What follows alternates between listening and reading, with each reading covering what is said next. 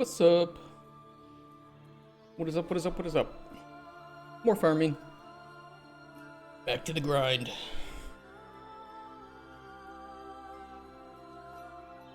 Where did we leave off yesterday?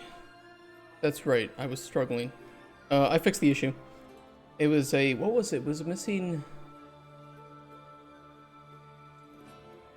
I don't know, it was one character that was missing.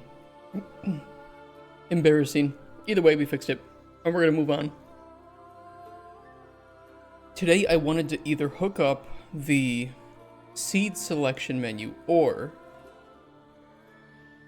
connecting it up with ultra dynamic sky and weather to calculate growth stages. So we kind of did that yesterday, but I want to also hook it up to the light that's available. So this would be like the hours in which full light are considered, the weather in which only partial light is considered, so that even if it's noon, if it's cloudy, that's only partial light. You know, if it's raining, I guess we can consider that partial light too. So things like that. And that shouldn't be too difficult. In fact, I don't think it'll be very difficult at all. How do I want to do this then? I could do it through a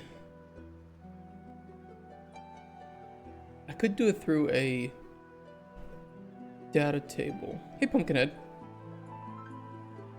Yeah, let's do it through a data table. We'll do like a farming balance data table.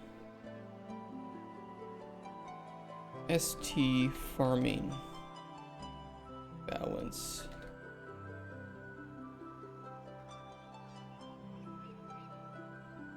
Could do a data asset too, but I'll just do a data table, because fuck it.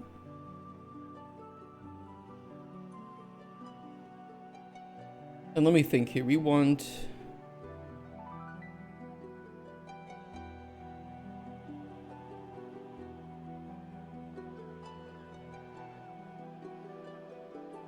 We do have sunrise and sunset, so we don't need that. We would actually need... Hey, almost absent.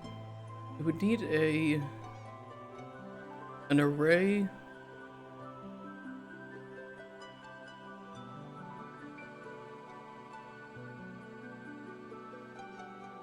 Is this the best way to do this?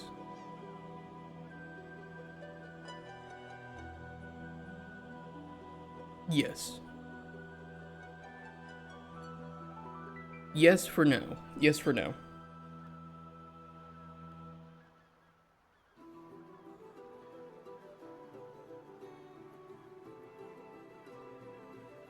Farming balance.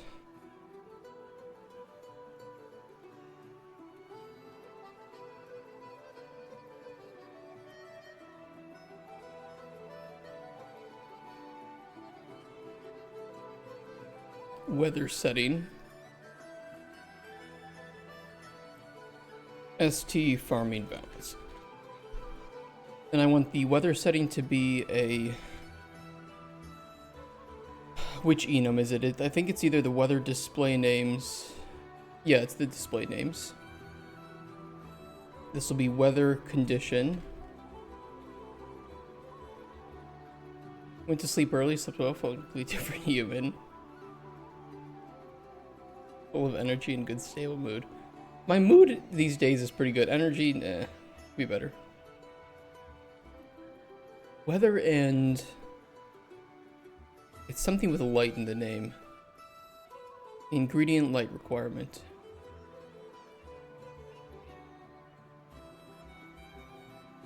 Light provided.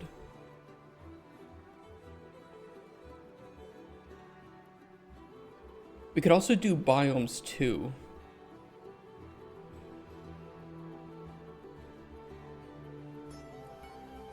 So we could do weather setting, we could do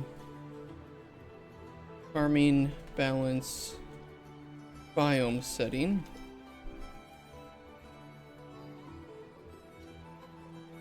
Biomes and ingredient light requirements.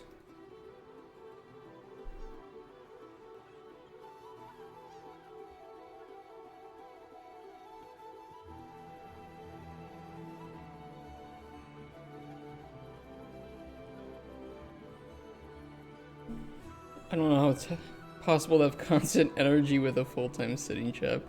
Then we listen to relaxing music and it kind of just I don't know, it just gets me into the zone. That's probably also part of the issue. Because it's not like I have an energy problem getting up and getting to work, and my energy's good, but then I sit down in here and I just kind of relax. And it's not like I'm tired. I'm just relaxed.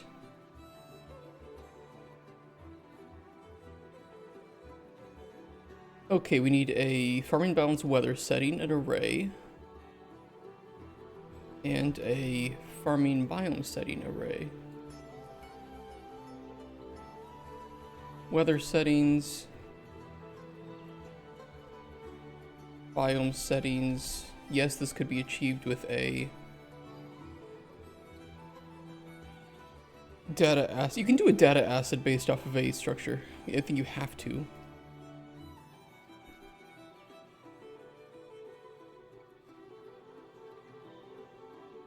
God, I rarely work with data assets.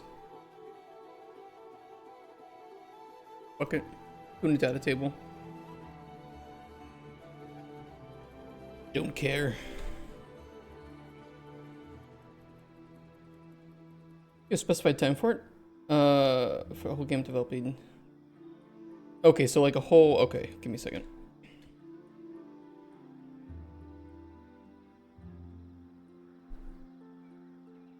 I would ideally like to have our whole first playable done by April. Yeah, I would like to have this all done by April. I don't think it's going to all be done by April. That's why we've prioritized things in order here. So things that are further to the left are higher priority, and then cards that are closer to the top are higher priority. So I'm working on some of this stuff right now because I'm blocked by other people working on potion combat. And in the meantime, I am handling some of these things. But I don't think it's all going to be done, but it's fine. We're just going to have done what we have done. Farming, though, I think we can probably finish up either this week, or if I need to finish up next week, we can finish up next week. Actually, I believe I'll have this system of farming done by this week. Next week, though, I will add content to farming and fishing, because we need a lot of it. I think it's healthy to put a time on every function.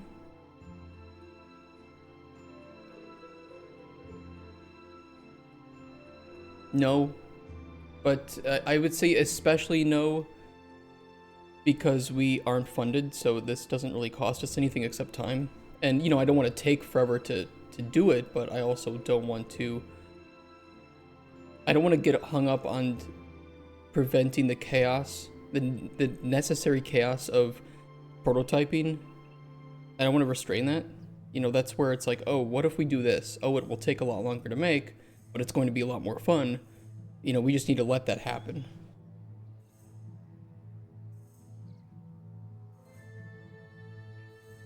I would actually say the other way around, Lazy Fangs. I think you should have a time frame on prototyping, but it's less important in prototype phase than it is when you are actually in production and you have milestones to meet. That doesn't mean that you should prototype forever, but it also doesn't mean that you should constrain a system. If it's not providing fun, but you've used up your 3 days, I'd rather just extend the time and find the fun in it than say, oh, well, we've used up our time, let's move on. Trello's okay, but I'm going to be using U-Track, I think, when we go into production by JetBrains. This has been very nice, and the pricing is incredible. 1 to 10 users, full featured, and it's self-hosted for free. They don't block any, unlike Jira, which blocks a lot of its important features behind money. This does not, and you can customize you can automate a ridiculous amount of it. It's so fucking good. So unlike Jira is you don't have to pay for like the super simplest version, but you don't get all the features. In this, you get all of the features that are available in the paid version right off the box. And you can automate, you can customize, and you can write your own scripts to handle all of it. You can create your own templates, all that stuff. It's amazing. It's really, really good. It does take a little bit of time to learn, but I vastly prefer it in terms of its just how well it scales and how much it can handle compared to Jira. But they have a whole list of their features. If you want, I can just post this in the chat. I do recommend it.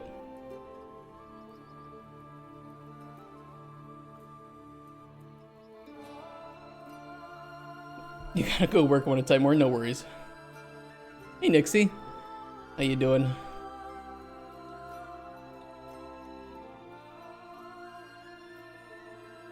Farming balance. Oh! Never hear JetBrains immediately go to Java. JetBrains has some really good software. JetBrains I've really liked. I'm not even a coder, and I really love JetBrains. I'm doing well too. What? You know what? I'll just fill out every single weather setting. We have 1, 2, 3, 4, 5, 6, 7, 8, 9, 10, 15. Ooh.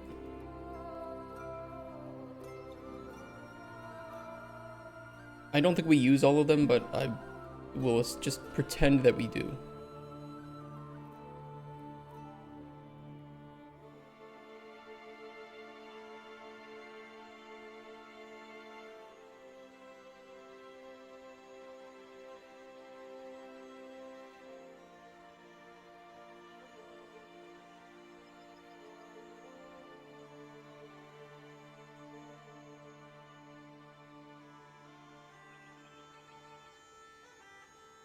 Okay, partly cloudy, overcast.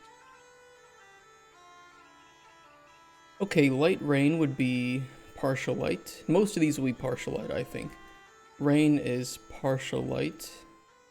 Heavy rain, maybe we'll say...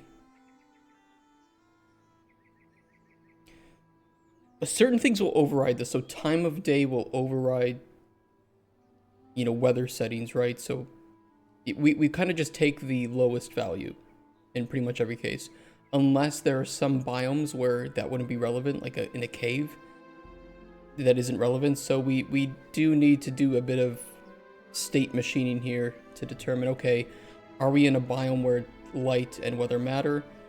Yes or no? Which one are we in? You know, how do we calculate this? But usually in most biomes, you know, we'll be taking the lowest available light.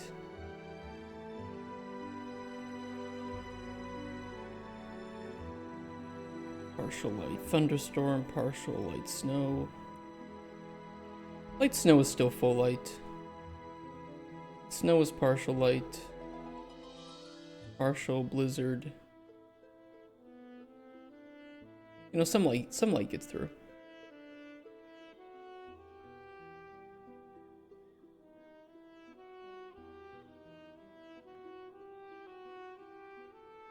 Clear skies, full light, partly cloudy. I think the partly cloudy setting though is... it's literally just a few scattered clouds. It really isn't that much.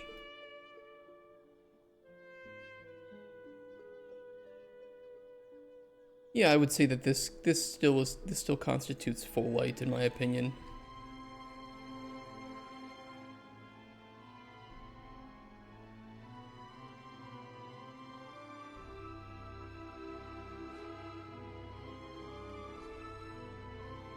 Okay, that looks good.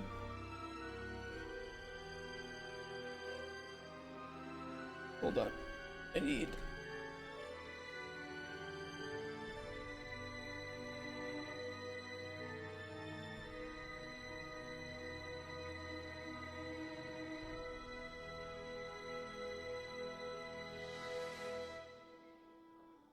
Okay, how many biomes do we have? we only have 4. Why? No, we don't. I have more than 4. Maybe I didn't fill out the data table for it? Hold on a sec.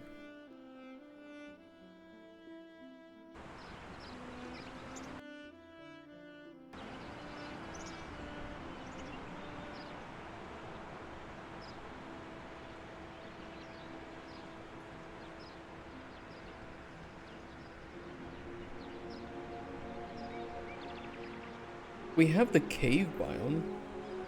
Does it not read from the data table? Or are there 2 data tables?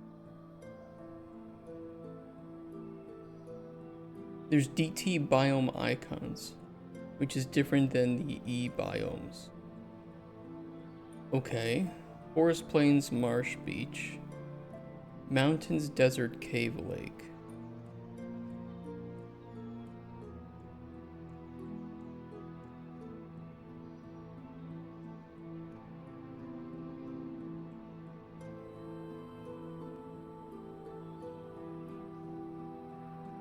I have no idea what uses this enum.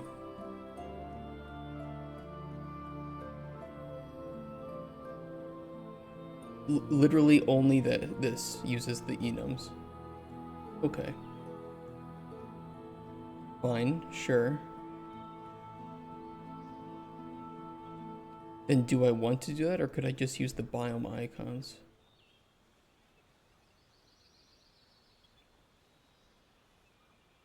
Why shouldn't I use biome icons?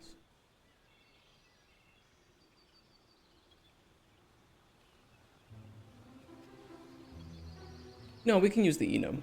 It'll be fine.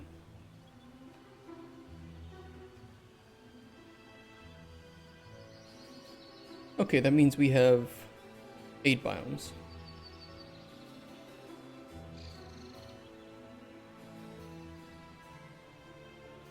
Plains, marsh, beach, mountains, desert, cave, lake.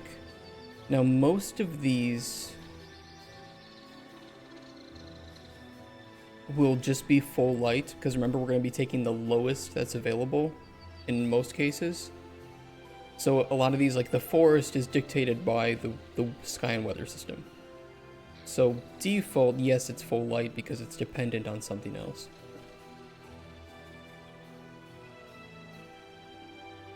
The only one that wouldn't be would be the cave, right now at full darkness.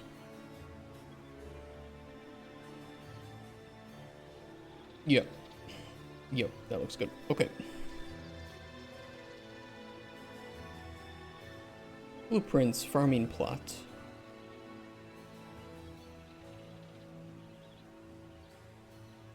You know, I should have made a master.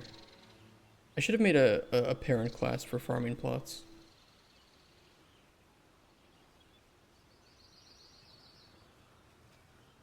Yeah, that was stupid of me.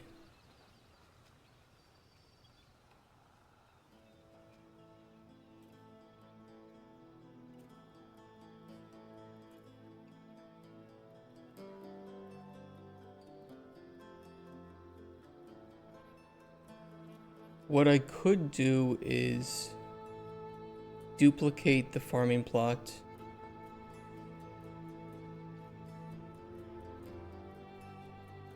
Delete certain things.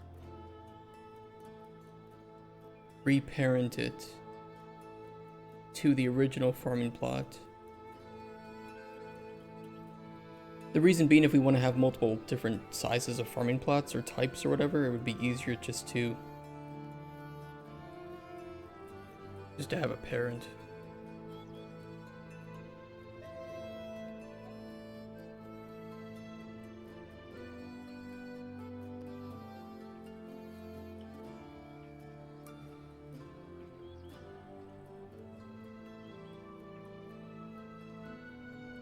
So yeah, delete these.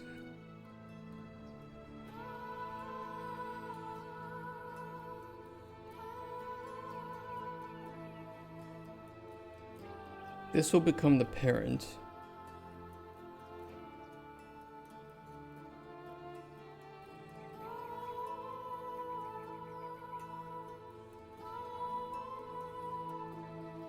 And then theoretically we should just be able to delete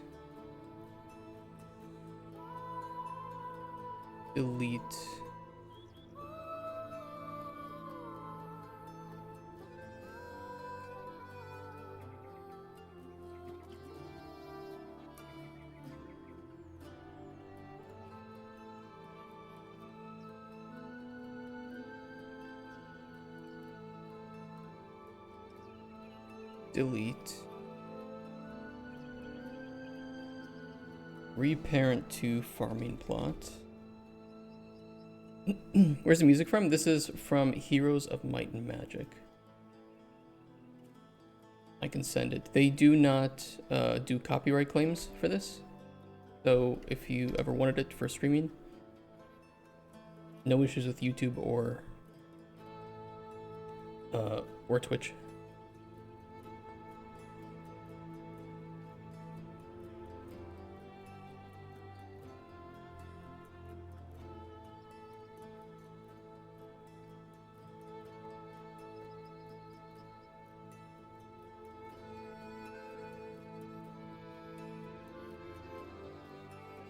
And yes, I am very excited for PoE 2.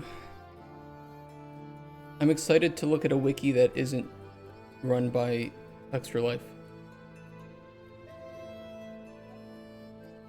I can tell you that.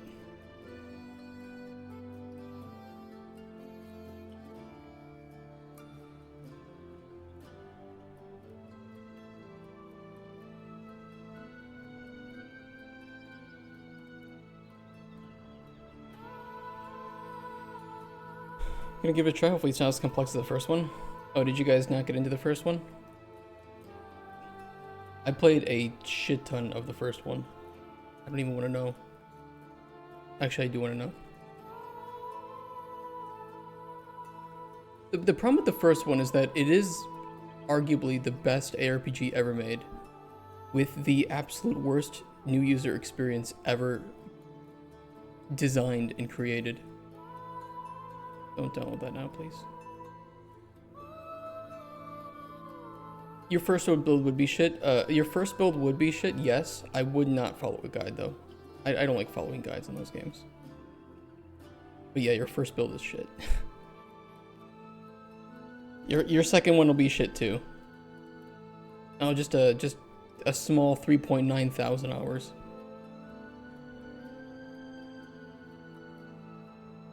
I'm taking a break from it right now.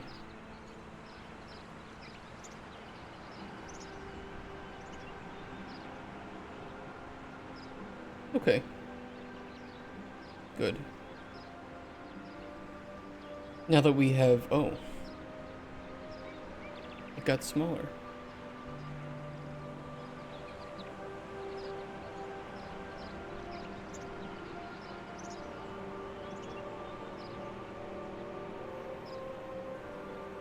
Oh, I know why I did that. Yeah.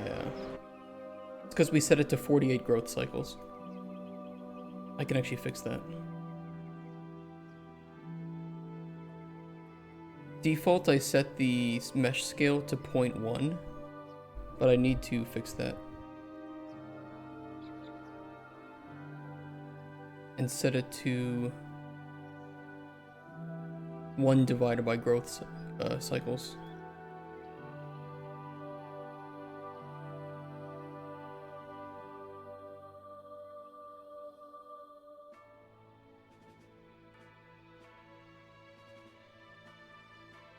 That'll work. Hey, Buster D. How are you?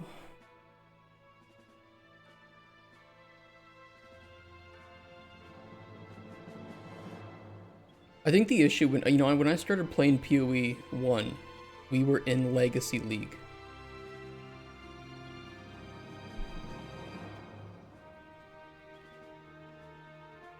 Which was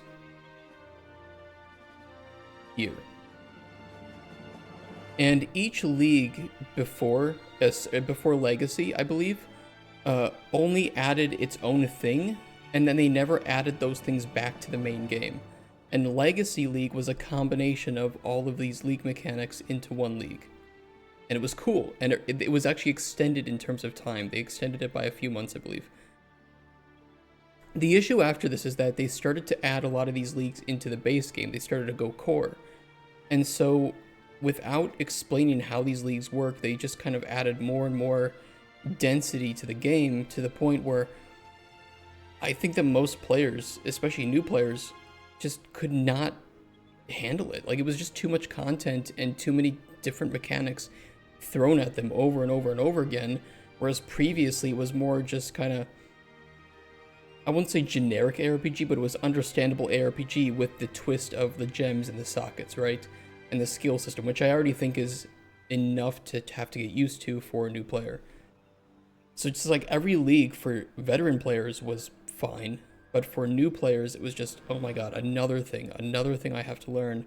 I don't know how the fuck Betrayal works, or how the fuck Blight works, or Legion, and all these things, and some of them are easier to understand than others, but it's just, it was too much. It just got to be too much. So I'm hoping that with PoE 2, they recognize that, and it seems like they kind of have, and have trimmed out a lot of the fat here, and are only implementing some of the more enjoyable leagues, the leagues with a lot of good endgame or a lot of variety. I think at launch, though, they are adding, what did they say? They're adding Expedition is going to be there, Ultimatum will be there. Harvest is modified heavily, or I think it's implemented in a different way. Delirium will be there. I can't remember if Legion would be.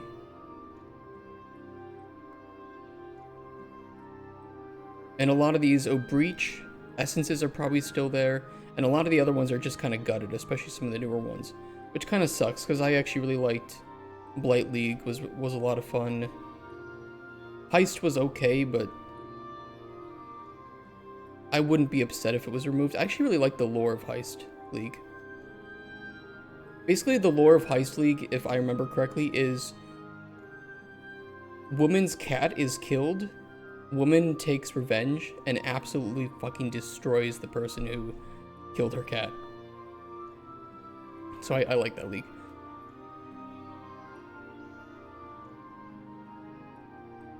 And you do it by doing heists, which is pretty fun.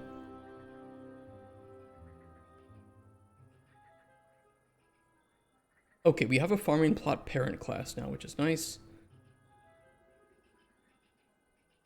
In the parent class, I want to add variables for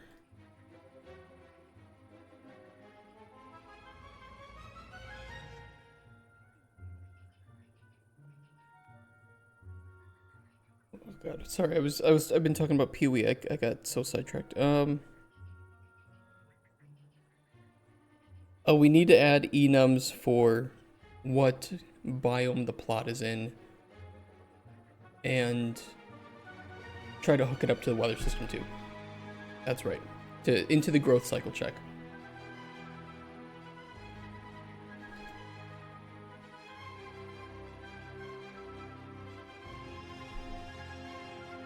Okay, biome instance editable.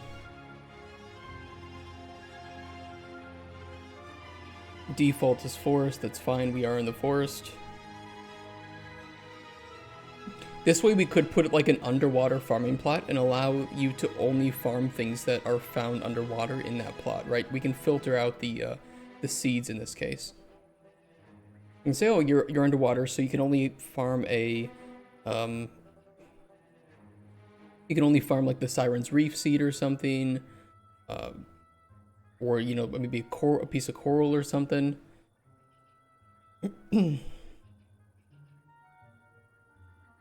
So that'll work well, and then we need to hook this up into growth cycle check.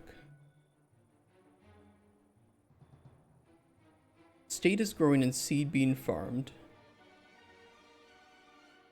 We then just immediately jump into doing the growth cycle check. But first we need to do a check if growth cycle can even occur.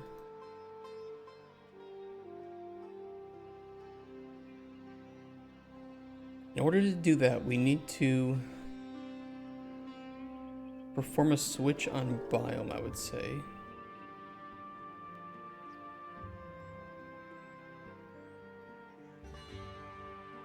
Or at the very least for now, we need to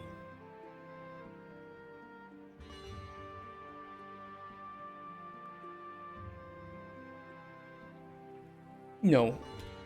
We might need that later, but I won't do it for now. I'll just do is it equal to a cave or not? Like, are we underground?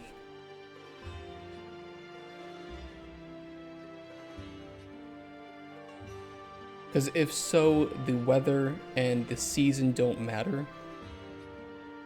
If you didn't know, a cave is generally the same temperature all year round. But they're very, very fragile ecosystems. Very fragile. Introduce just a little fluctuation in temperature or humidity, and everything can just break down. And unfortunately, humans create more heat and create humidity. So there have been a lot of cases where humans have just destroyed caves. Just by existing. Okay, if true, we don't care about the current weather. Do we have functions for the sky system to grab the current weather? Get actor of class. Ultra. Dynamic sky.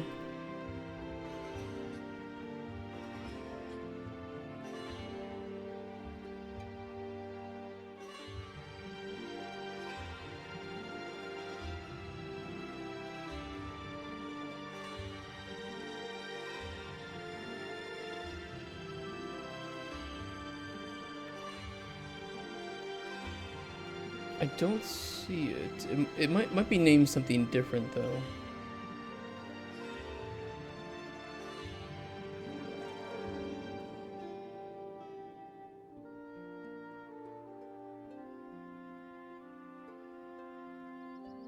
It's in the basic controls.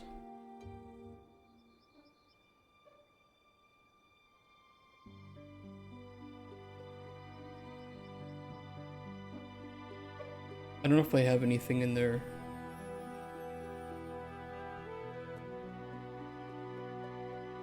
Weather state.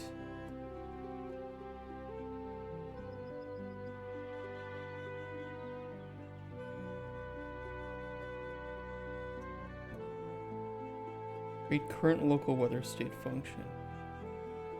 It's gotta be available. There's gotta be a way to grab it.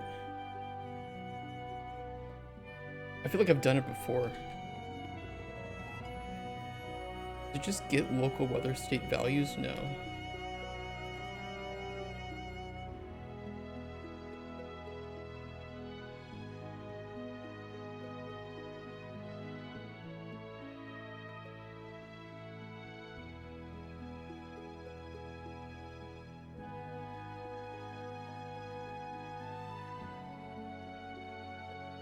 There's gotta be a function for it.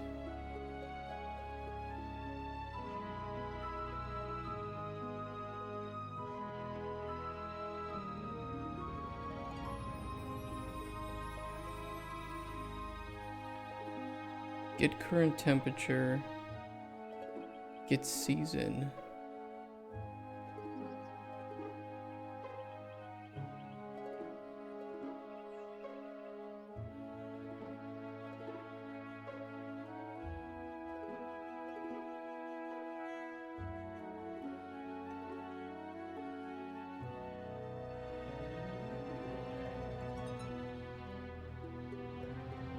You can't convince me that this is not callable somewhere. There's no way.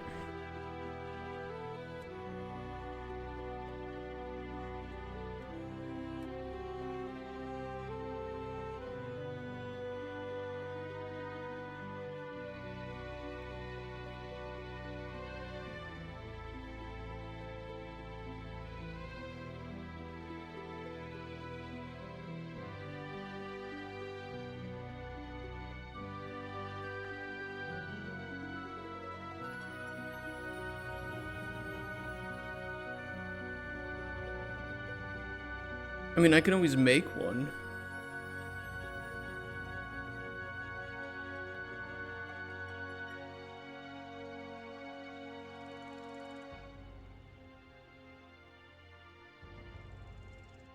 Get weather.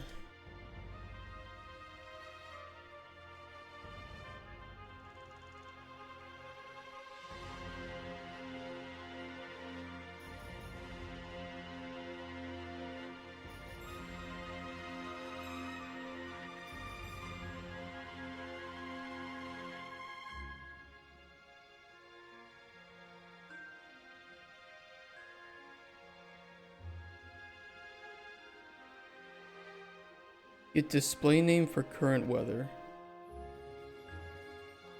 That's what it is. Display name for current weather. What do you use game instance, or what is the matter or most use cases you can use it for? So the game instance I really like because it is always loaded. So you can use it for storing like global variables and propagating that through the rest of the game. Or if like the player dies, you know, the game instance is still there. It's always loaded. So I use it to store a lot of information of like the player's inventory, you know, settings of the game, so that if the player is switching levels, especially like the main menu and the main game itself, that those settings remain saved in that way.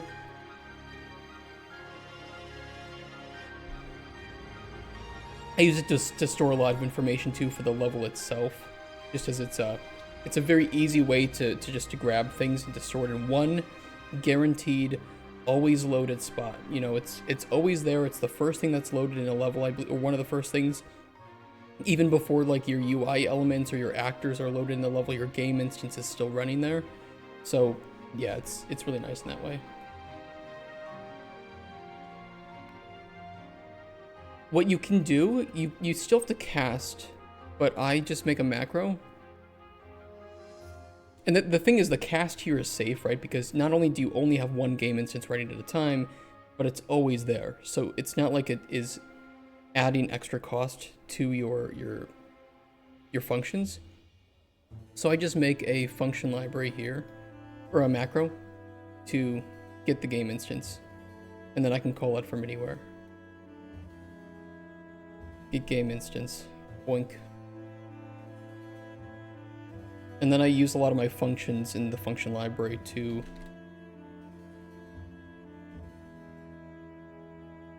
connect into that. So update junk inventory, of course, is going to use my game instance and set the stuff like that. How do you store data? So in your game instance, you can just make variables like normal.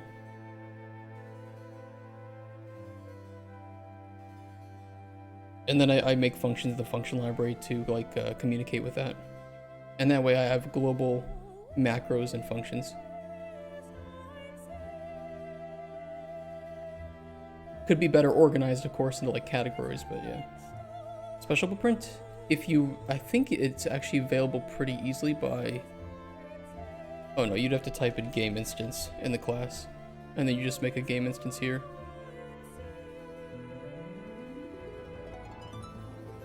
Then you go into project settings, and you change the game instance class to your game instance, and then it's done.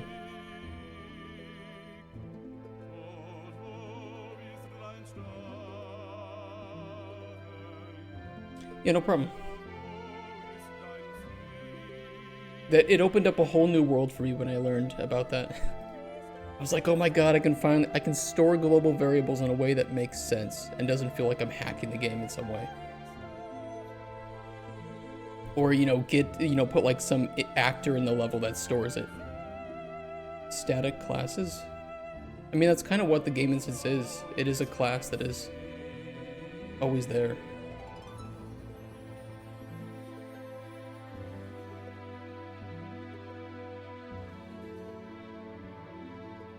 Give me a sec.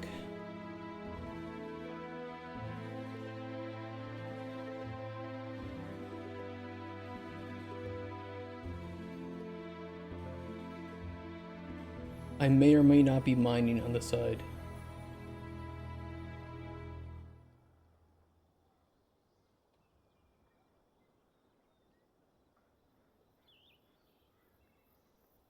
judge me.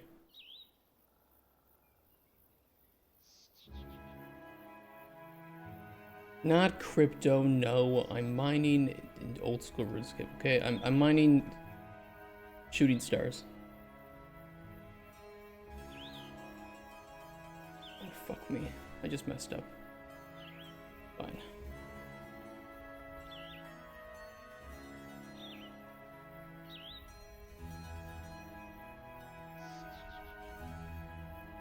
Close that, close that.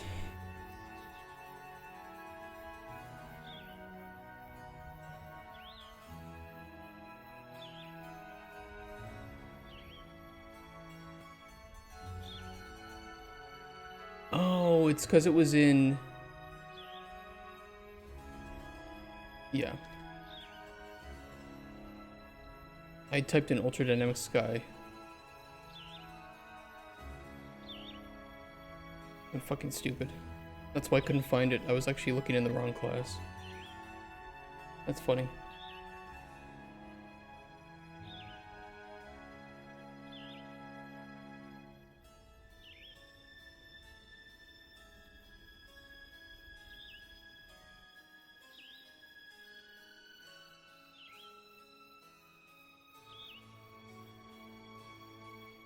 Okay, if we are not in a cave, we just want to get the current weather system, or the current weather pattern, and store that. Current weather.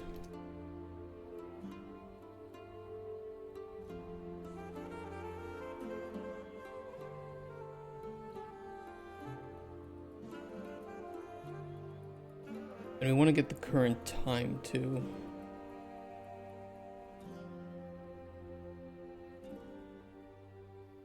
Yeah.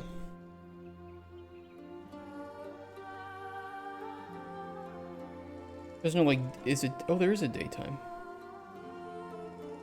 Oh, beautiful. B is daytime. I love Ultra Dynamic Sky. Oh, it's so good.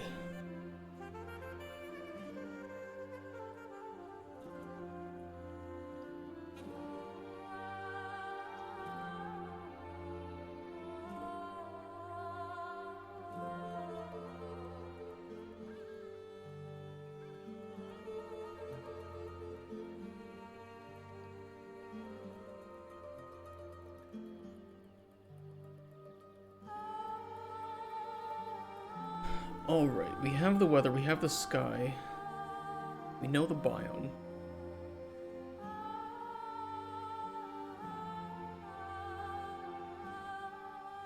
Because the light requirements are bit masked,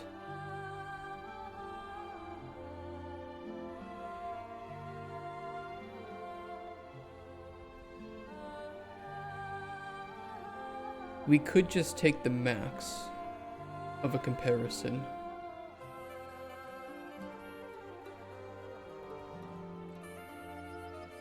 Yes.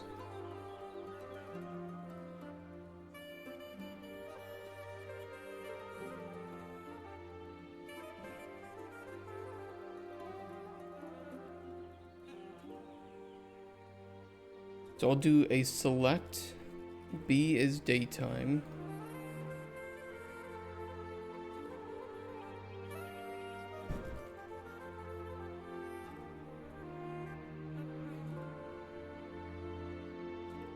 Full light is 0, darkness is 2.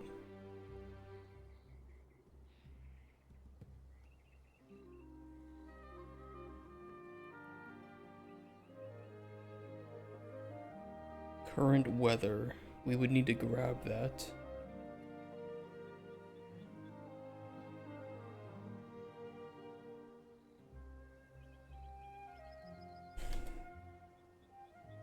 Get data table row.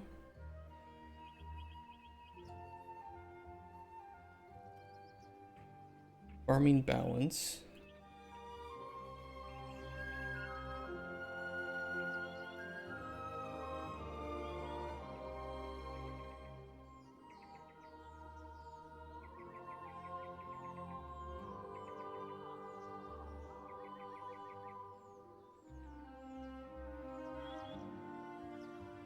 And then we'll need to go through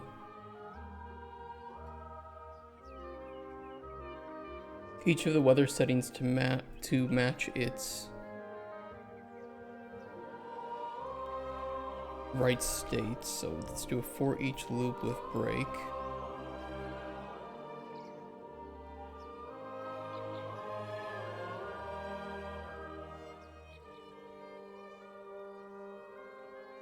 If weather condition is equal to current weather. I believe those are the same. UDS weather display names. Perfect.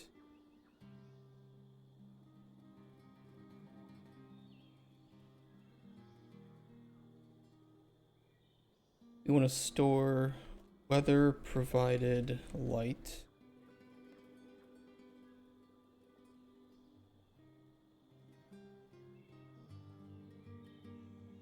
Then break that.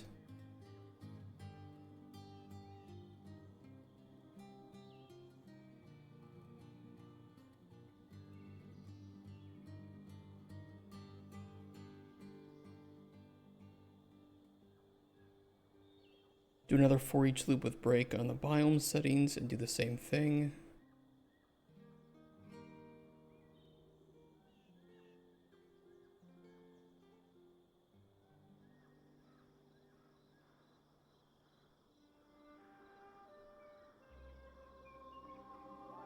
Makes sense of my main character to store information of that, like of object type in game assistant. Load that. The enemies, they know who to attack.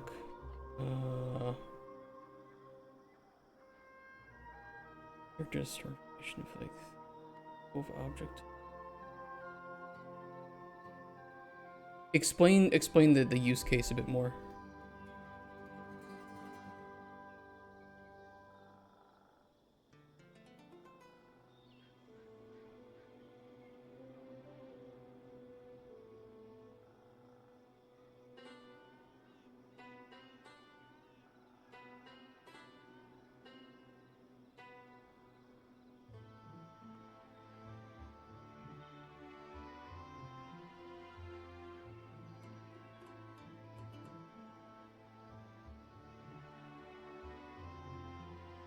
Yeah, no problem. Take your time.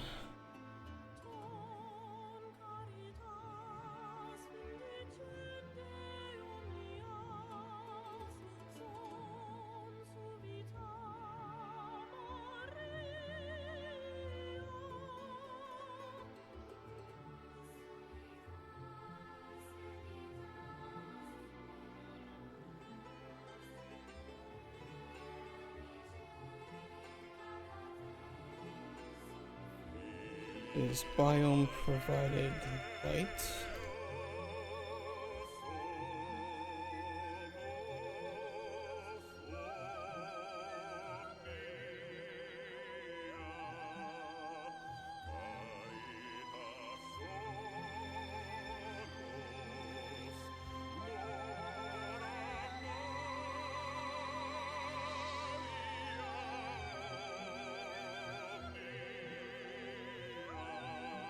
Okay, that should work.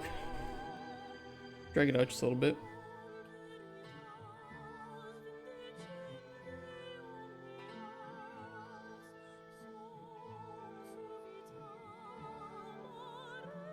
We should be able to, this should work.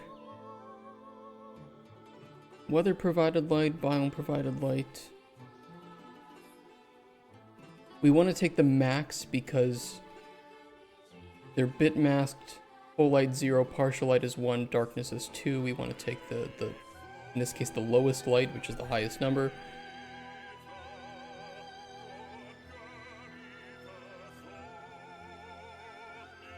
Let's see if we can current light level.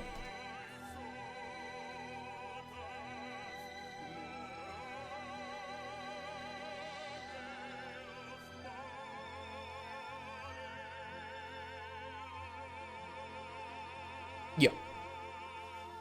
And then we need to compare the current light level to the available light levels that the planted crop can be grown in. So I will make a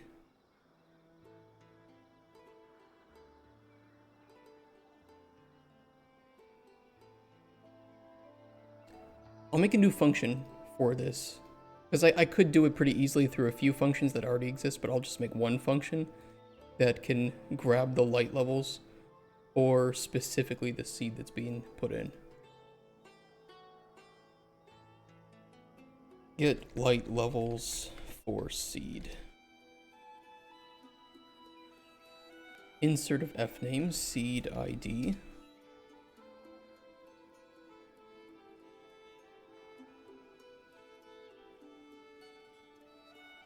Ingredient light requirements.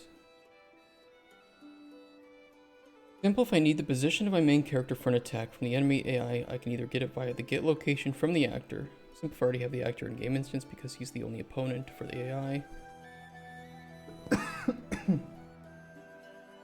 Or another way with Cass or whatever. Here's what I would do in your function library.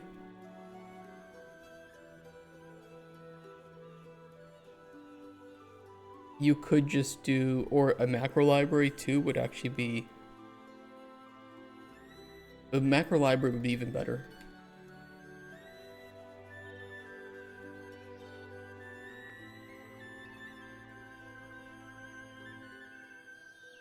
Get current player position.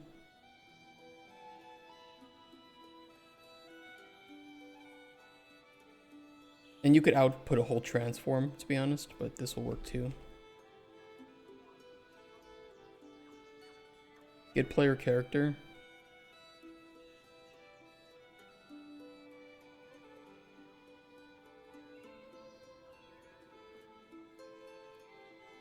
And we'll just get the world location of the... I mean, get player pawn might also work.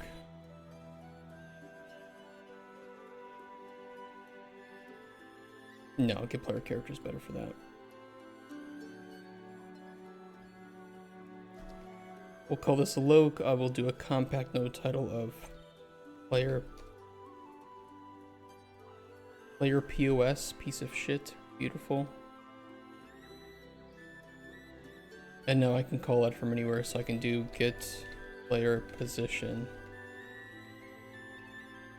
And we have that. And we can just call that anywhere we want. That would be my solution for it. And yeah, the macro library is nice because it will be usable in every case, including like UI if you ever needed it.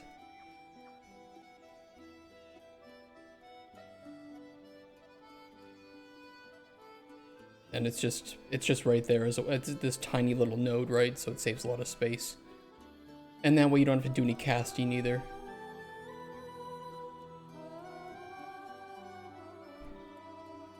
I'll keep this because why not? Can't hurt.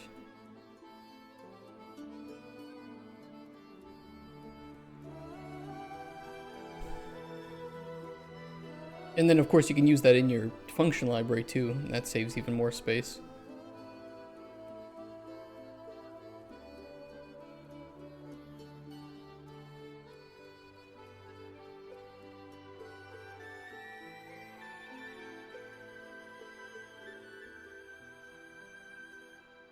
I have some macros, for instance, to grab these structures for ingredients and seeds, and those are quite nice.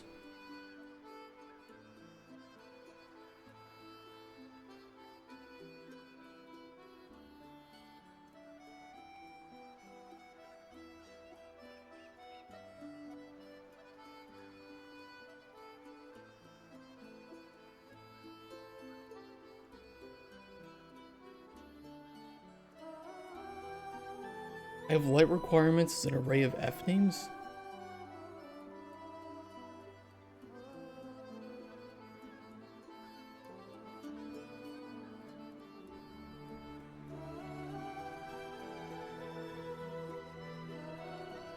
Are you serious?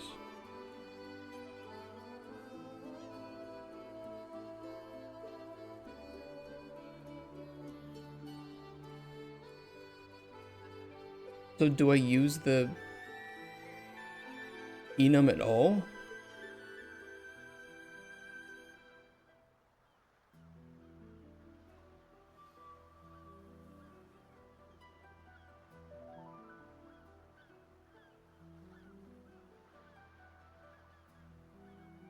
I can go check.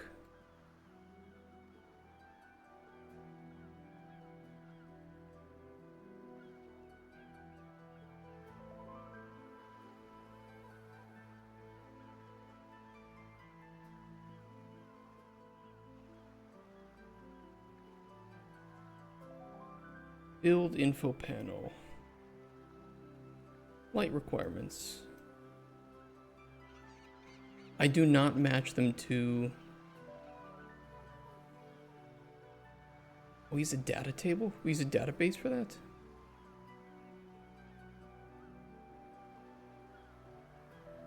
Oh.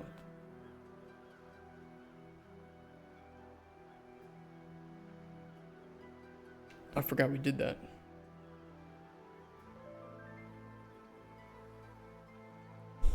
Hey, Datu. Blood Moon will just not fucking die, right? I hate having to go dry on Blood Moon. Or, not dry, but like another round of his special attack, right?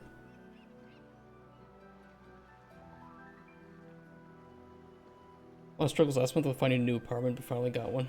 Hey, I'm glad for that. I was exhausted, didn't find the time to concentrate. No worries. Hey, you'll be excited to get back, right? But I'm glad you found an apartment.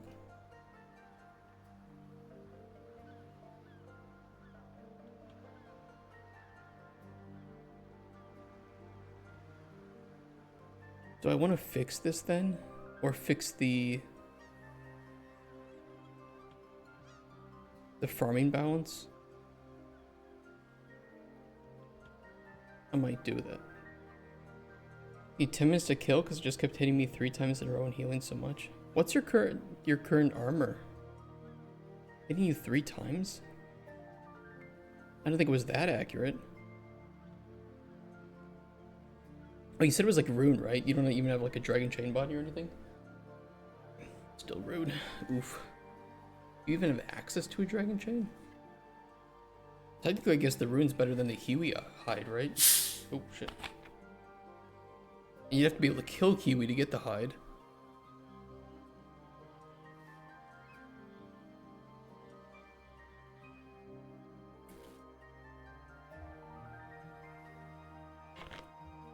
If you didn't look 1 month into your project, it's like you have to relearn how you've done. Yeah, that's why I don't like taking too long of breaks from my project. I forget a lot of stuff.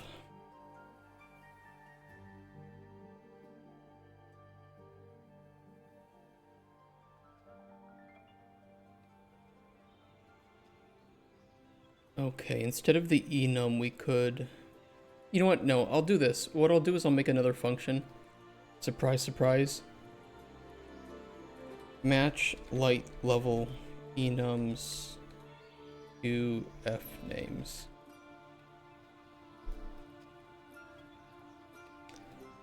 Because fuck it.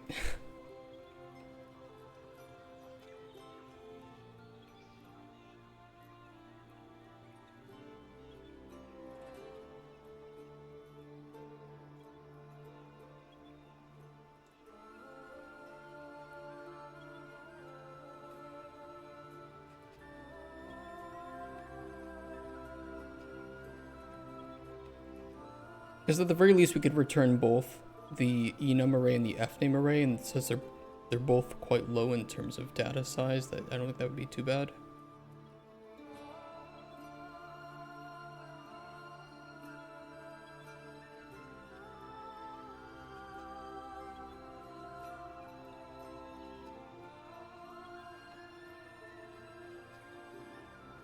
For each loop,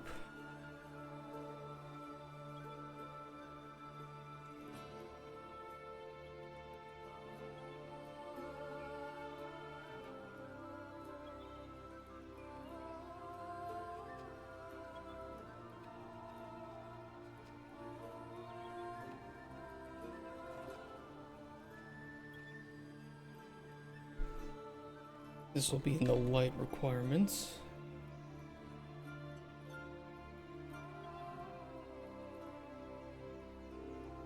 Currently tested enum.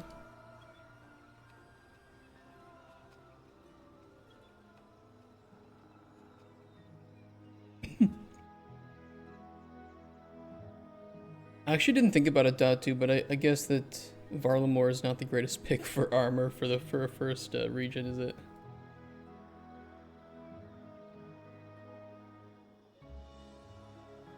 But maybe they'll improve that with some more content in the future.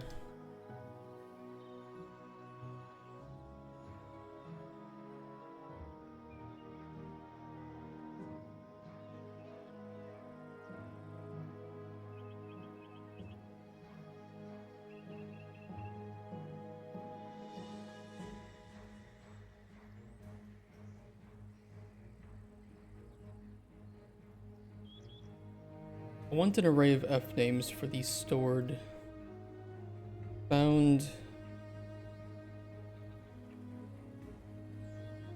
light requirement names.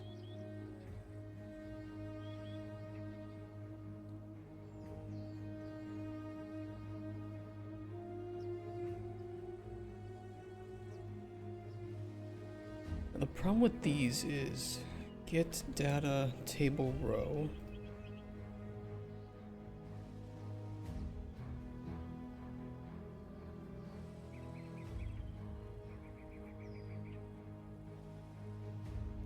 We don't actually store the enum within the structure of this. Full light, partial light, darkness. And what does the enum look like? They have spaces. Okay, so if I... It's gonna look kind of stupid, but if I change the enum to a string,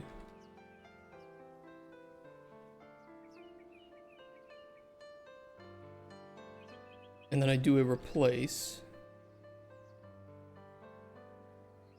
of an underscore with a space, and we test if that is equal, case insensitive, do light requirement to string,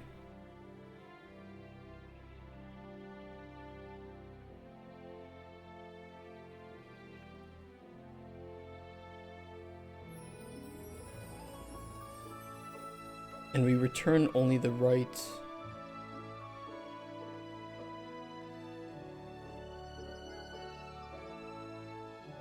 to the right of the specified location.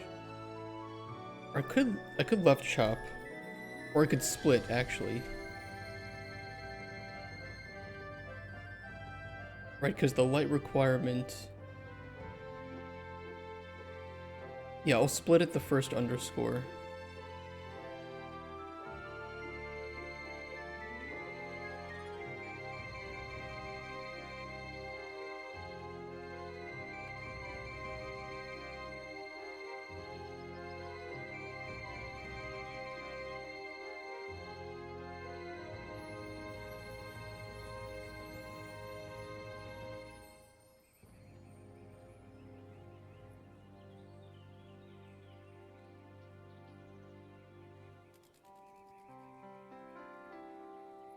Okay, and if they're equal,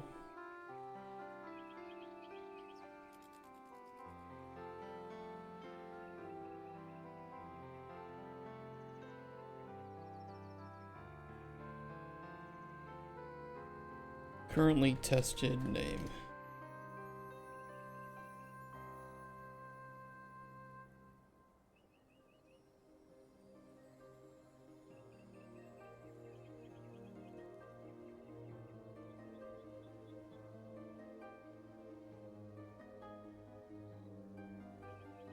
We can add unique.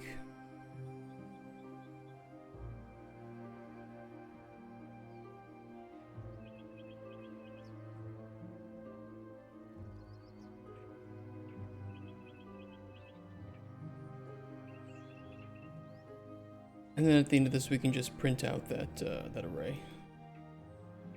Theoretically, that should work. Okay, get light levels for seed.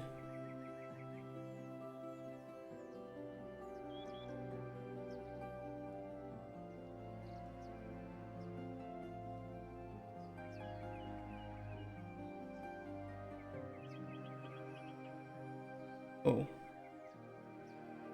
I actually wanted it the other way around. I wanted to match the F names to enums. Okay, hold on. Shut up. I'll fix it.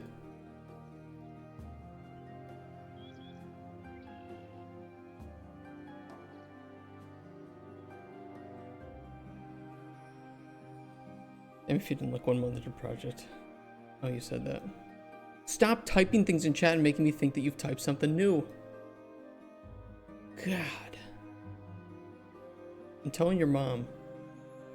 You're gonna be so angry, you're gonna get in trouble.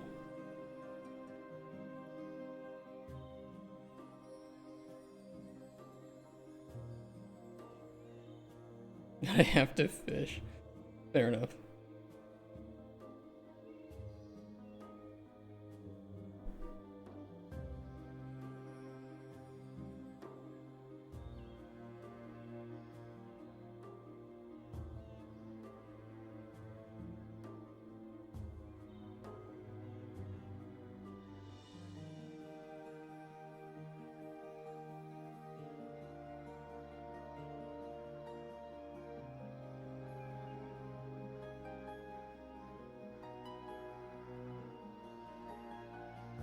Promote to local variable, found light rec enums.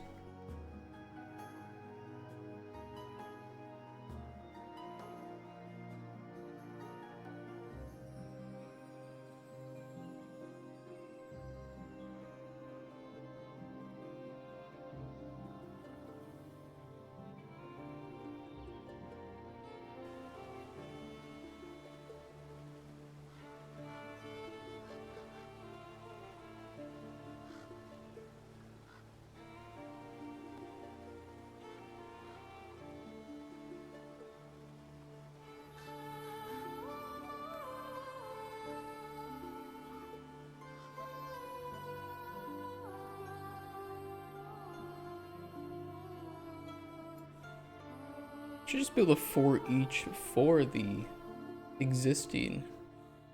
As far as I know, I should be able to do for each light requirement,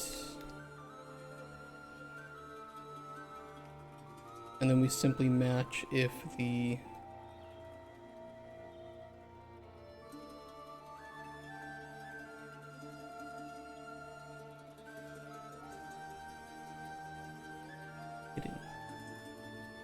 hidden.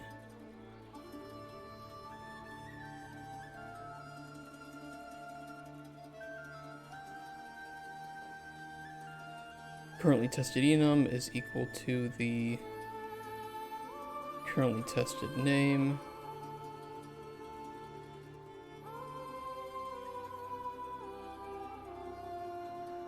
Yes, Scurry.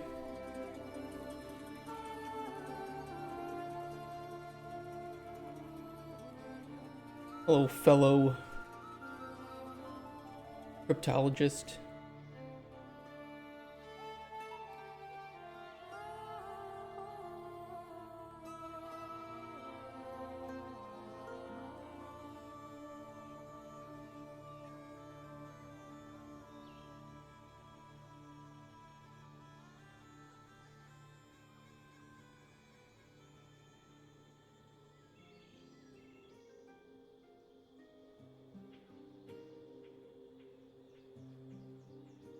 Playing some squad?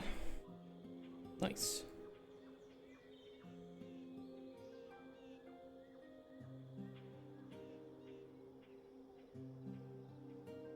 Still seeds?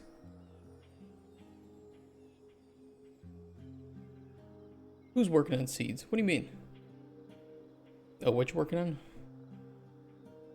No, we're not working on seeds, actually. We're working on growth stages. I want to determine if we are in the right biome and the right the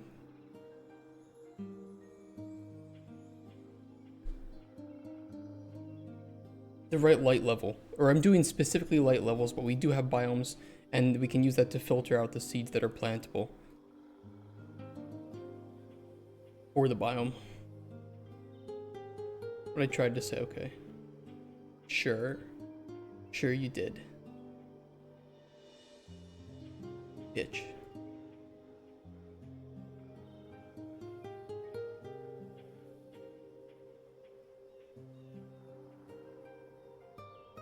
Okay, yeah, still seeds.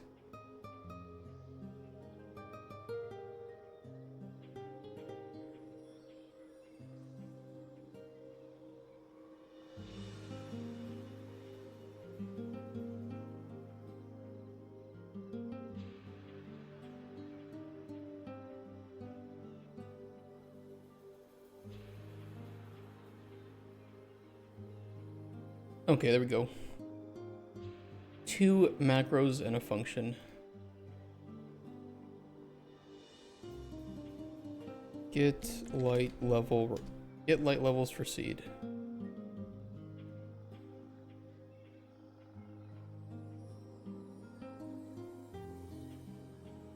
Just biome specific. It will be to plant a seed in a plot in the biome. It will filter. I imagine it first filtering for biome, so that you can't plant this like a Siren's Reef seed in the forest, right? Because it's an underwater plant. But then, in order to do proper growth cycles, we also need to check, okay, is there enough light level for this plant to grow, right? Because some plants might prefer the darkness, some might prefer full sunlight, partial sunlight, whatever, or mix of both, mix of all of them. So then we need to say, okay, if it's nighttime, of course, yes, we're doing a growth cycle check, but there isn't enough light for this to grow, so it's not going to grow at this time.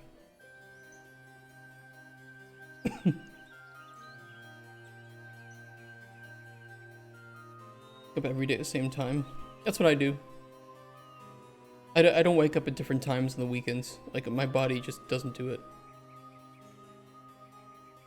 I wake up at 7:30. I wake up at 7:30 every day. I wake up a little bit before 7:30 most days. My body is like, you know what? You're going to wake up at 7:30. So how about instead I wake you up at 7:20 because you're going to be waking up around this time anyway. So there's no point to even having my alarm because I don't wake up to my alarm. Kind of stupid.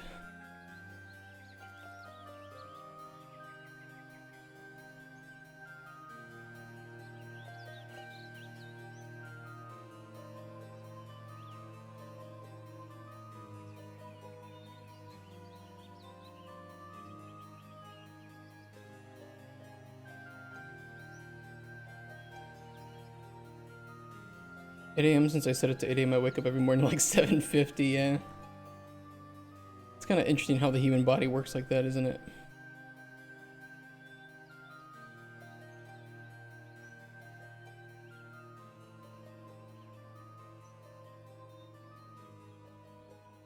Okay, if current light level, or if the light level requirements contains the current light level,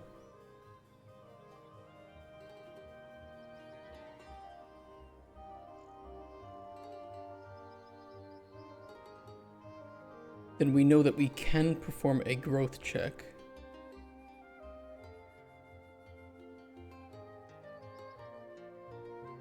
Otherwise, we should not return a growth check. I think that's all we need for a growth cycle.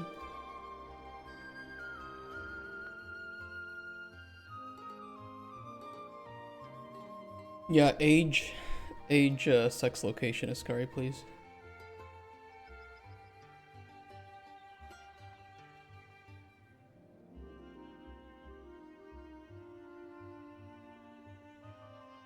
Did I just crash the engine?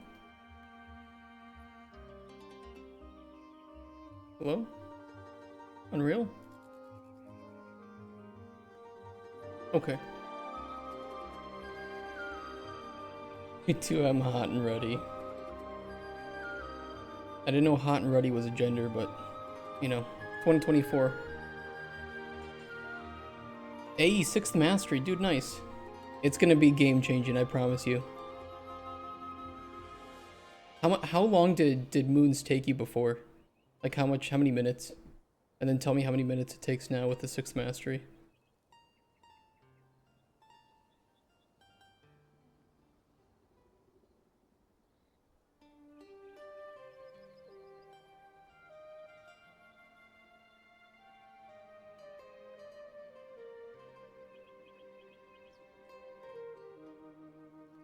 I will say, as you get closer to 30, staying up all night is just not a thing. You know, back in the day, you'd be like, yeah, I'm gonna stay up all night, and we're gonna be able to play a game forever. It's, as an adult, it's more like, nah, man, I'm going to sleep. I'm going to sleep, the game can wait. 10 minutes to 30? Oh my god, dude, it's gonna be so much faster.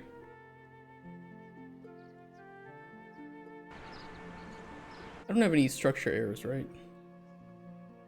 No, we're okay.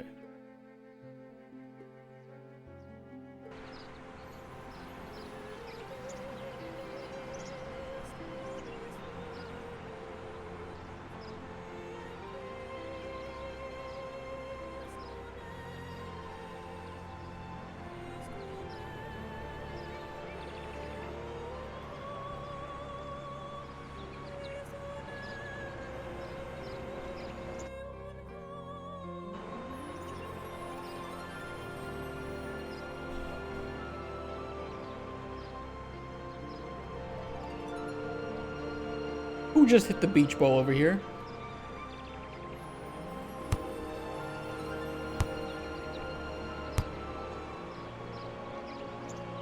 Okay, so they should not do growths. These are the...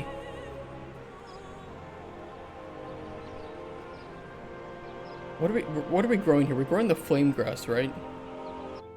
Well, let me check.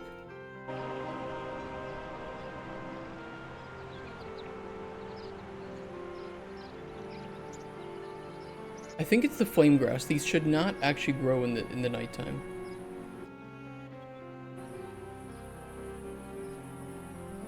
They should not do any additional growth cycle checks once that sun is below the horizon.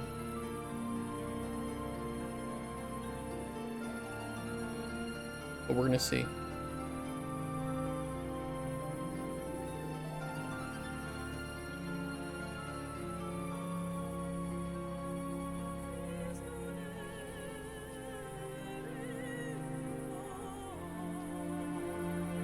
They are not. You see how it says 777887?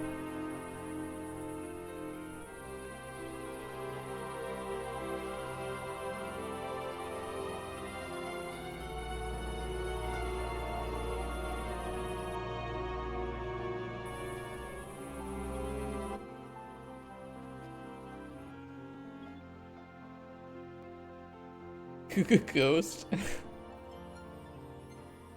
love it. Okay, so we have that hooked up to the day-night cycle and the biome. It should be hooked up to the weather too, so these will only grow in light, full light and partial light in the desert and the forest.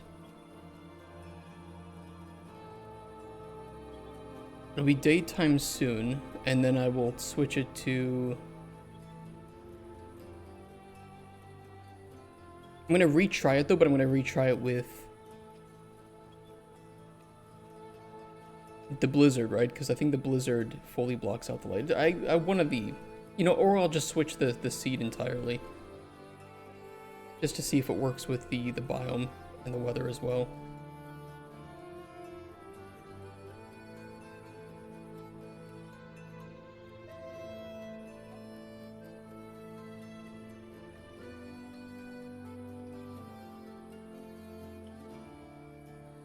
Okay, they should start growth checks pretty soon here again.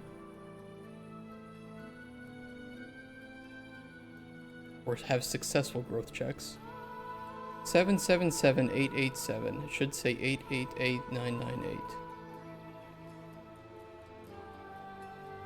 It does.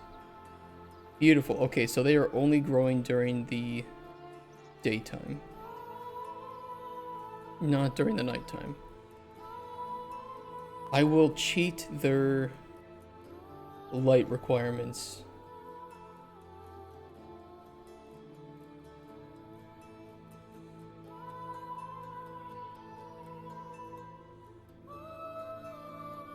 Where's flame grass?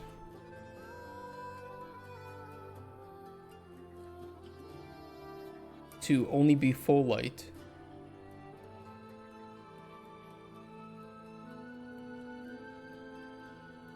And they should start off by growing successfully. But once I switch it to...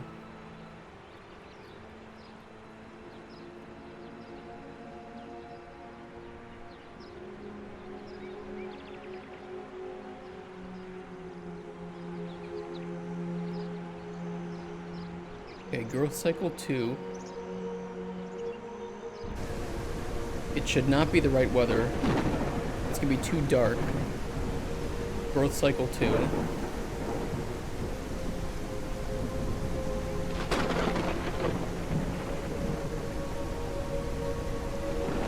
Okay, let me switch it back to day to sunlight.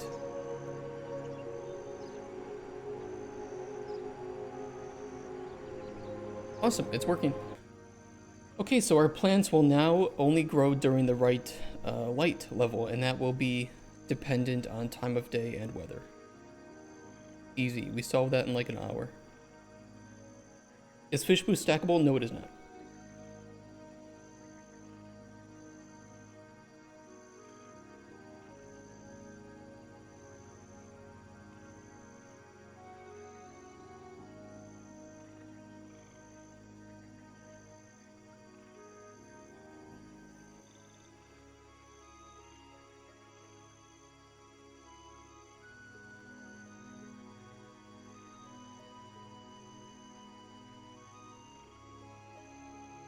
Okay, next thing would be to determine if it's in the right biome to actually grow. Of course, that will be handled by the seed selection, so I don't think we need to do it here. I'm moving a lot faster today than I thought I would be moving.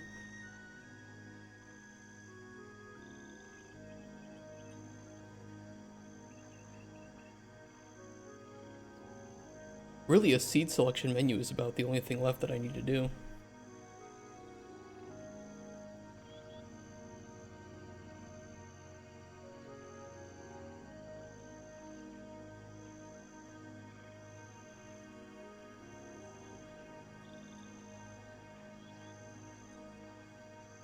Seed selection menu would be the next thing that we have to do, and then tooltip hover. I want a unique tooltip to show what the plant is actually doing and how well it's growing.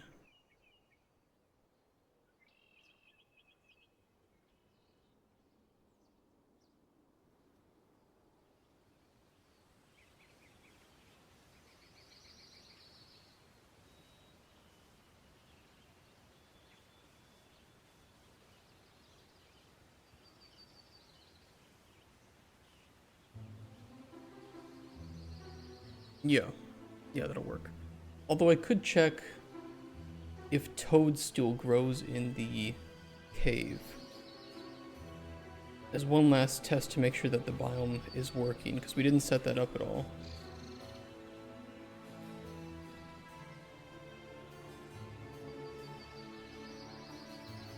We left it unhooked.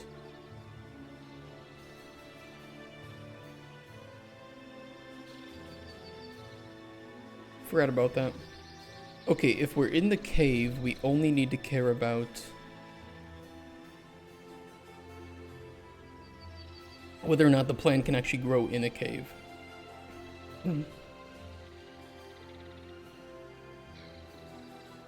Although again, that would be filtered, so I guess we would just jump to the growth check.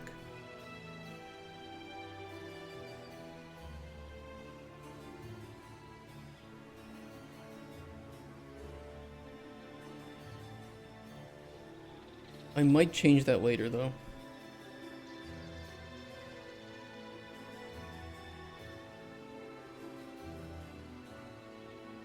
It's got the moon's speed trellis. That 6th relic is insane, isn't it? Or the mastery? It's an absolute game changer. It just trivialized. I was sitting in Kree last night, and I could just click it once. And for the most of the part, I didn't have to eat during the fight at all. Like, okay, it's dead. Click. Okay, it's dead.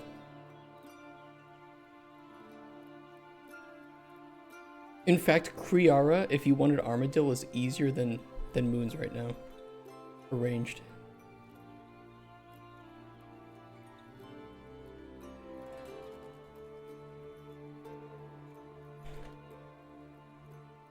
Potentially change later so that a biome check is done. Can tie in with player discovery. Fit well with the discovery in the fishing system.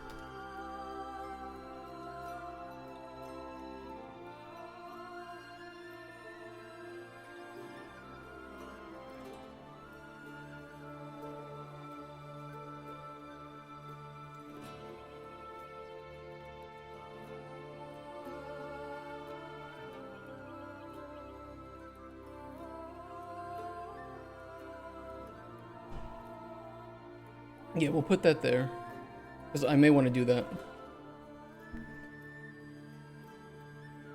And my thinking is that when a player, when a player finds an ingredient in the world, they don't know where it grows yet. They can make a reasoned guess, and I think that in most cases that reasoned guess will be correct. But we need to unlock that information. Right now, we just show the players where it grows, so there isn't much mystery behind it. So we can filter out seeds based on that knowledge, but the player knows everything. So I might set it up so that that knowledge is being checked, but because... No, we won't set it up yet because that will require a pretty big overhaul to the way that I store ingredients. And that sounds absolutely insane.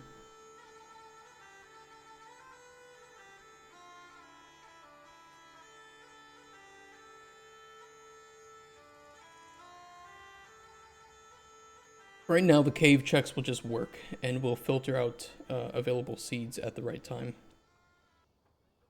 Okay, let's make that then. Let us make that UI.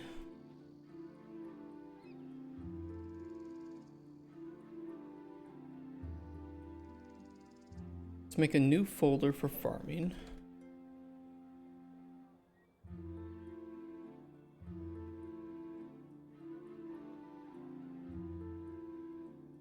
Now my problem is we don't set up the inventory in a way at the moment where the player can select items. The only place we do that is the fishing system.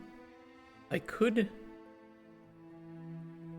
make the fishing bait selection more generic.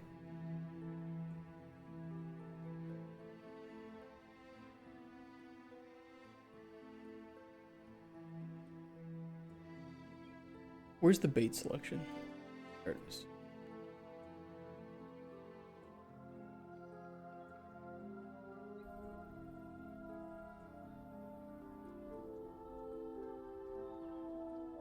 We could either make this generic or we could just duplicate this and reuse it. Inventory item bait.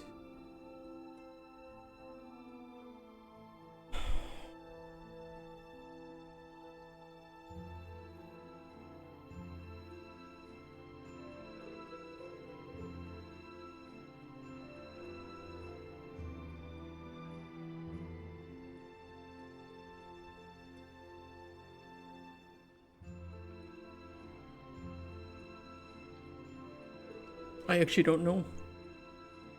I don't know what I want to do here.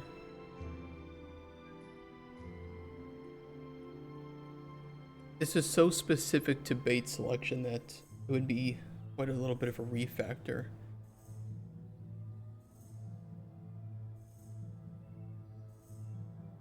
That it would arguably be easier to make something separate for seeds.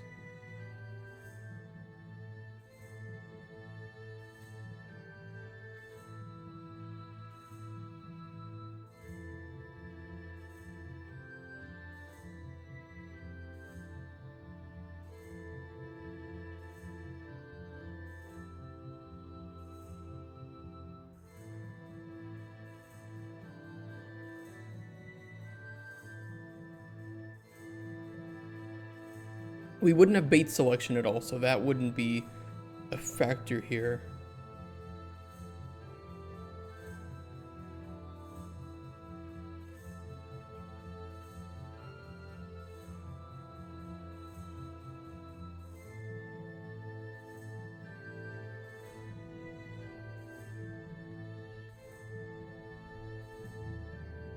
Yeah, maybe I do that. Maybe I...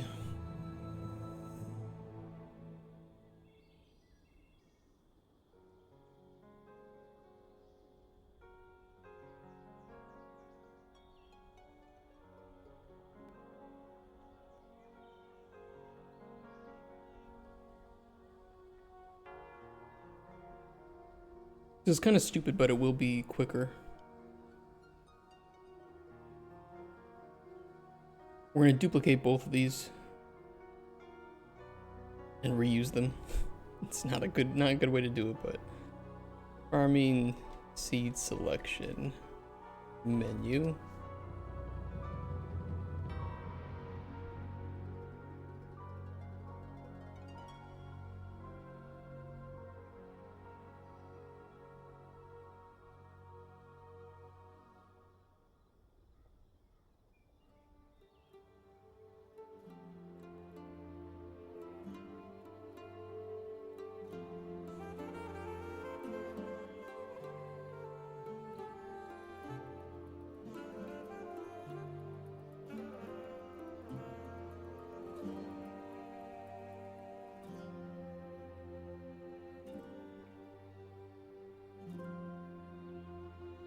Yeah, we'll need a new folder for seed selection.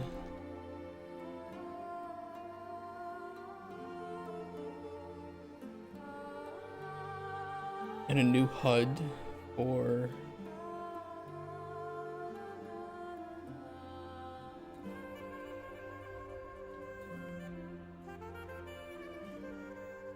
farming.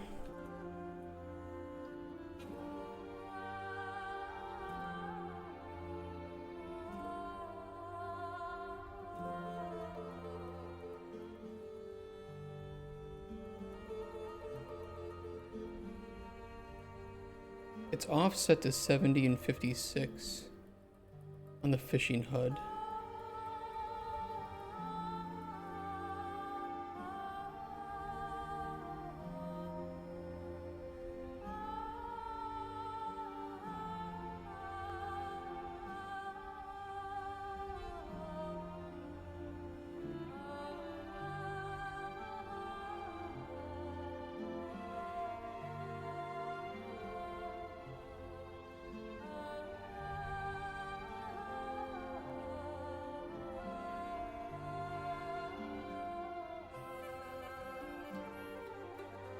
Dual max gotten, nice. Speaking of, you still have mine in the main game. You gotta get those back to me at some point.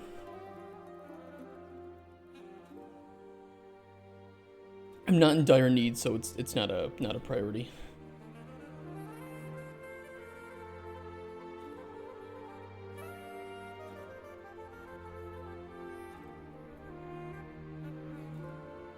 I have been busy. It's fine. There's no need for it right now, so don't worry about it.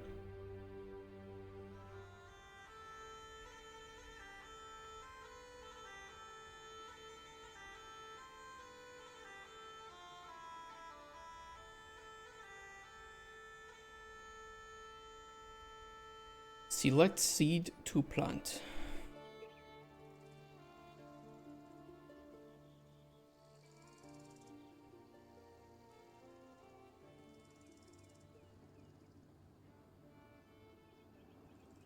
A different leaderboard. I don't know what leaderboard that is. Something for stream elements.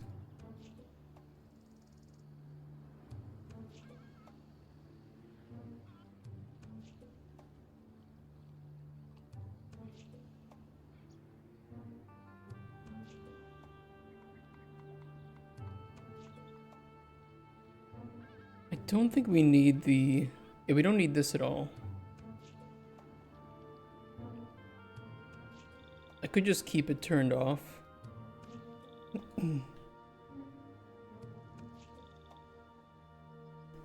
Guess I'm not even sure what I want from here. You could just green log moons. I don't think it'll take you very long now that you have the 6th mastery. Or you could jump over to Asgarnia and start using it to get those equipment. Last night I didn't have too much luck. I went pretty dry at Bandos, although Bandos was also really easy.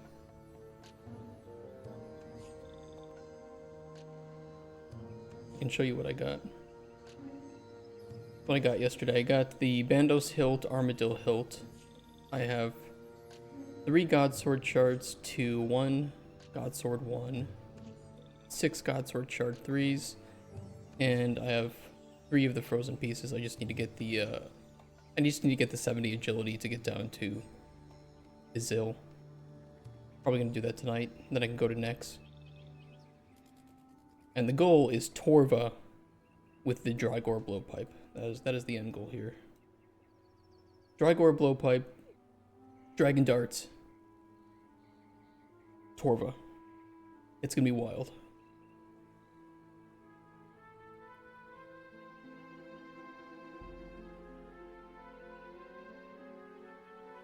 Alright, we gotta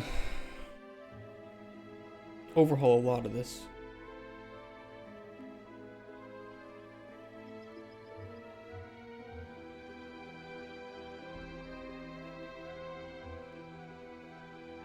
Setup widget. We're gonna have an input for the farming plot reference.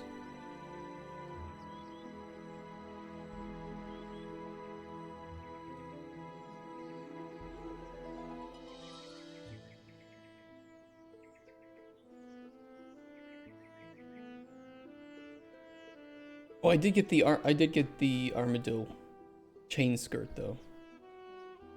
That was the only thing, but I don't even need it, so I don't know. Free points. Get all seeds. Only grab owned items.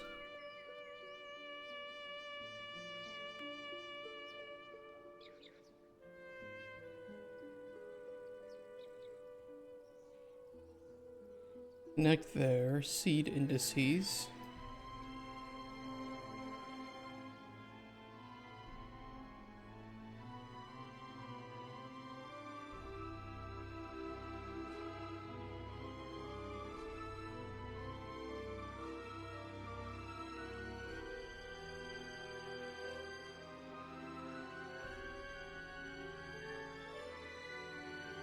But I primarily want the Bandos items because, you know, I still want strong melee for certain bosses, especially like the Grotesque Guardians.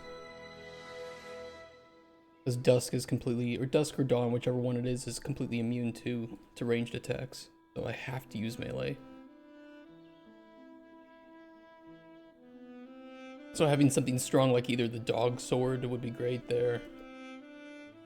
And I can go to Cerberus once I have 95 or 92 Slayer. Which level is Cerb? 91, which I'm pretty close to.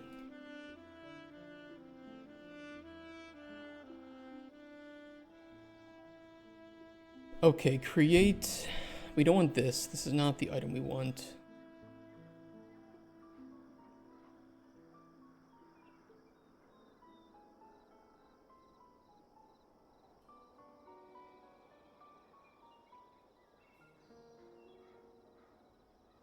We want this one.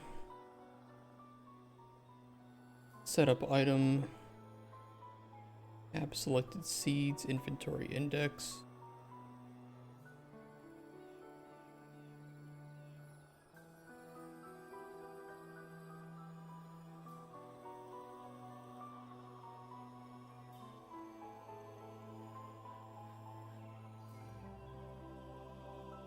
Set selected and update panel.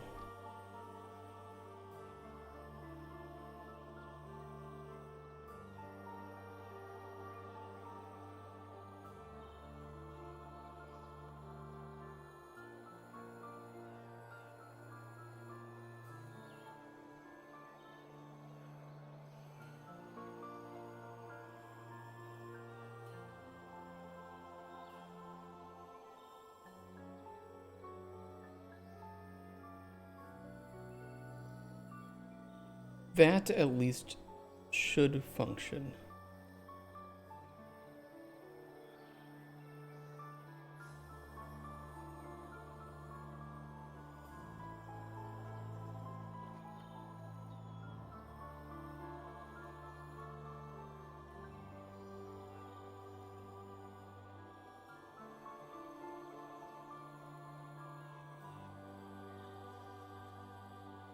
want to use different mapping, input mapping context for this too.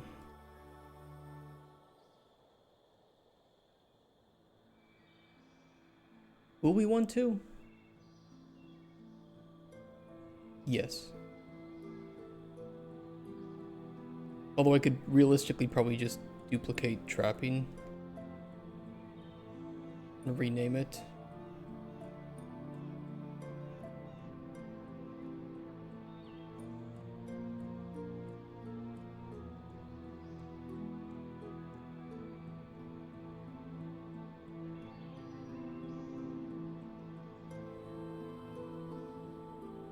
Duplicate this too.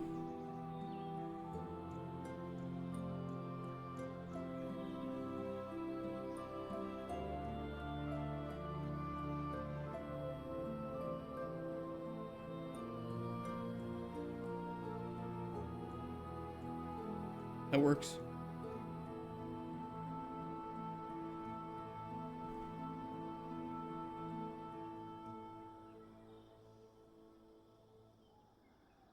Okay, where's the trapping spot? I'd like to see its inputs.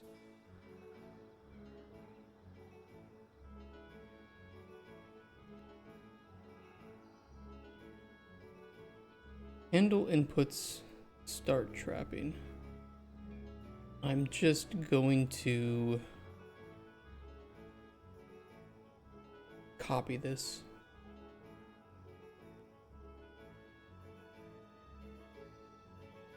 This is pretty much the same thing.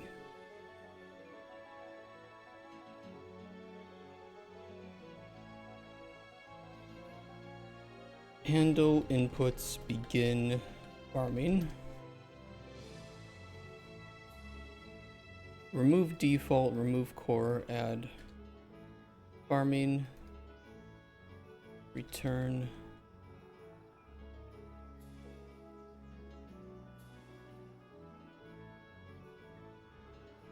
Handle inputs and farming.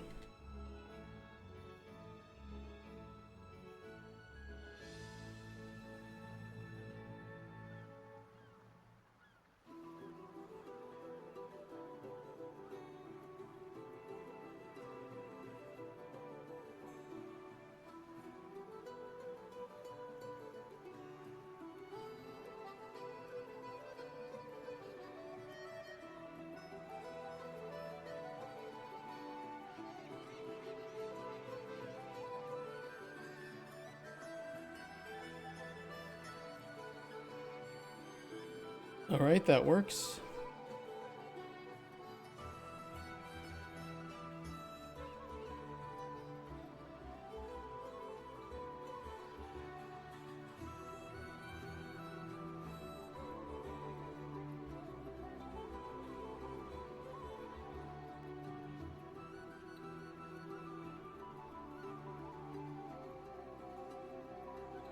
Yeah, we'll want to do that. And then set it to be not interactable.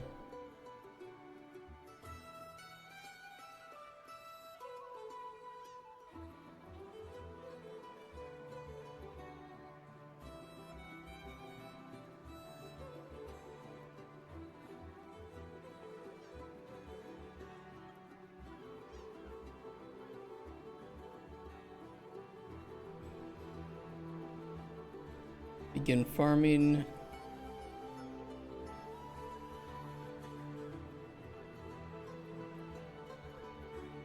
Set interactable false.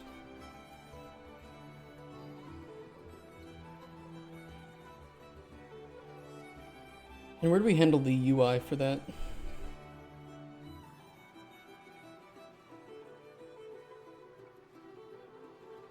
We call setup trapping to the fishing HUD.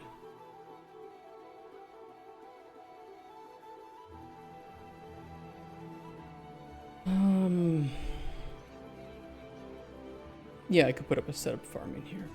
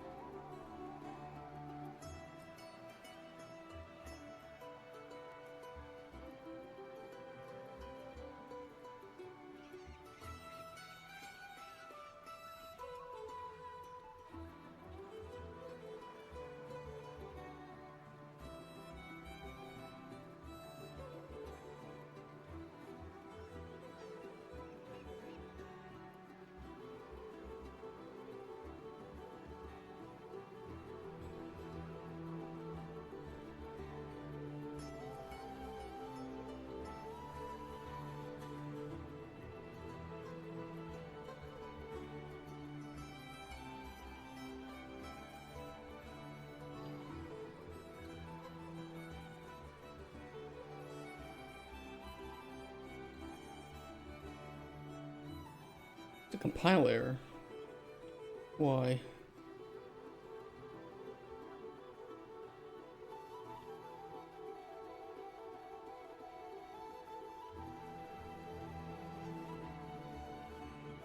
Yeah, I know why.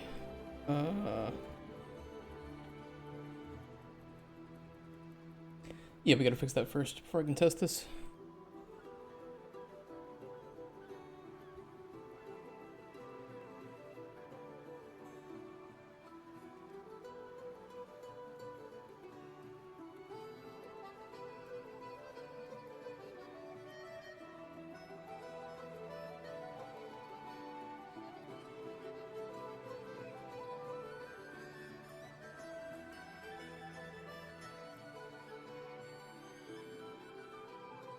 Get selected.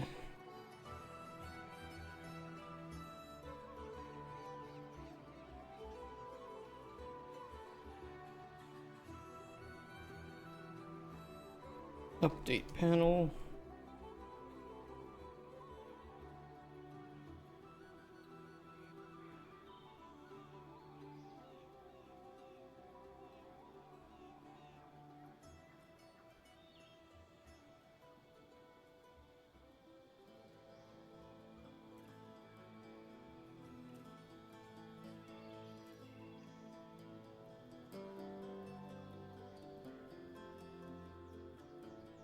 Yeah, and then same thing here. Same issue.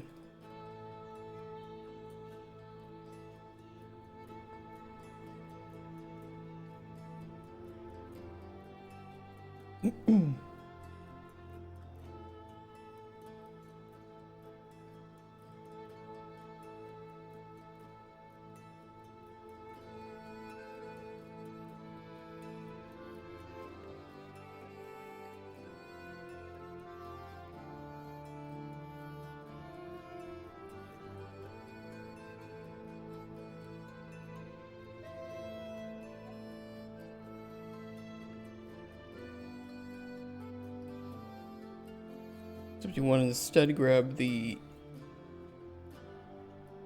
ingredient info pad.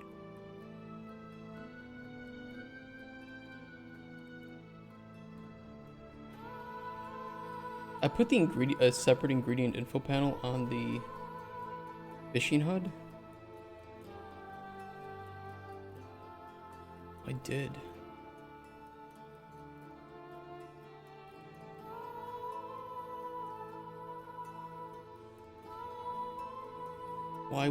Why did I do that?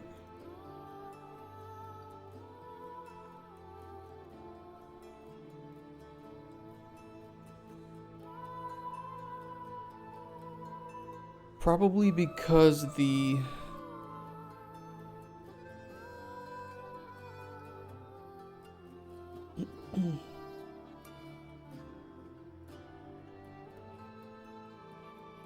I know the issue. But I thought there was somewhere else where I call the inventory and set up the... It was here. Switch to ingredient tab.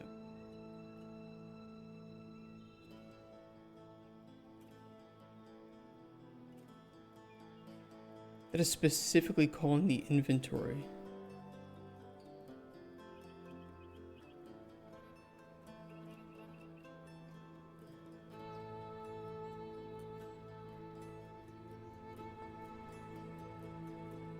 It feels like I shouldn't be doing that here.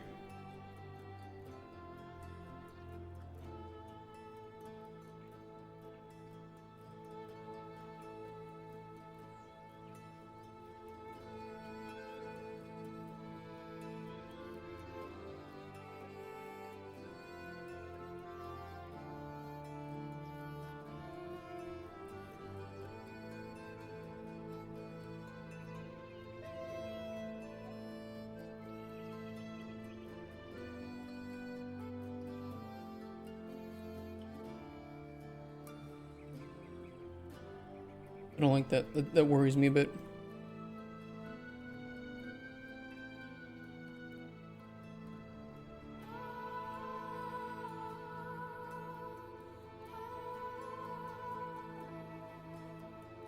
I do not think that that should be occurring there.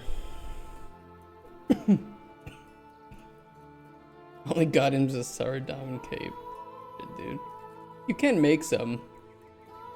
There's some like banners you can make if you have 70 prayer.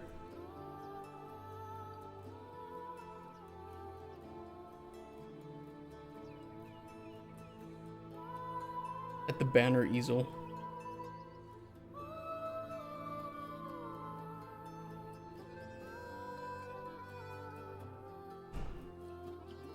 Yeah.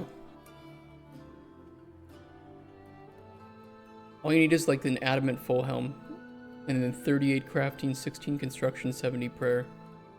And these will count.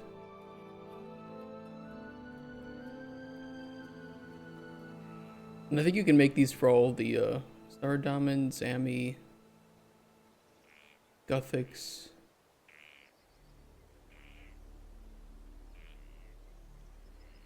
But don't you have to have done... Don't you need Falador for that? No, yeah, but you have Asgarnia, so you could do that. So much content, Noah, there is a lot. I think you have to go to the guy in... You have to get your appropriate crest from Serenity, so I think you could only do it for one. Or maybe you go there, you make the item, then you switch it to another one. So you can make it at least... You can at least make your own Zamis and Saradaman items.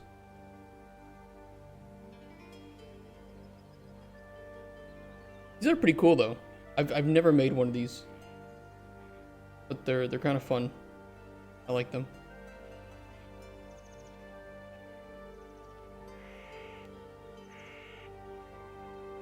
But there's an option at least that I didn't actually know about until this league. Because I needed 3 Gothics items for the clue. I'm like, what the fuck? I don't have 3 Gothics items.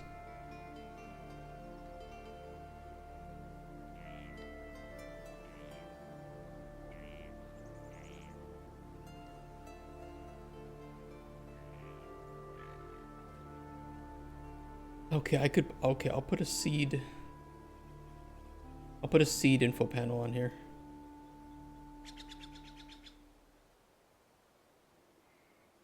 I don't like it, but I'll do it.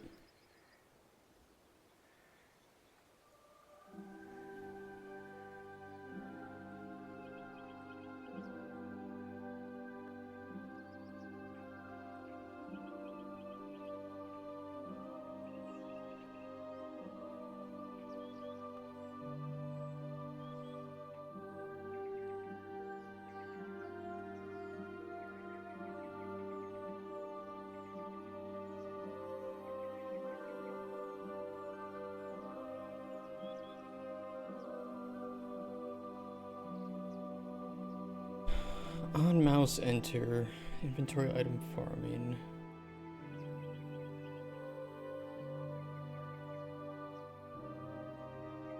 Item type seed. Get seed from index.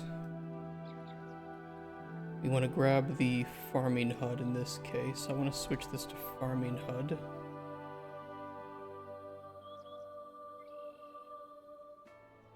Stop it, I don't care. Stop!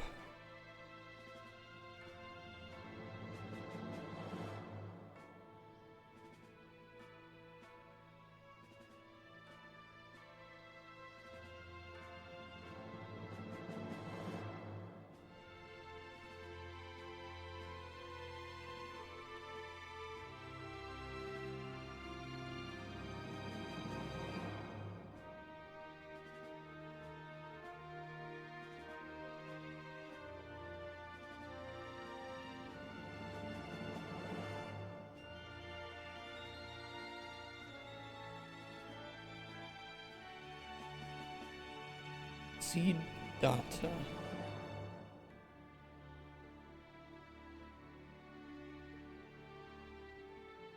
Yeah, we would want to build the number that the player owns. I could fix that.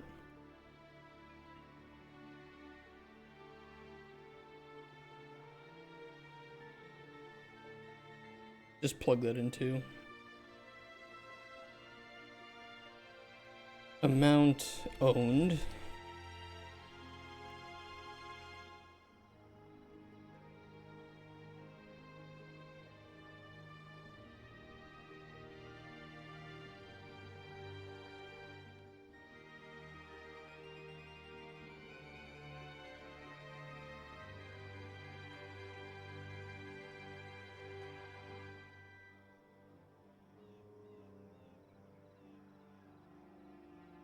Okay, event construct, get the farming HUD.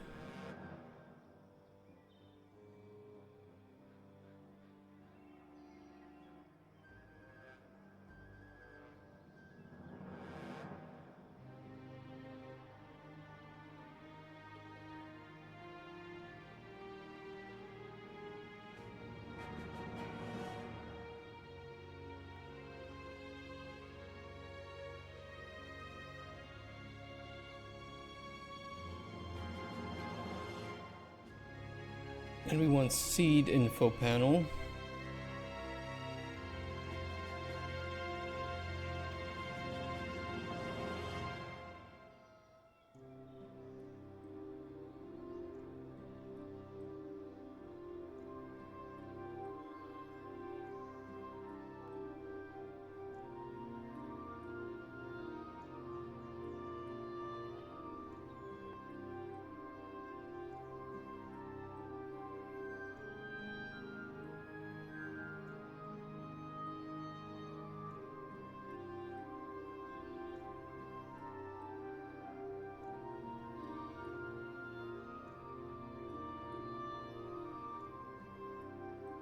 Okay, set selected to false.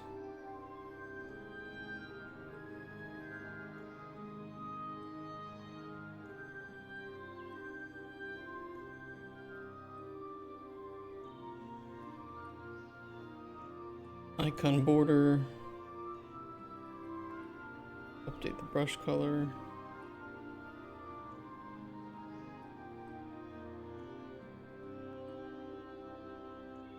And then check if it is equal.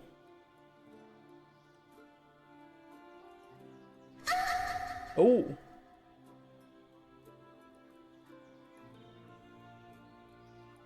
How you doing, Rex?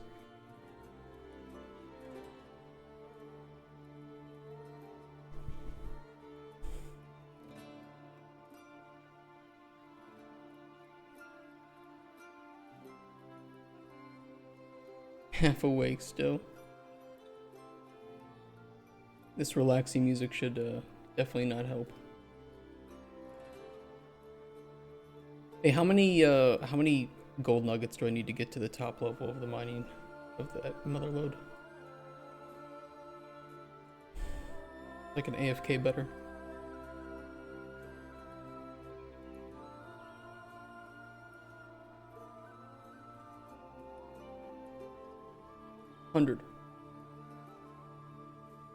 I ain't got 100 yet. I ain't got 100. Soon though. Just trying to sneak some AFK in here.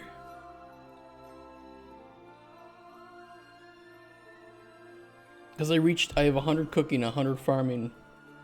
It's like, what the hell am I gonna AFK? Or I have sorry, not farming, fishing.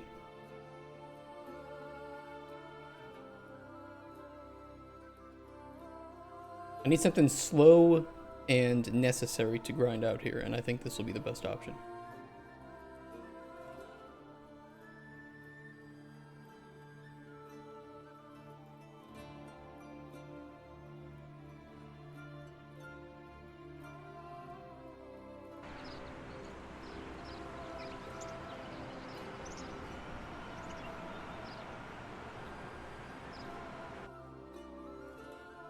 Nothing happened. Probably because we don't tell anything to happen.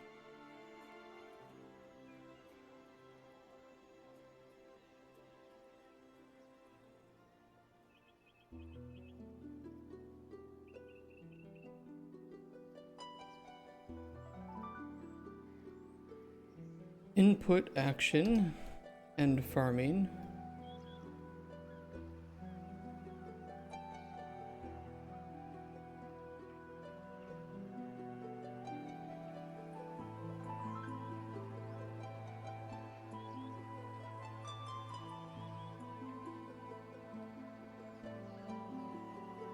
Yeah, we'll need to update visibility, input mode, crosshair viz, all of this jazz.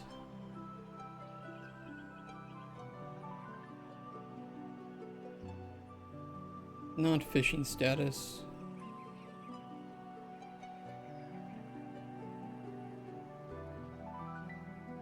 Fishing HUD ref. When do we set up the fishing HUD ref? Probably on begin. No. Begin play, maybe. Yes. How you doing today, Animosity? How was your Wednesday? What'd you catch?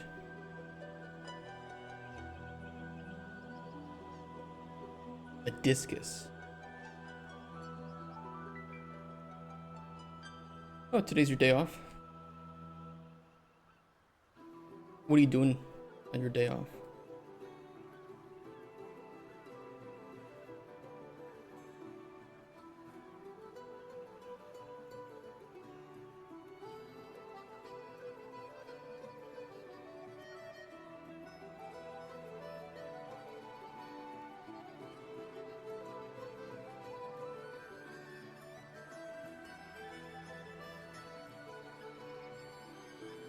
Side monitor content. I feel honored. Honestly, this is... my stream is minimized, muted content, to be honest. So I feel pretty good about that. I'm coming up in the world.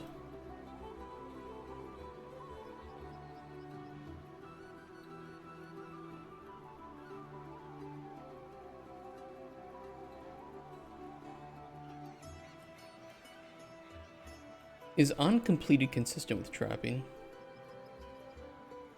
Yes. Yes, it is.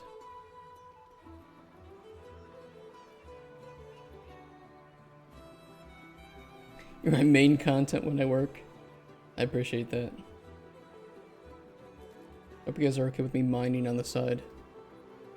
I'm addicted. Can't stop, won't stop.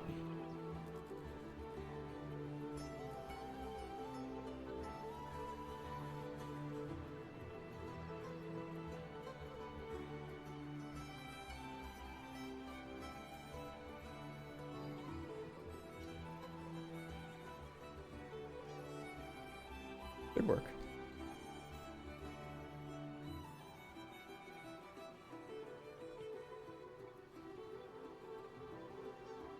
I just have it flashing every time I go idle.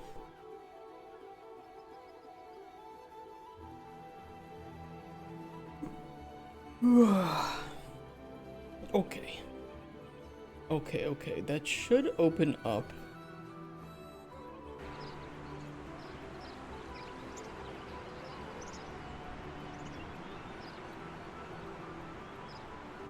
Nothing occurred. Is that because on begin farming I need to tell it to be visible?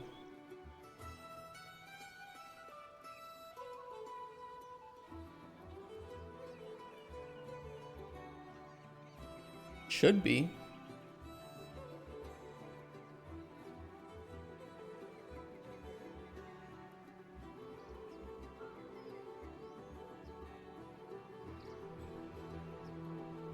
Unless it's working out somewhere.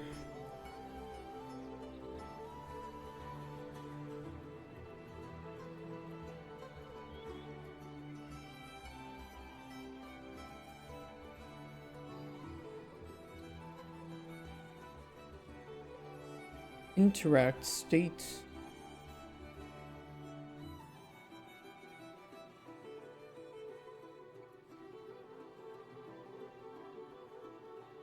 No inputs begin farming.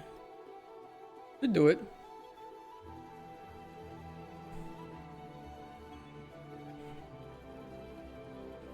Should do it.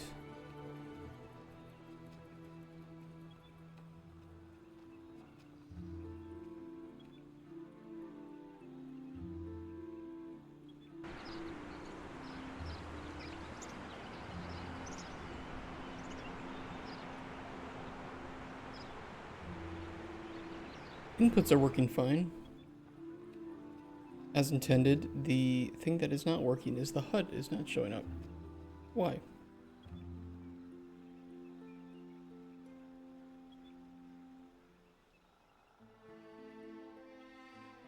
Probably because we never set the HUD to actually be visible. We set the seat selection menu to be visible, we don't set self to be visible.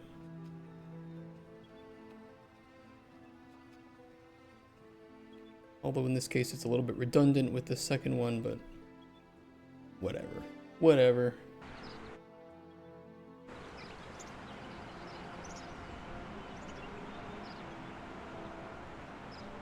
Okay.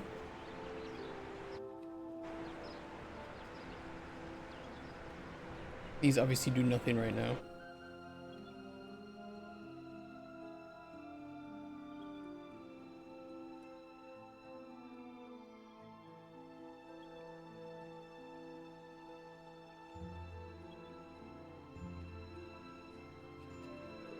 On setup, if we have no seeds,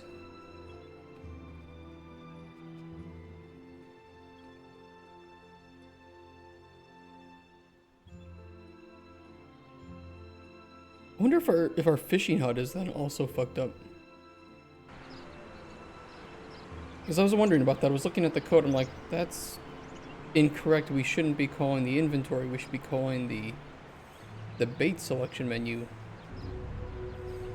And it might not be messing up if we actually have bait, but if we don't have any ingredients, it might do something similar.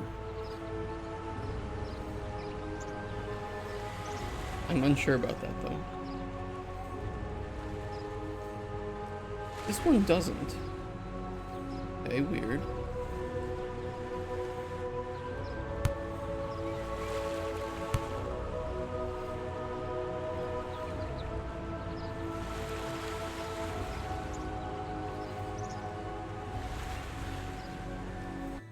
Why does that work?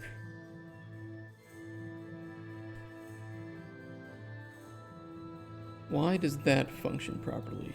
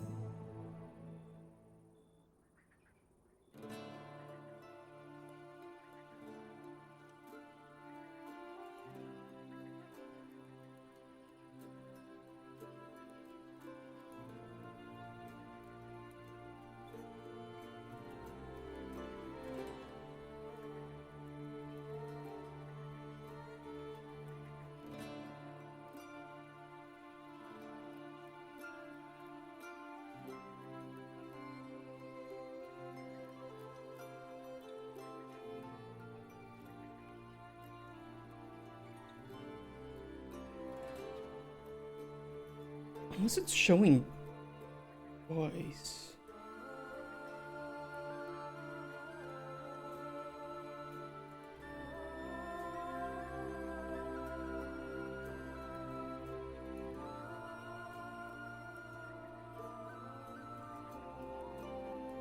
Yeah, I don't know, it probably is skipping this.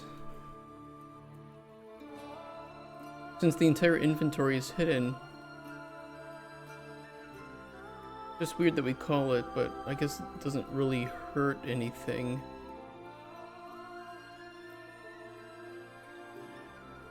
In reality, though, I need to connect it up with the proper HUD here.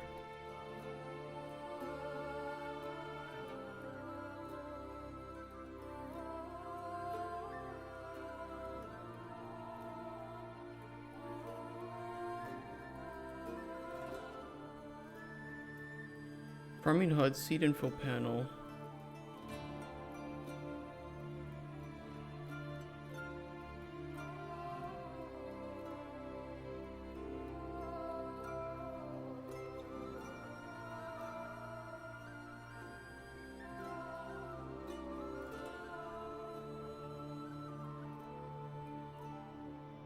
Weird, yeah. Okay, I know the issue.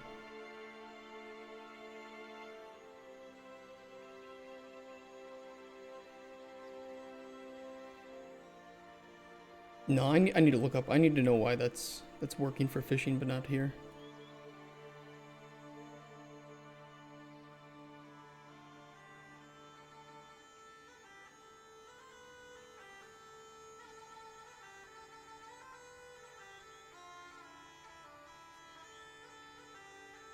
It could be because I set... It is likely because I have the info panel set to be collapsed by default on the fishing HUD.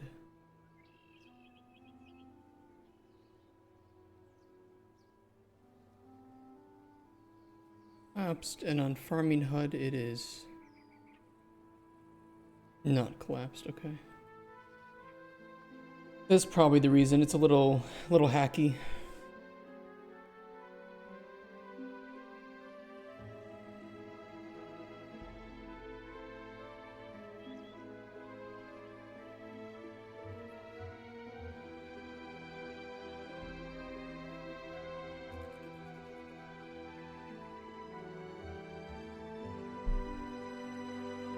Okay, give me a second.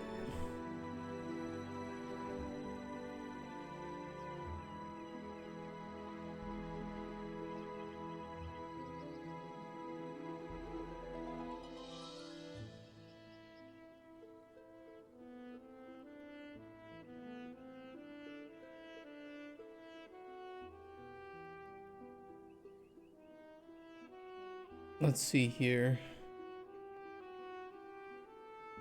What was the fishing HUD? Farming seed selection menu. Not relevant. Cancel bait amount. Not relevant. On cancel. We need to get the farming plot reference. And...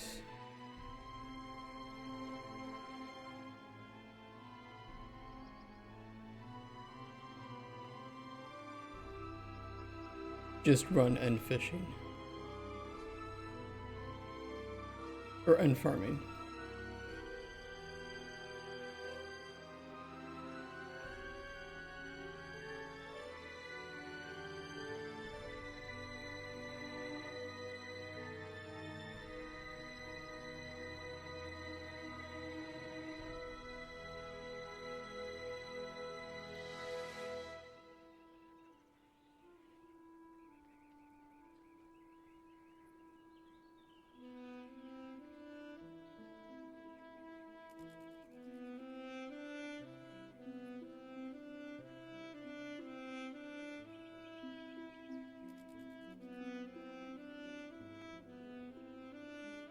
Since we don't have to worry about any, different like farming statuses, at least at the moment, if there is nothing in the plot, we simply need to open up that menu and let the player choose something. If they don't choose anything, they can just press cancel and get on with their day, right?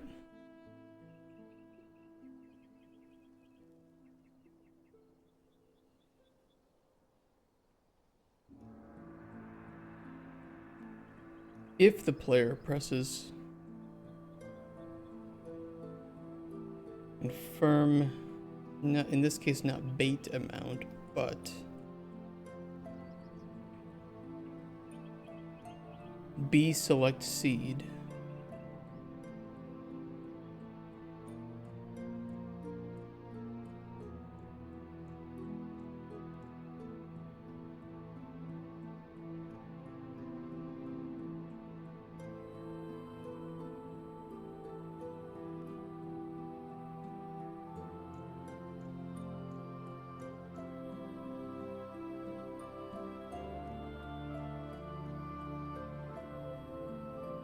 Get selected. Farming seed selection menu will change this to get selected bait. Or seed, I'm sorry.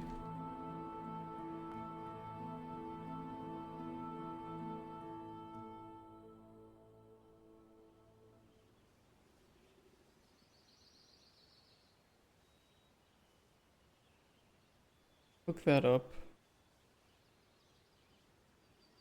Get selected.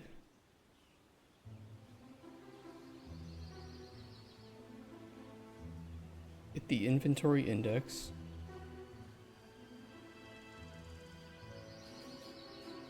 Get seed from index.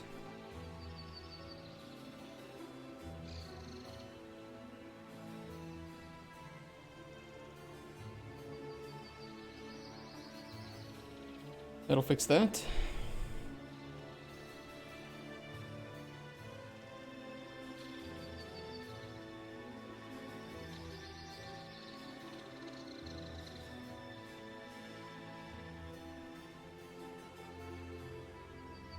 Get selected seed. Run back through to the farming plot and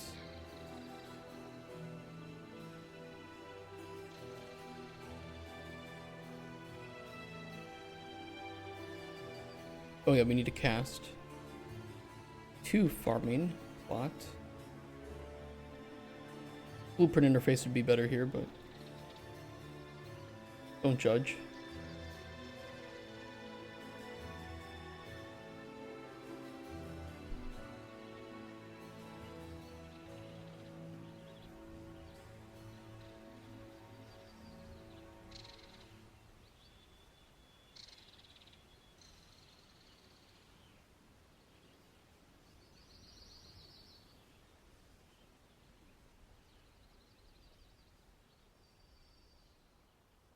Okay, do we plant that seed?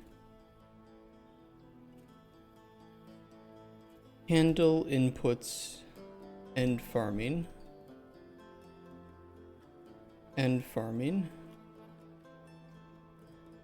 And I think end farming does handle the visuals for the HUD.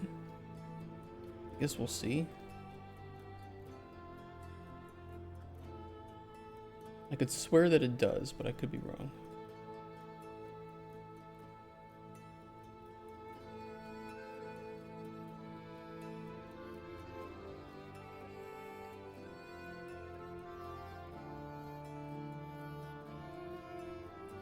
But if not, I guess we can just run it again here.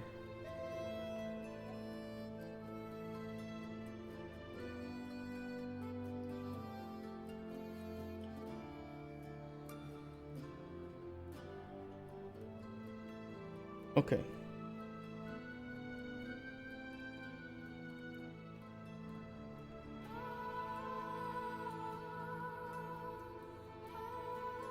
Should work, I think.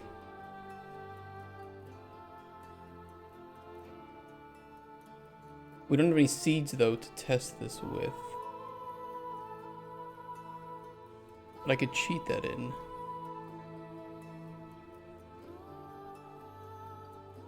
Let's see first what it looks like if you don't have anything in there.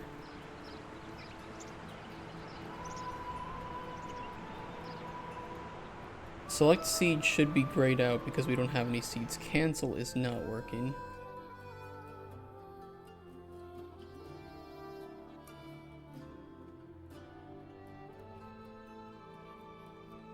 Which is a bit weird because it should be.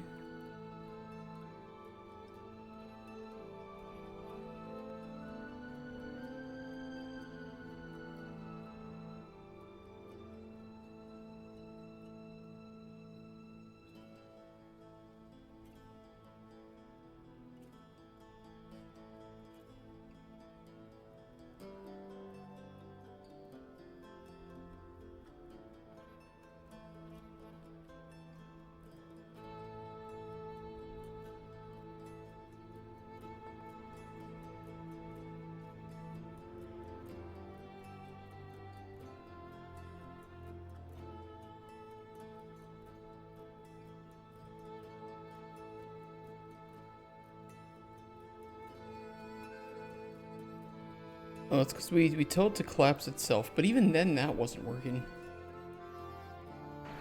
Very weird.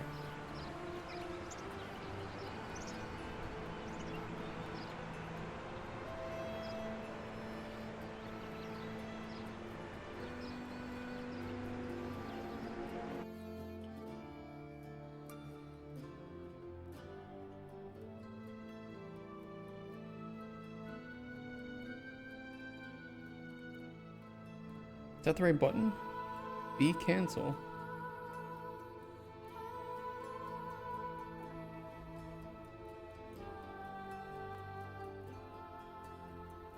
We might not be sending the reference in.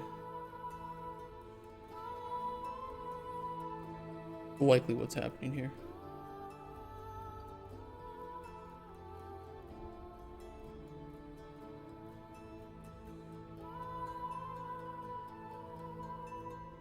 When do we run the setup widget for this?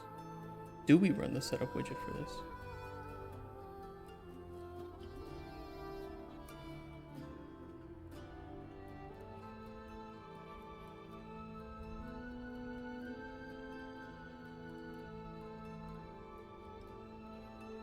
We only run setup farming. Okay, when do we do it for fishing?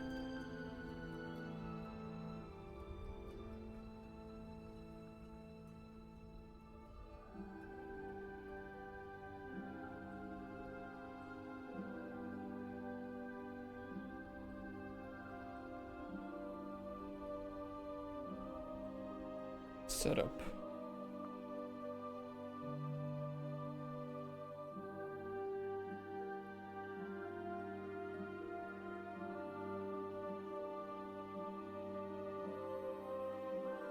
I don't actually see it.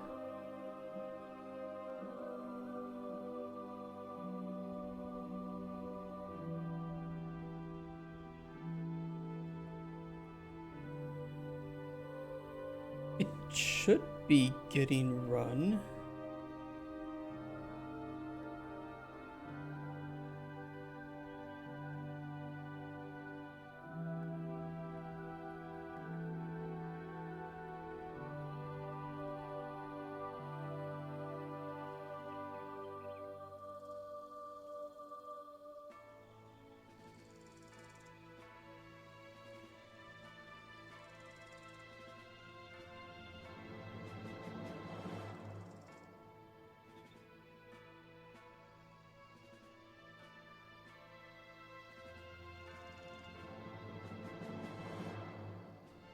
Begin trapping. Set up trapping.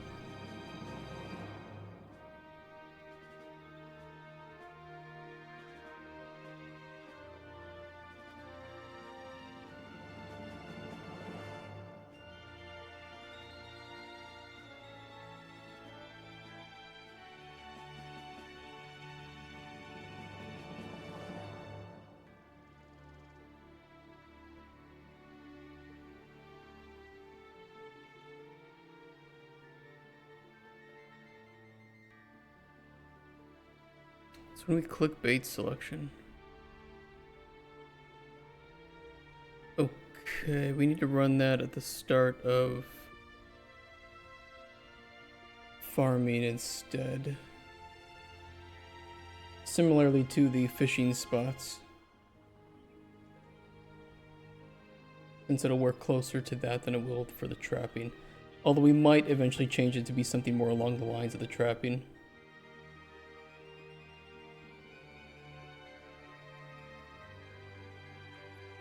We're gonna see about that though.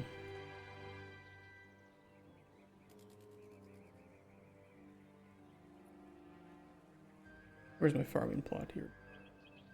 Farming HUD reference. We could just... Yeah, we'll do seed selection menu.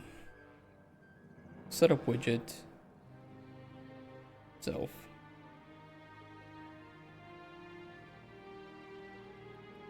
That's why none of the buttons are working.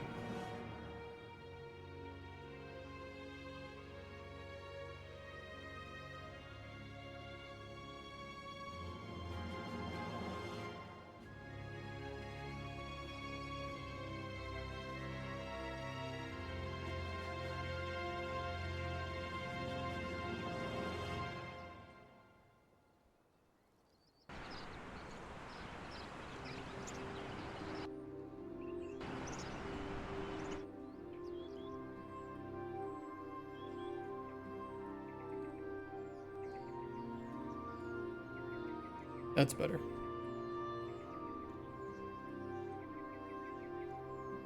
Can we get a seed real quick? Any seed. A seed, any seed. Oh. Gotta remove that. I need a seed. Game.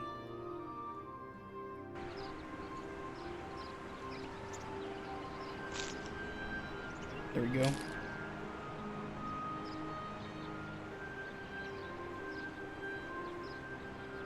Okay, well, that wasn't showing dick.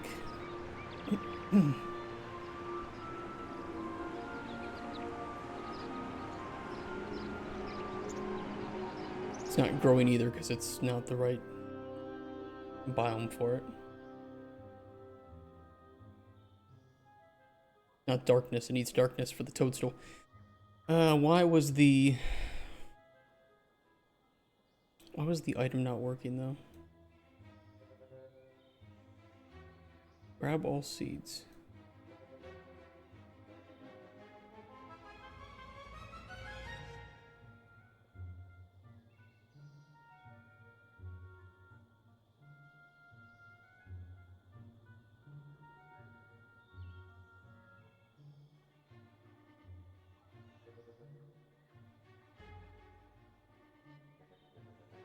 Let me cheat this.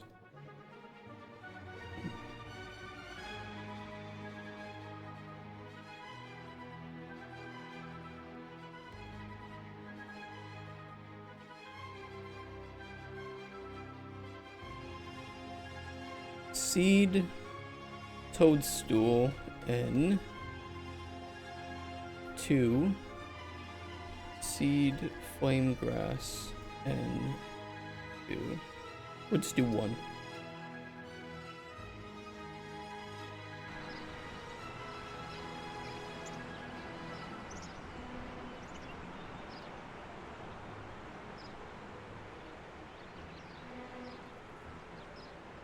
Neither the hover or the information is properly functioning here.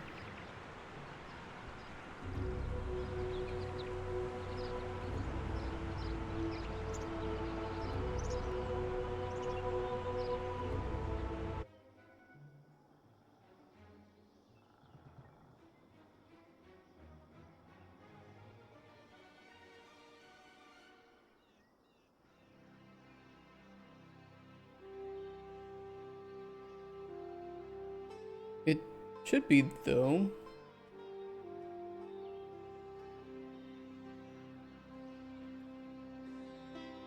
Unless it is not being saved as a seed type? No, yeah, that's the issue.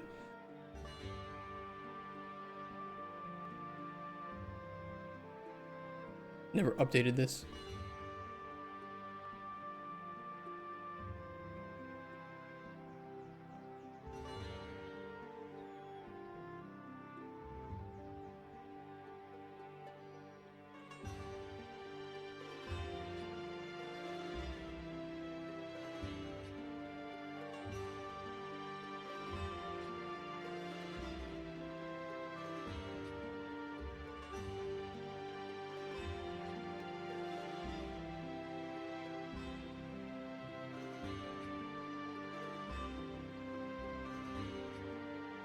No, it should.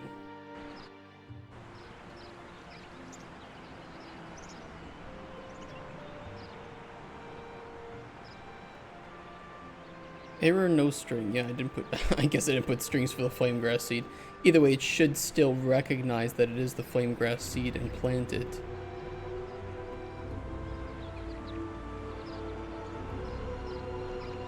It did.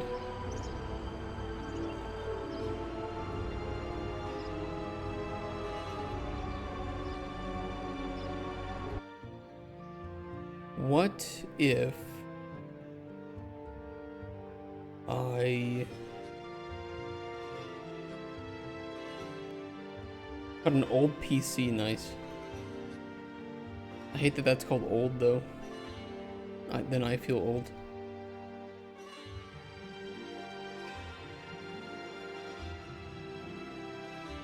If I set one of these to cave, the toadstool should just grow. Because we assume that it is blocked out from the elements.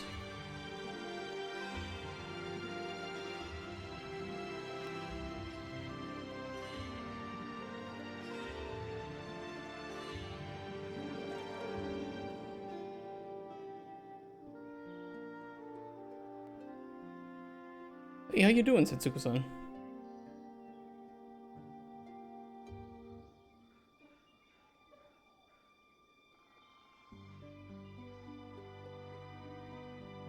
That's gonna be our cave test. Good, how are you? I'm good too. I'm doing very well. We're working on farming. Alright, let me plant a toadstool spore. See if that works. It does.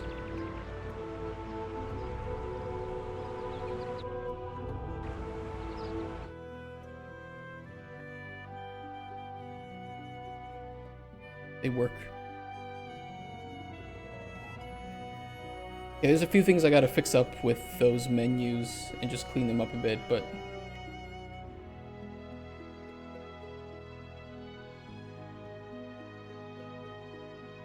they are growing. I could speed them up a little bit.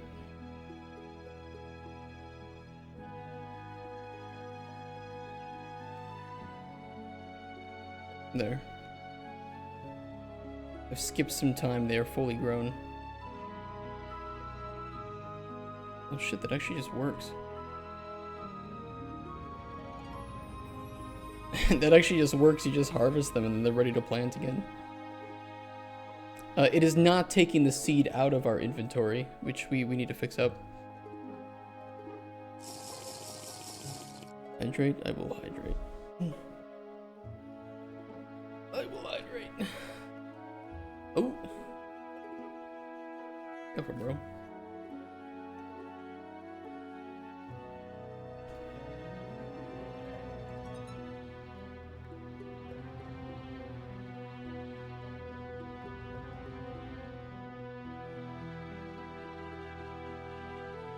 That was weird.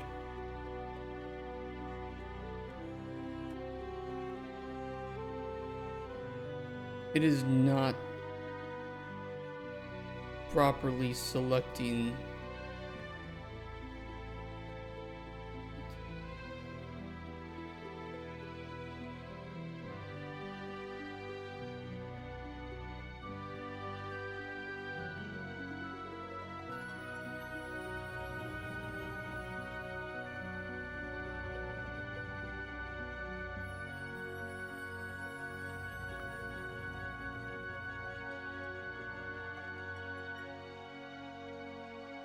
I could have sworn that it was showing error no string on the first item, but as well, incorrectly. But maybe I'm mistaken here.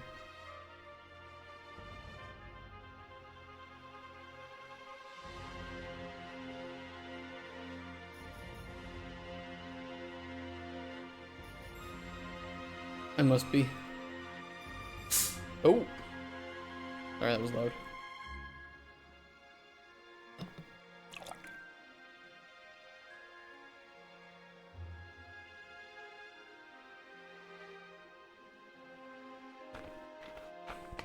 There's a couple of issues, like you're able to plant a new seed even though one's growing. We need to address that.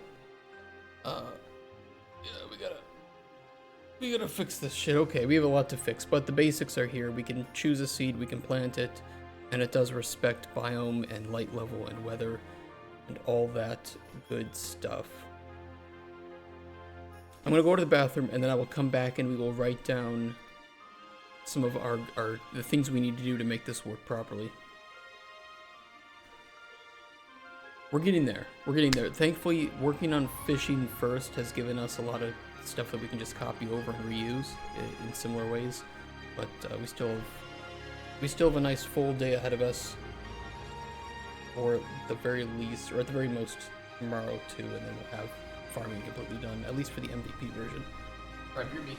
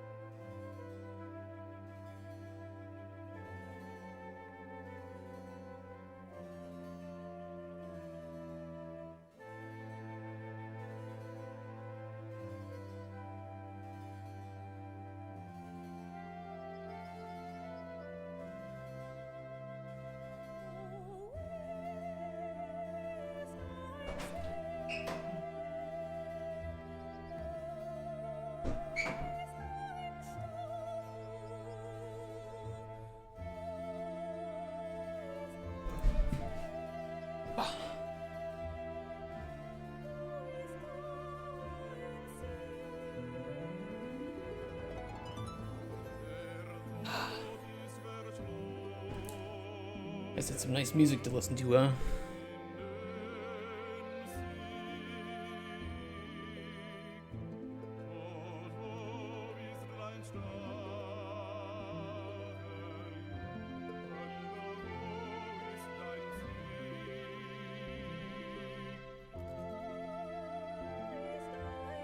Alright, let's get some stuff written down. We need to...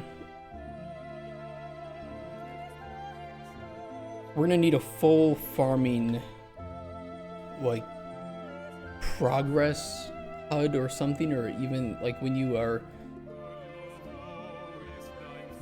HUD or hover tooltip or something.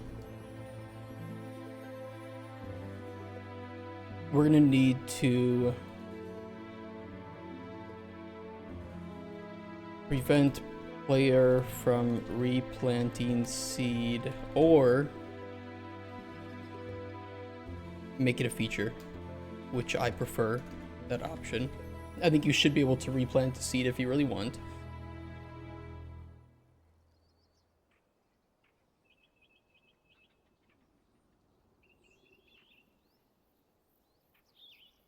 For replanting seed or make it a feature, we will need to filter seed selection by appropriate biome, or, and I kind of prefer this, have a trapping like menu that shows information about current farming plot. I prefer that option personally, because I think it's not only more consistent with trapping, so you know, if players learn one, they learn the other, but there is more info I'd like for the player to see, such as, you know, what biome is this in, what's the current growth stage, what light is it receiving, and maybe, you know, why is it receiving that light level, so we could say, oh well, it's receiving this lower light level because it is currently raining or something, or because it's in a cave so it's always dark.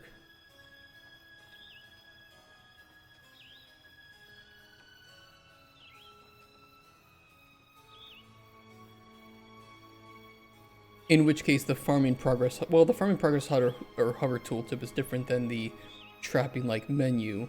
We could do both. But if I do it for farming, then I would want to do it for trapping too, which we could do.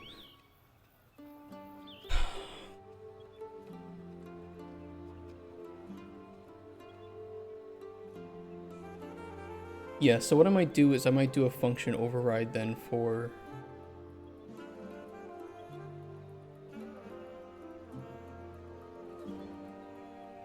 unhover and unhover. Because normally...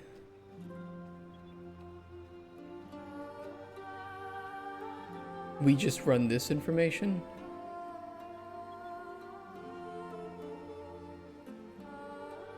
I'd rather change the tooltip type. And we can have like a farming tooltip that is more specific with this info.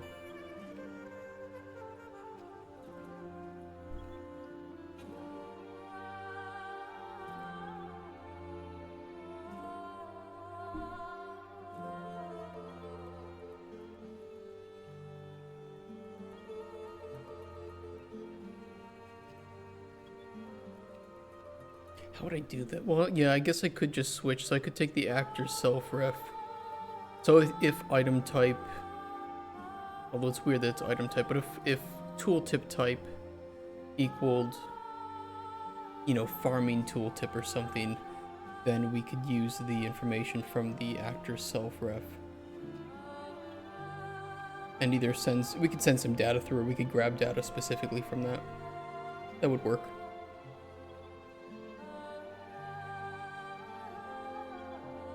It's a bit complex, though.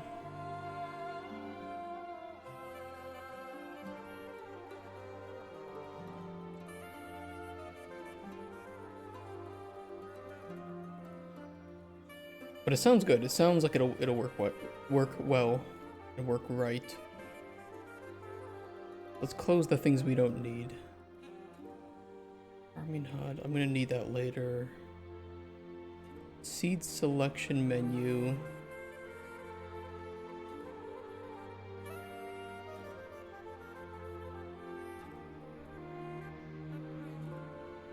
I don't need that open at the moment.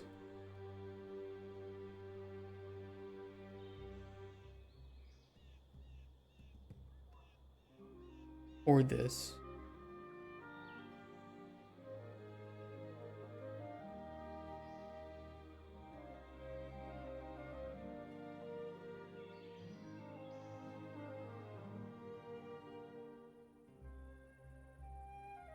We'll keep the inventory cheated with some seeds. I'm gonna add strings for the flame grass seed.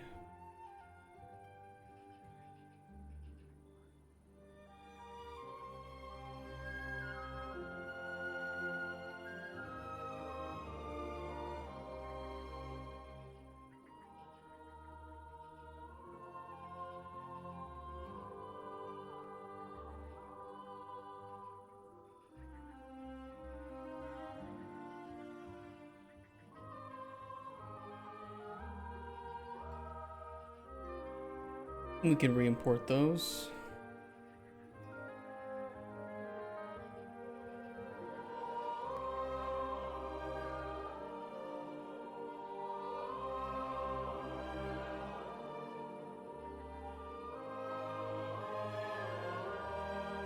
Eat only before and after stream? Yes. That's why I usually get running pretty quickly at the end of the stream. I'm usually hungry as shit. I don't know, I can survive it. It's just at the end of the stream, I'm like, okay, I need to go home. I gotta pop a pizza in the oven or something. In this case, I'm gonna have to go shopping. Item type. I don't like switching on item type.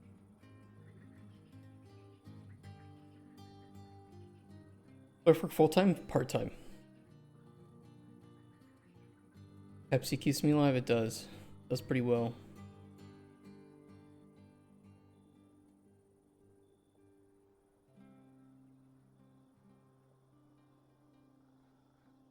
Ooh, what do I want to do with this?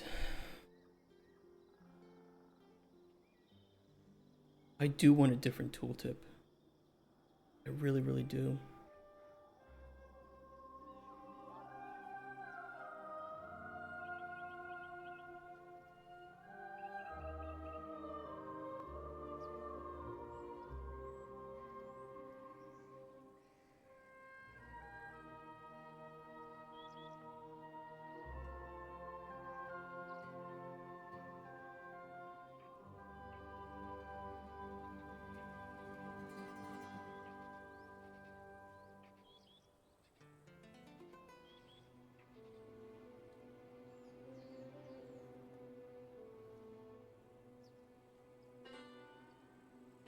Alright, I'll overhaul that.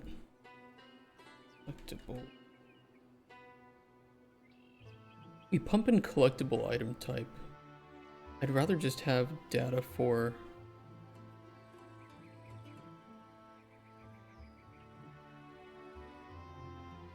other tooltip types.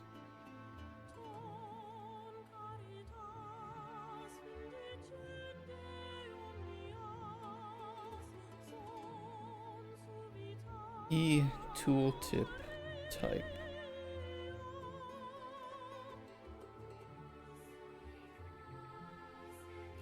Might buy just. Here's the thing. Here's what you need to remember.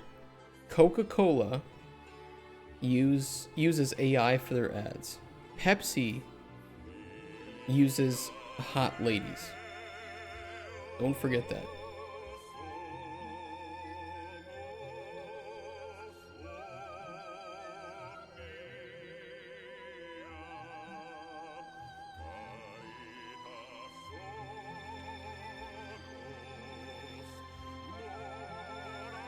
Pepsi had a whole Olympics games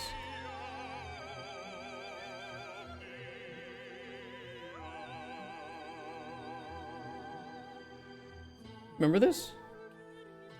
At the Winter Olympics. It was the Pepsi Olympics. I remember seeing this because this was their old logo. I was watching the opening ceremonies for this Olympics, and the moment they navigated into that, I was like, dude, it's the Pepsi Olympics. Should get sponsored. I should get sponsored. Who the hell's gonna sponsor my hot takes?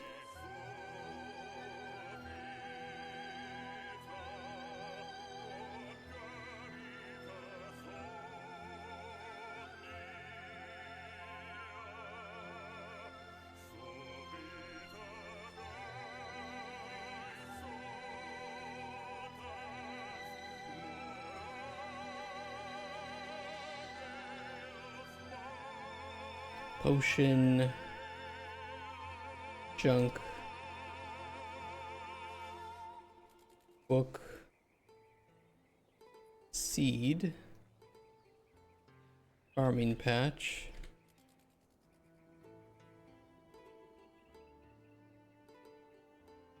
just tooltip. Well, technically there should be another one for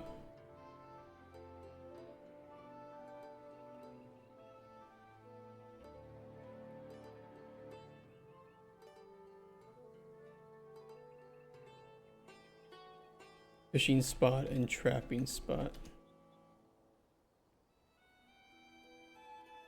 Those will be the ones. Tooltip type.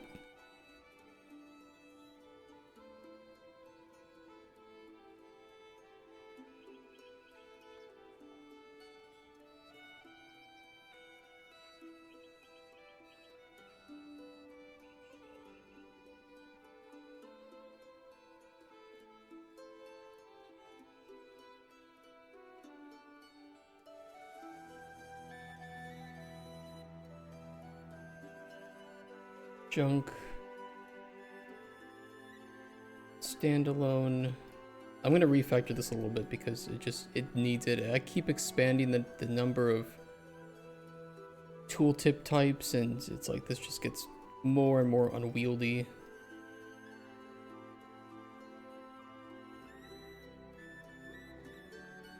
Necessary.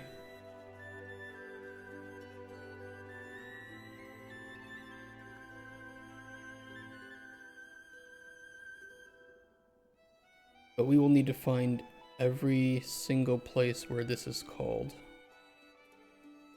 No such issue with normal programming. I would like to see the case of neural programming where they never need to refactor. I would love to learn what methods of programming they use to never have to refactor.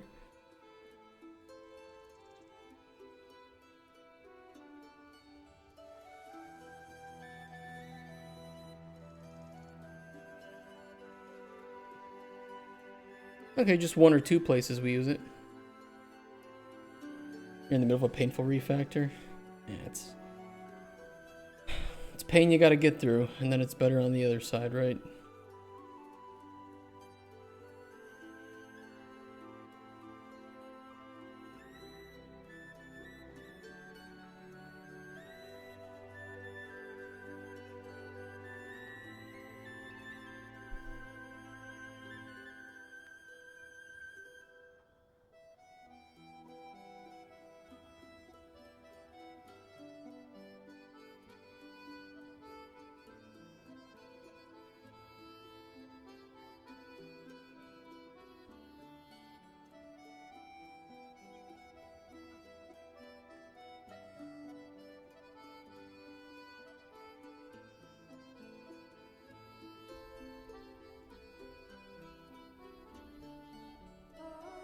I love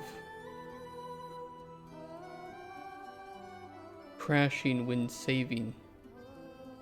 Nothing bad has ever happened in the history of computers when a program crashes in the middle of saving.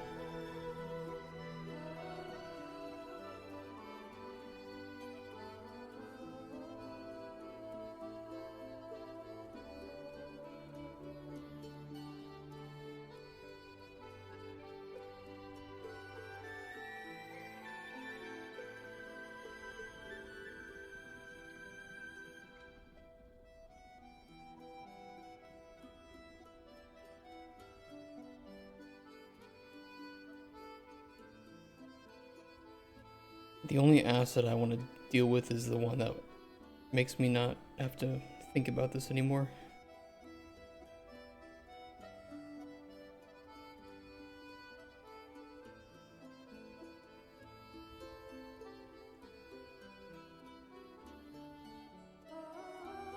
Please don't have corrupted my content.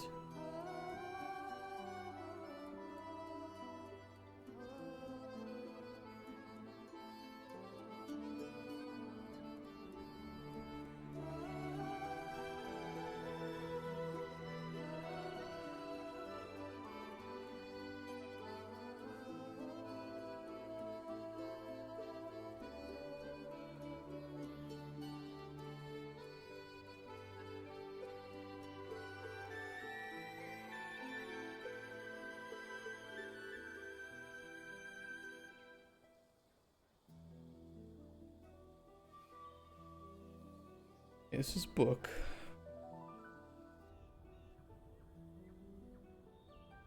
Item type. The item type is coming from collectible. Custom EP collectible. Oh god.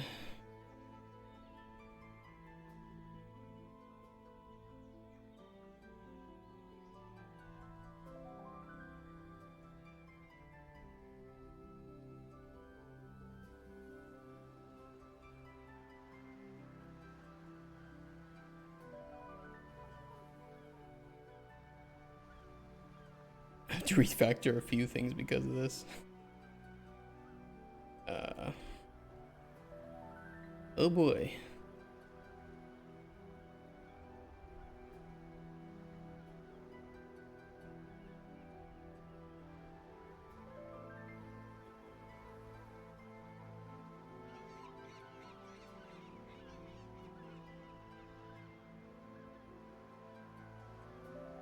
Ocean, junk.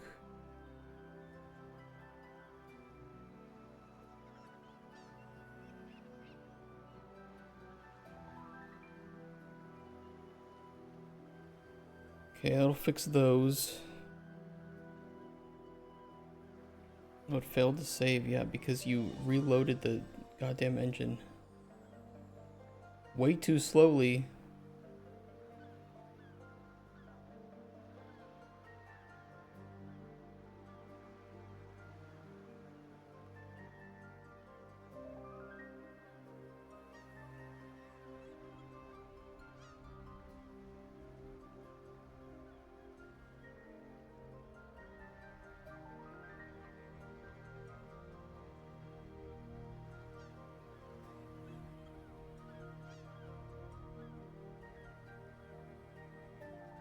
It fixed that.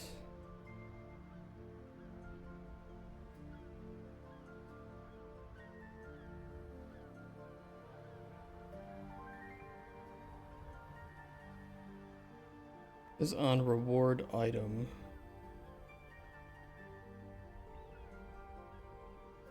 Guess while we're here, we can hook up the seed option for that. Why not?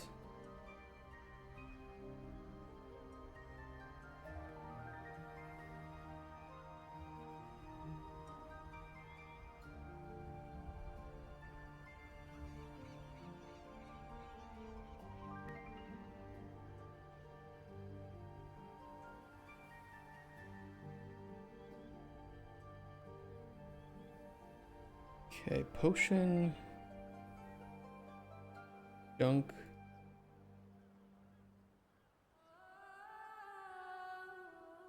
standalone ingredient,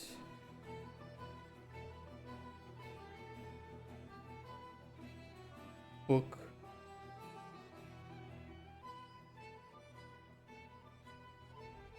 and seed.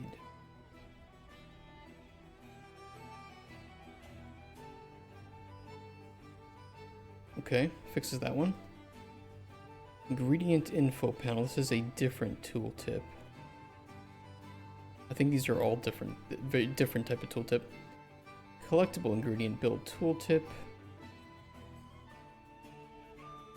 That's correct. tree to heal, just tooltip. Obstacle, just tooltip.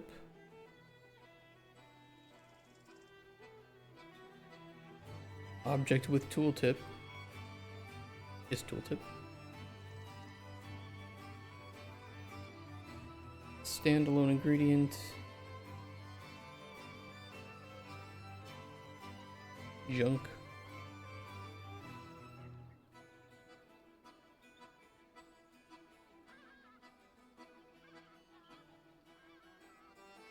Tooltip.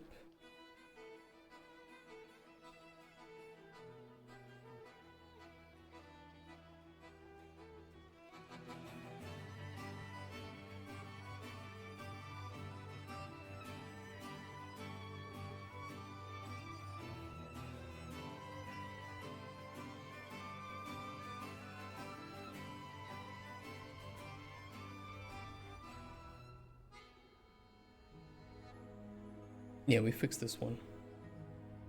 Okay, that should work.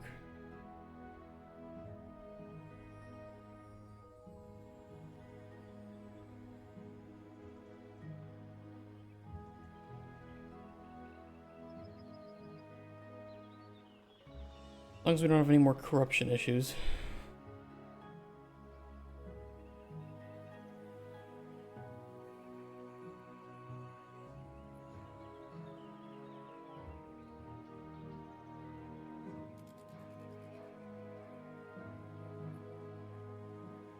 Well, it should enable us to, theoretically, delete item type.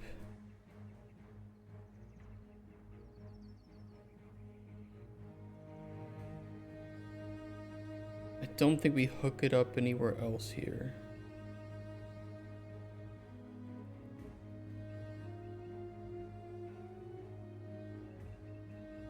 And it shouldn't be in use.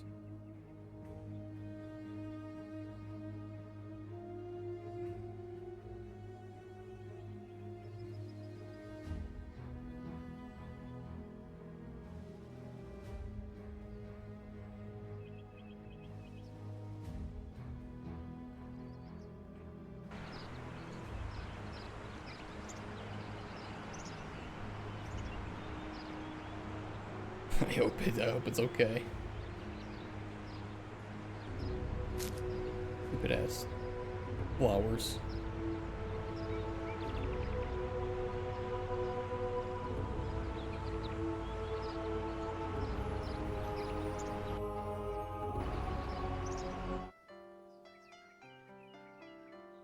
Let me just go check some of the things.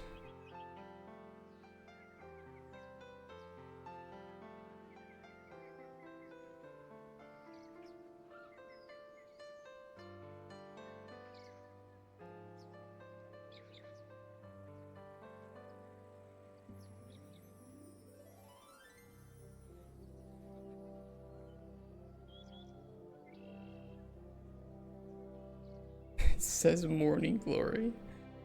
Okay, that's not working properly. The junk.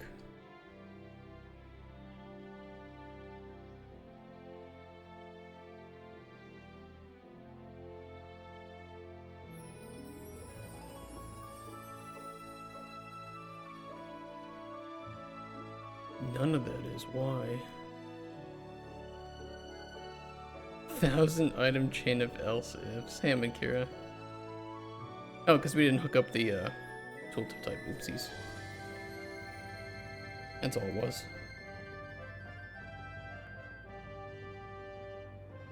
I will overhaul the hide all tooltips.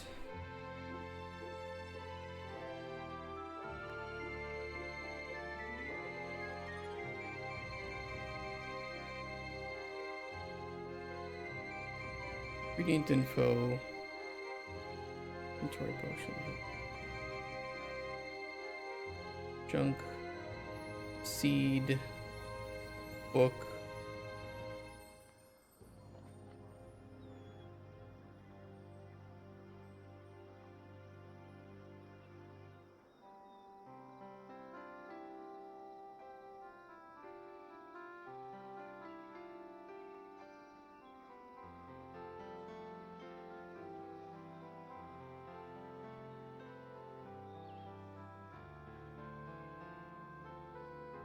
And we'll call this instead of these giant boxes here.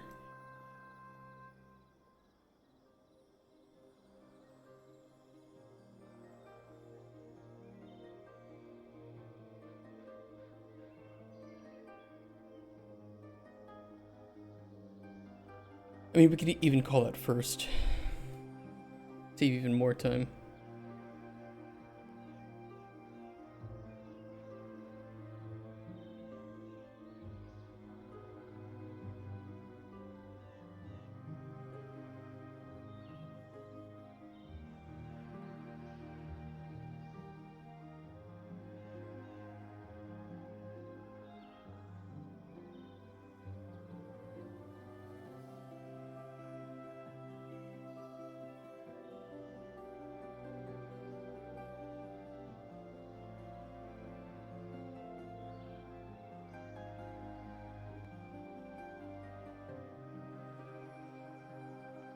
Okay, book. And seed. Let's reorder these so they're a little bit more organized here.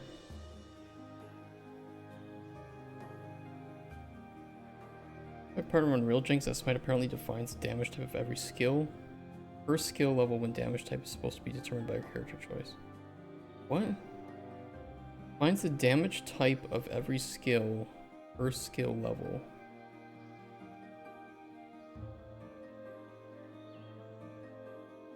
A weird way to do it. It doesn't feel like that would be a difficult thing to refactor and fix.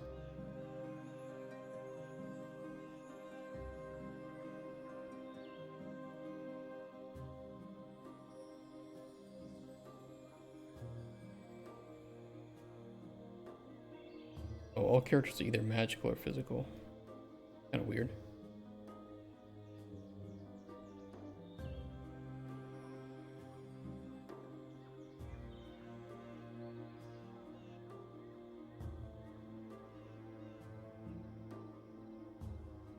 I could collapse these to smaller nodes if we wanted, but we might do that once we get these three implemented. Today we're only going to be implementing the farming patch, but then I want to go back and implement the fishing spot and trapping spot tooltips. Let me just go see if... Oh, okay. First let me crash the engine again, because why not? Why not at this point?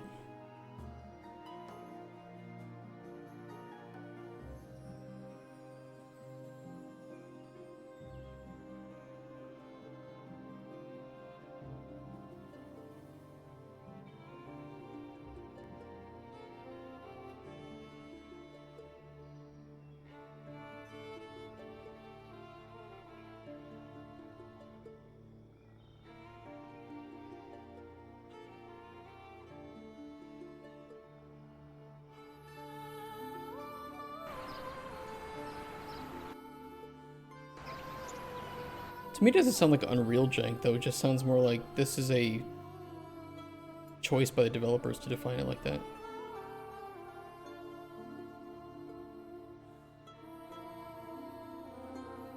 That's actually the more proper way to do that.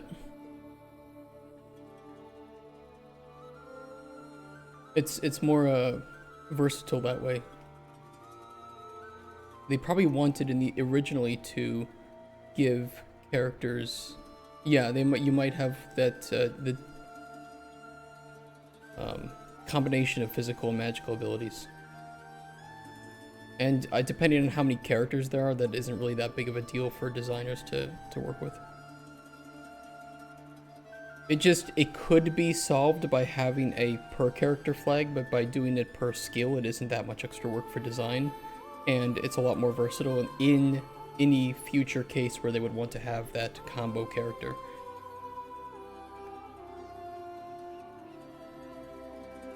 What was I testing? Oh yeah, the tooltips. Okay, that looks fine. That's better.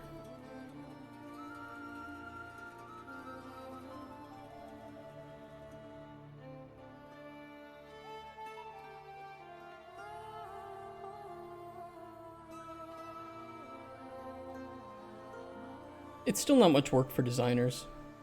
I mean, you can just set it up in Excel to, you just have another column for damage type and it just propagates downwards, right? Okay. That is working. A lot of junk in that one.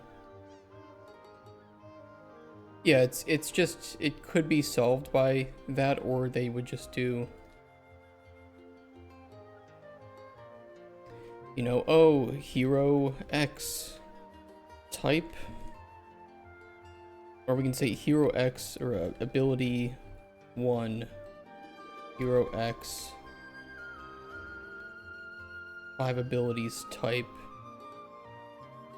physical.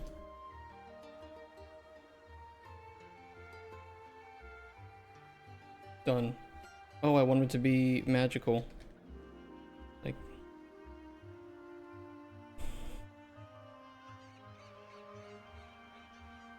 yeah, it's just a design choice. Probably, if I had to guess, from earlier days when they were like, well, we might do physical and magical characters, you know, combinations. So let's just implement it because it's not that hard to implement, and we're not going to do it, but we might do it in the future. They might have also had it during like really early days of like prototyping. They might have had those combo characters, but then just reverted later on and kept the old code because the old code worked.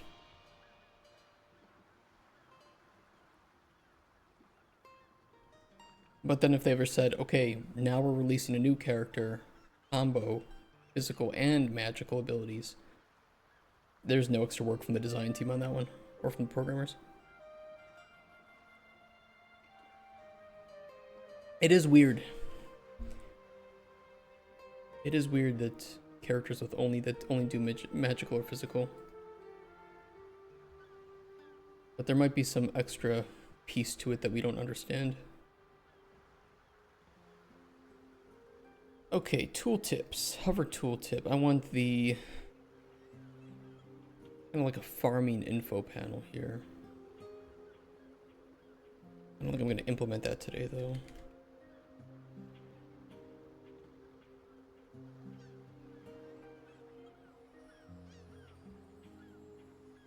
You really just need to make the farming HUD with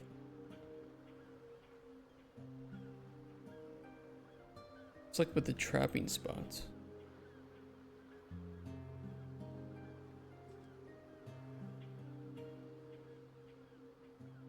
We need this, but for farming.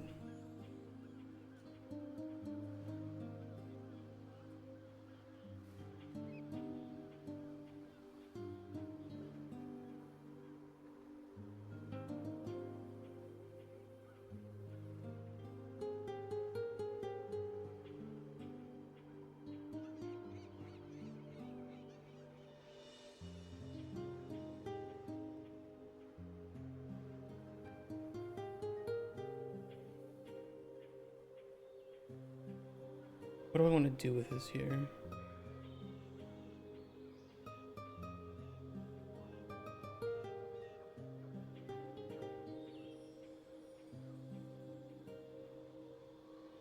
What do I want on this menu? It's not really a whole lot. It's kind of seed selection and exit on one side. We need current plot information. This will have currently growing crop.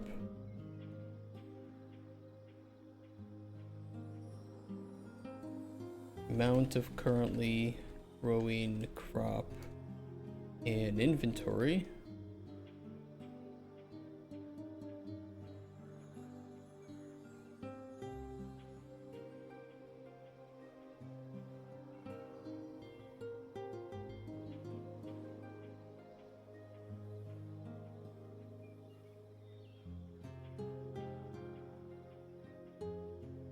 Or plot info with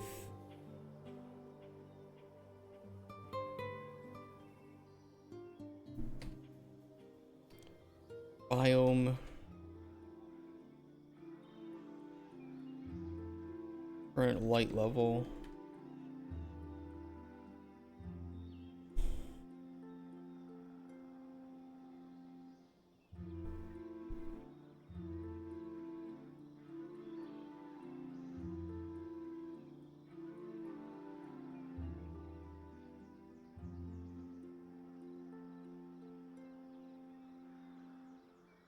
What else would we need from here?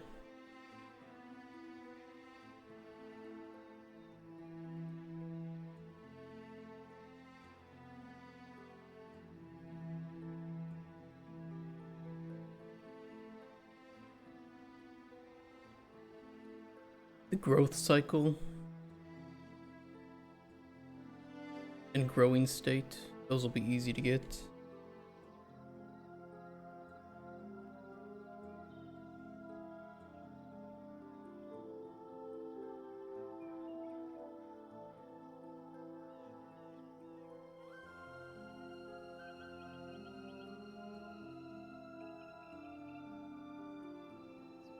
Okay, so similar to trapping, we can do this menu over on the left and then a panel over on the right.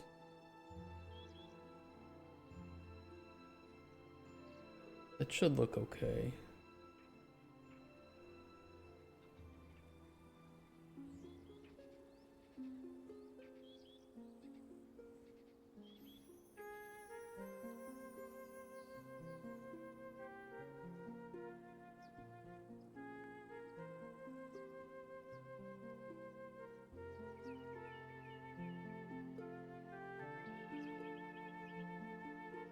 Base widget.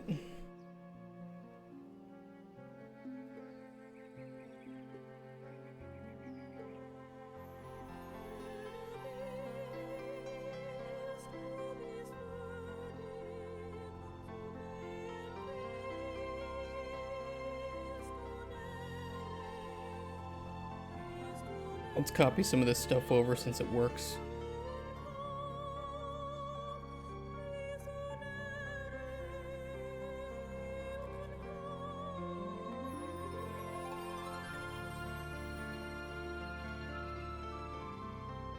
Is that 188,380?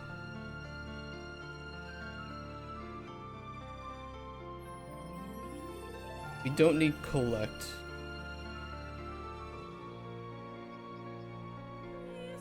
That's annoying. 50.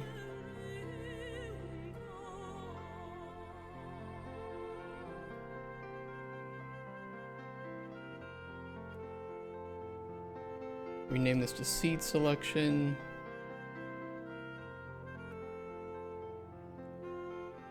And exit.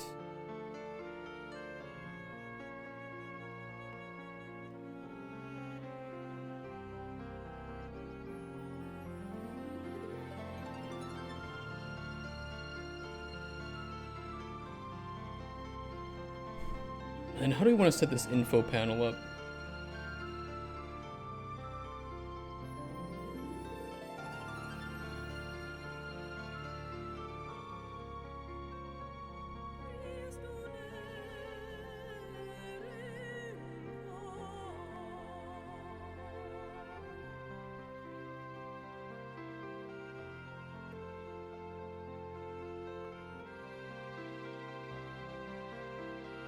Did they replace Paint 3D with something? Since it's not available anymore? Will be deprecated. What does that mean?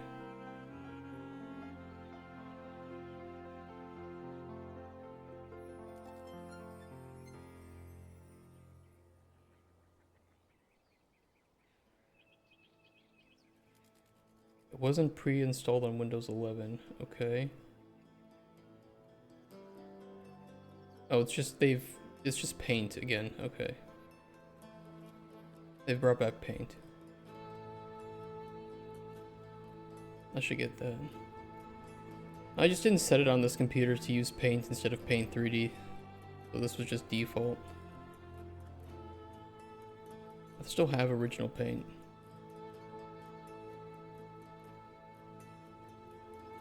I've never used the 3D feature of this. I don't know why I would. Alright, I want this. Yeah, I don't use this for the 3, I just use it for drawing. That's it. So it's more lightweight than loading up Photoshop every time I want to draw something.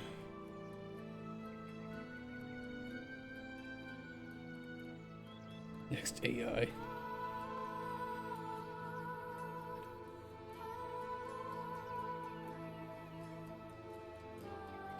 We'll have panel here.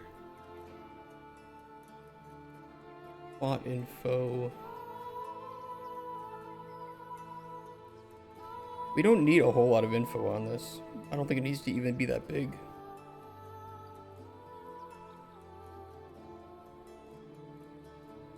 Swords in CC. I don't remember who was asking for that, but yeah, that was a weird thing.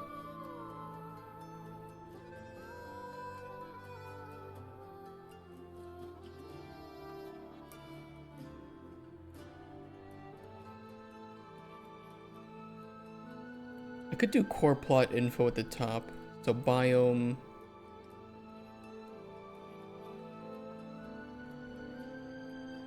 Light levels.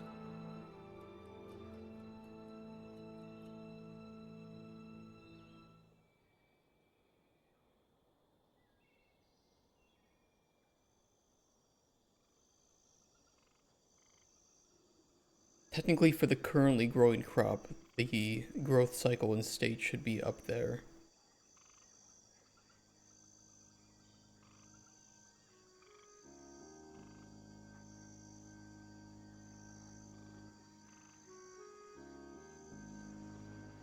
We could list multiple biomes. Oh. Yummy, yummy.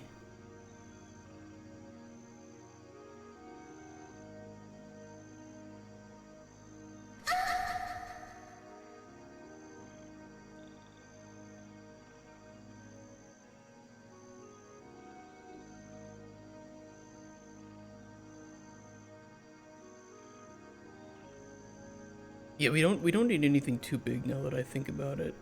Just gonna be info up here.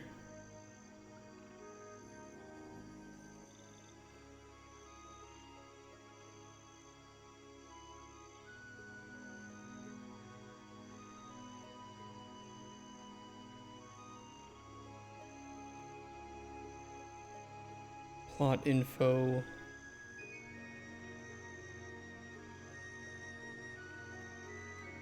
Like biome and light level.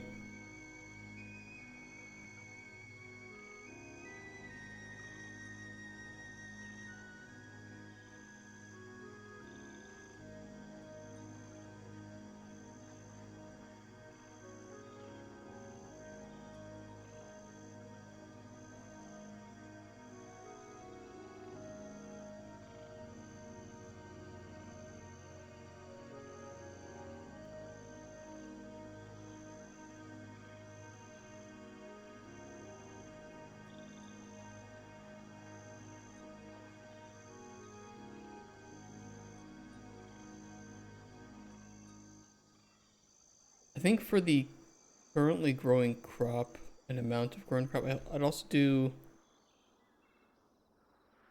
current growth cycle, current growth state,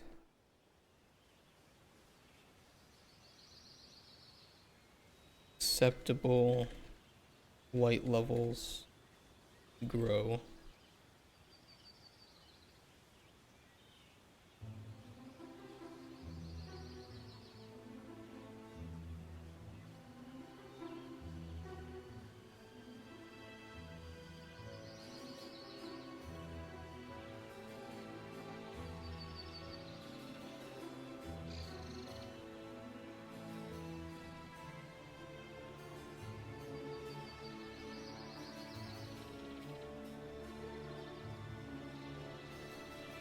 Should use lerp for scale change when it's growing.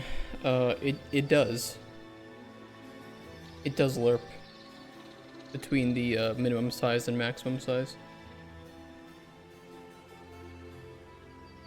It isn't smoothed, but it could be smoothed. We could just run a timeline that smooths that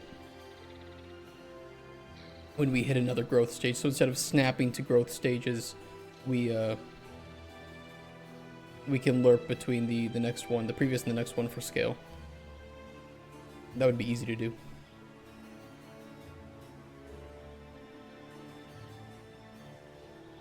It's just we have 48 growth stages, you know, because it takes 48 hours for most of our things to grow, so it has to go through 48 growth stages.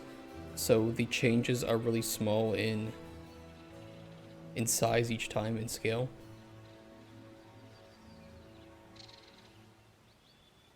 Right. I can write it down though. I can write use timeline to handle growth stages. Hey Gladiator. Busy with the launch? No worries. How did it go? How's it been going? Congrats. Big congrats.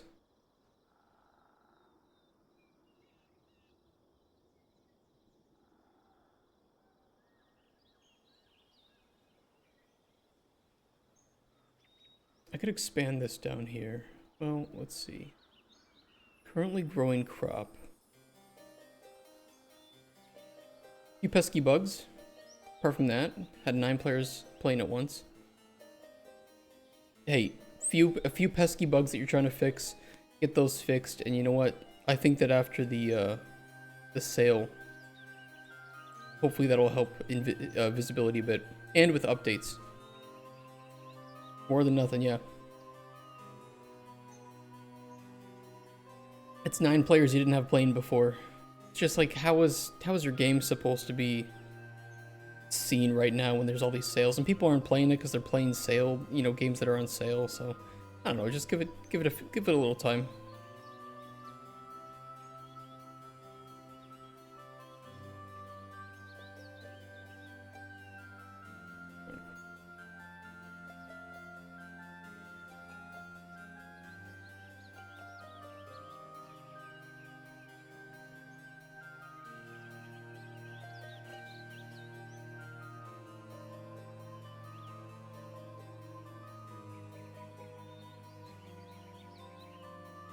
Okay, that'll be the currently growing crop.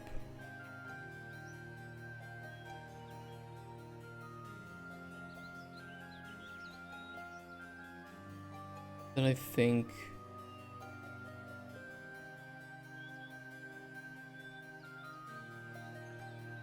we need acceptable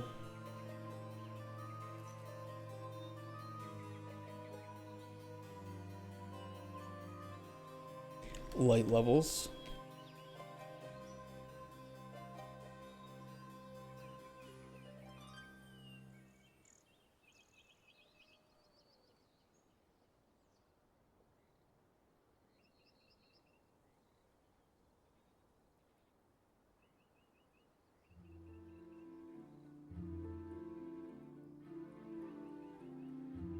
Might do that at the bottom though.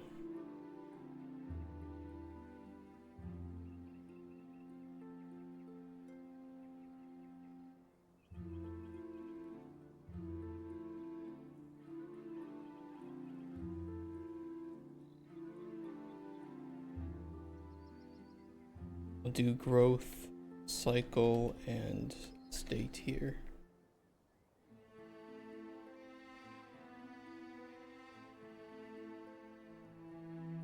Not sure how to feel about that. Need to code a fake CD key generator for all the scammers. That are there really that many scammers? What the hell?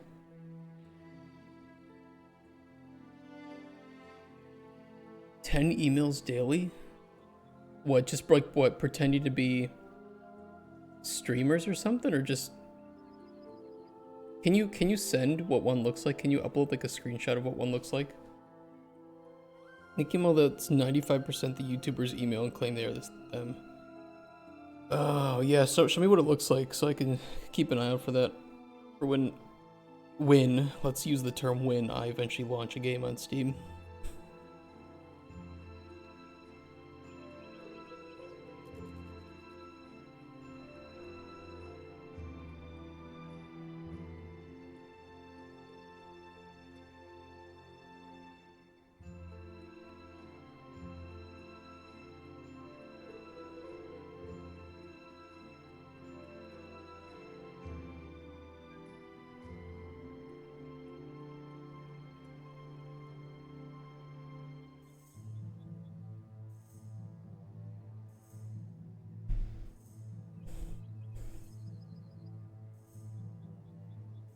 You sell your key on CD sites. Oof.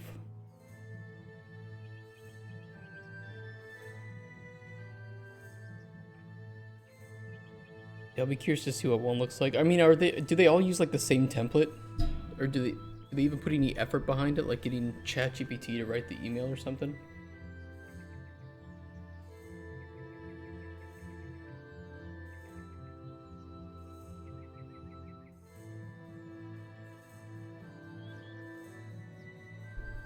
I'm slightly different, okay.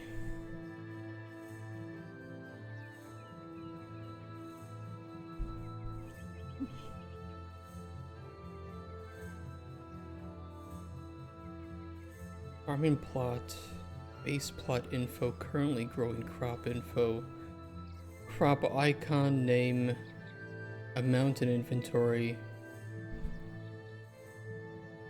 growth cycle and state, acceptable light levels.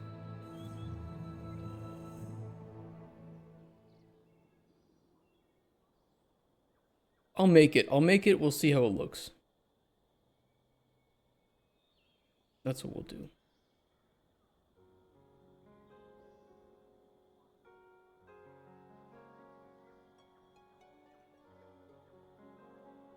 I need a border. Wrap that with a size box. Put another border inside. One padding. Brush color. Block.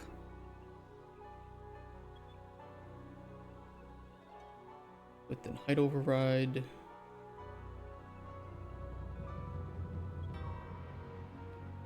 I don't think this needs to be incredibly big, but we'll just start with it looking like that. Anchor it to the right of the screen, please.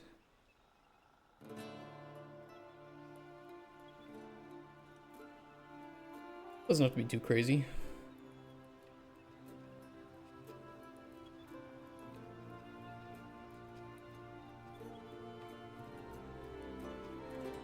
Juliet plays gamer.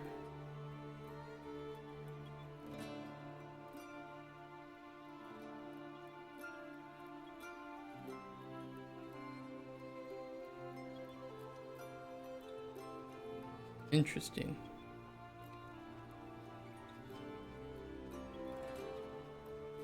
Wait, are these two different ones? Or did you actually upload the same oh, okay, you did. Okay. No worries. I thought that you got spammed by the same one twice. See the emails? Yeah, because I imagine that it's Juliet plays games. X Juliet X.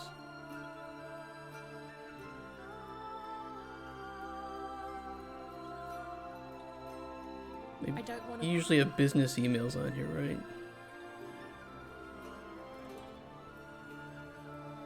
Nobody spam this way. Yeah. Be careful.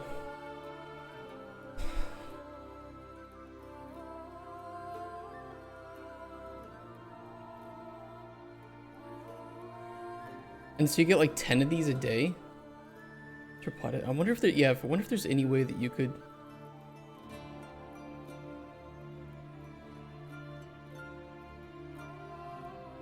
waste their time.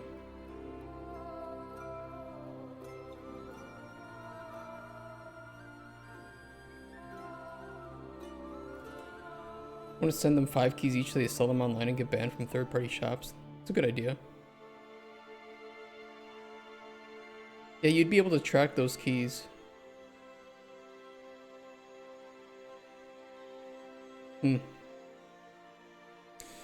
Well, beware. Thank you, Gladiator, for sharing that.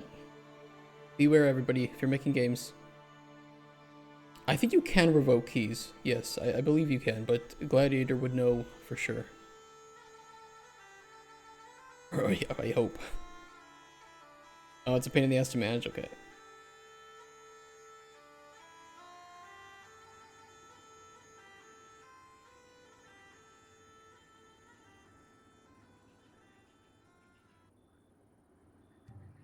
Let's see, this needs to be a vertical box.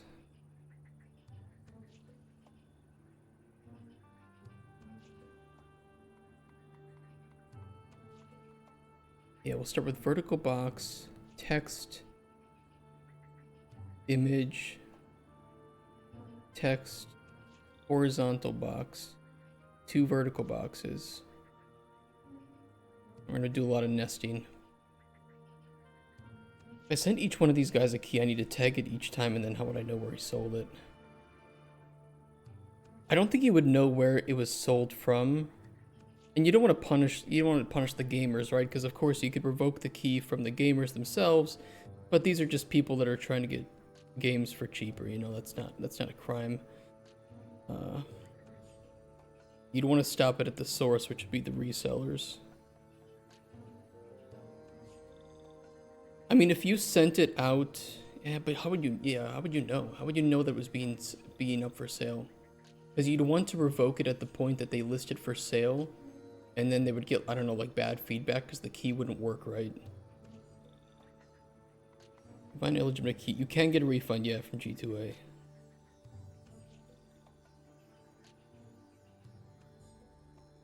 And then this, yeah, but then the seller just what opens up another account, and then, you know,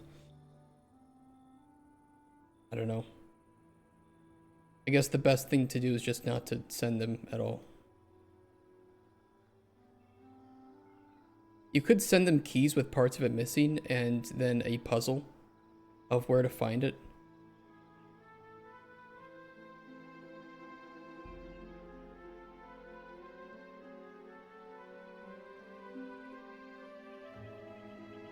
Gladiator. Set up one of those ad chains that you have to like watch 10 ads before you get access to a download, and send them the link to that so you can make money. And then at the end of it, it's just those keys are just fake anyway. And so you get to farm these people for money, and then they don't get the keys in the end.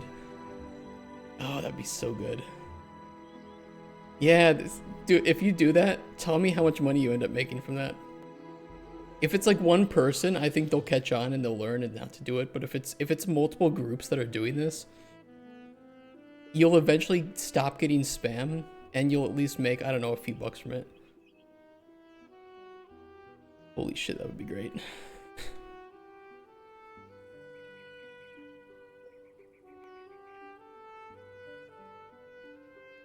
Alright, let's see here. Enter justify, throw an image in, height 2, color black.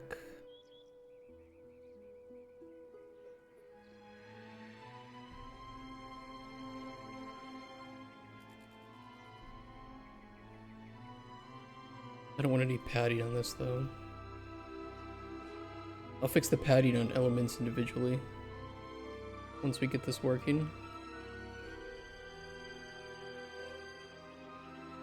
I'll do a separate box for each of these pieces. So I'll do another vertical box.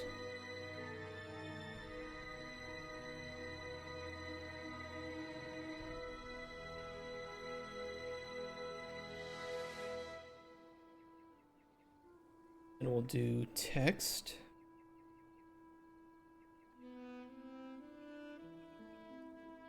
Left justify this. Order.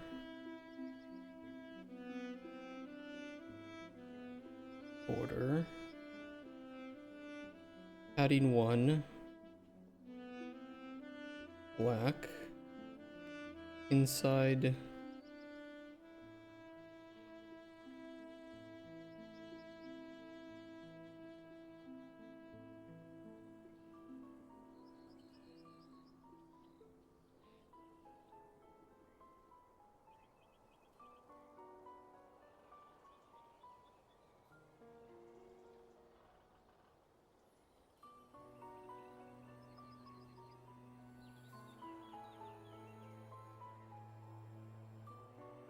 I want to do a size box.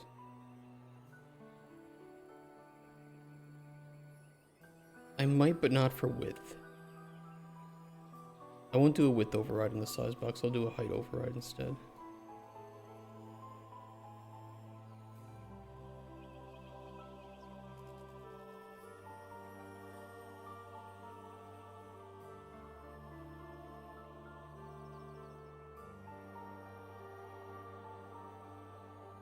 Why is it 10%? What's 10%?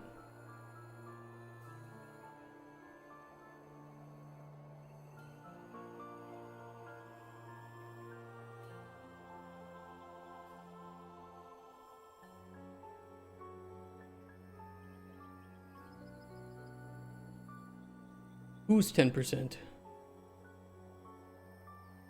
I need 2 more vertical boxes inside of this.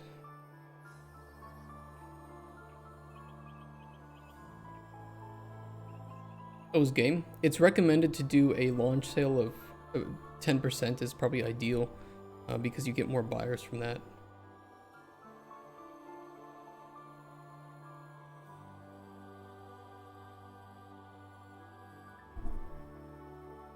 Because then it'll show up too on people's, you know, on sale from your wish list. For people who have wish listed the game.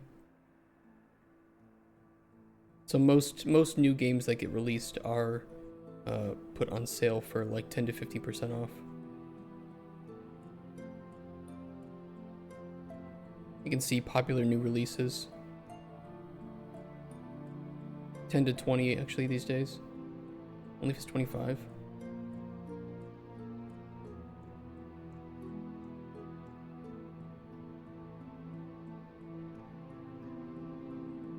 I don't think so.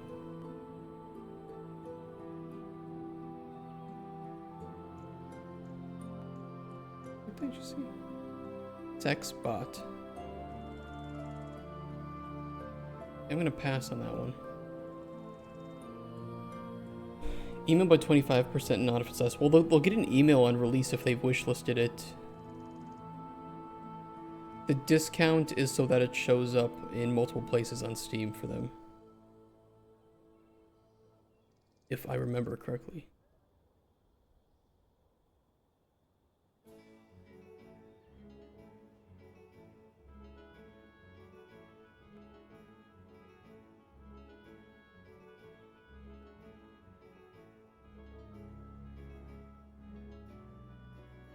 I'll do a border and then an image.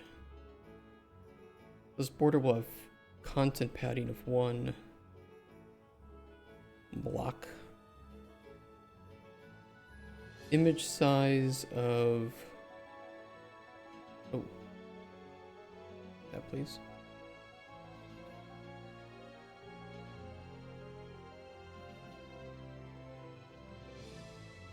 Probably do 128.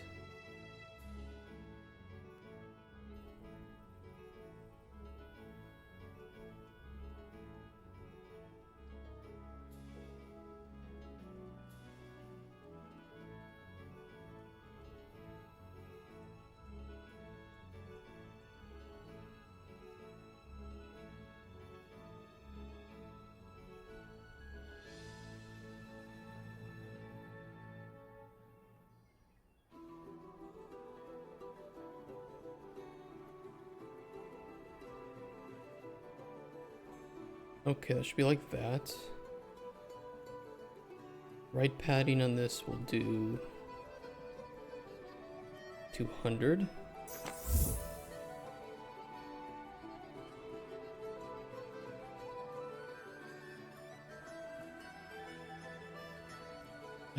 These chaos bots.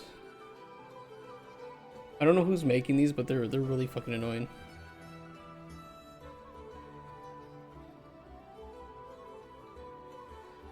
They're really obnoxious.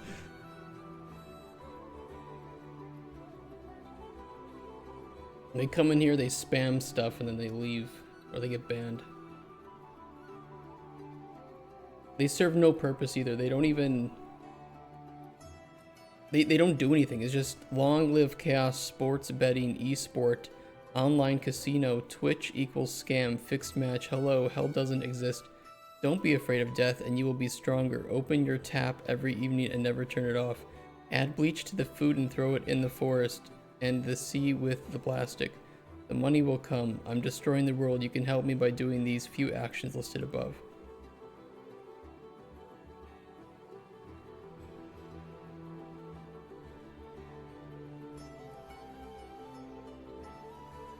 That's what they do.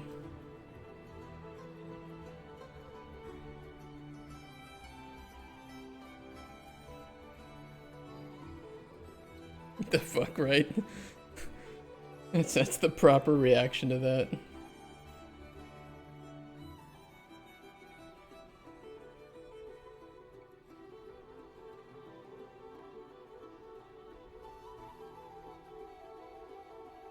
Oh, that should be inside the border.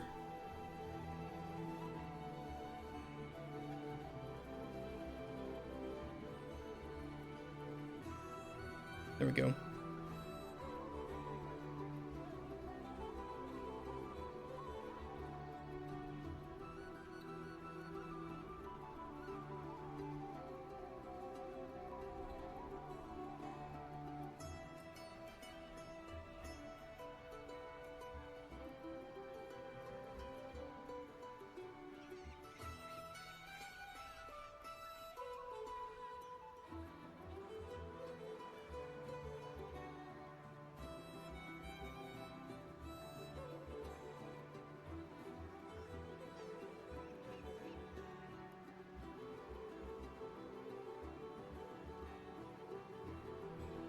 I don't like that.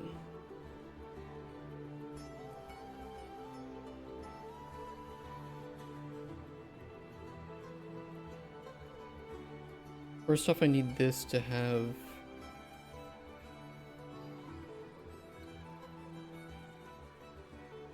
Why is the padding getting pushed down in this? What's affecting that?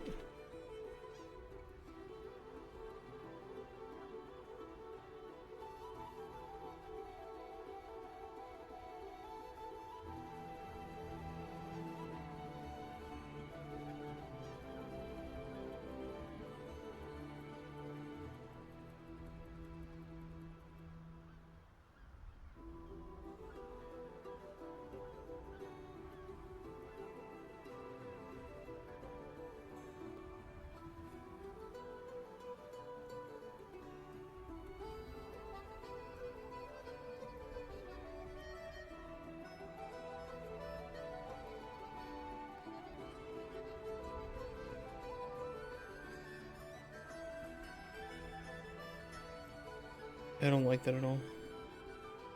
I need to reconfigure that. Size box is fine.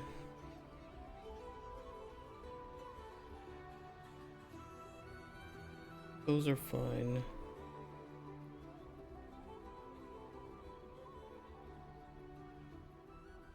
That was okay.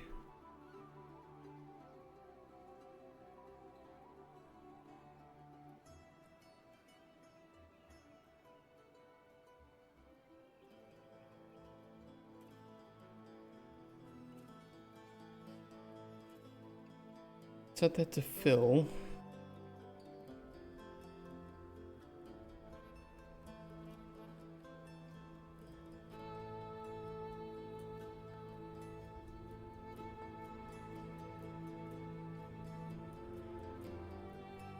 Just thought this was set to middle. I'm gonna set this to fill.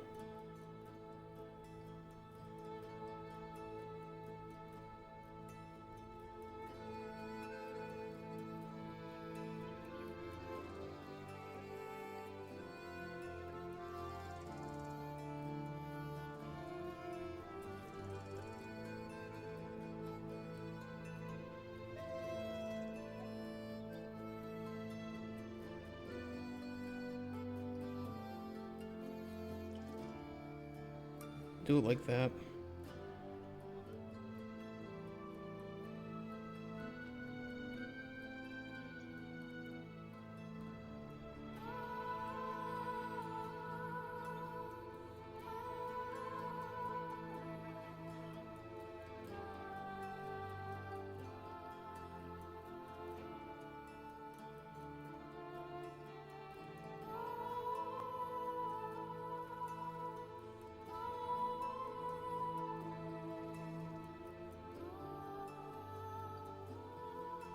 farming plot.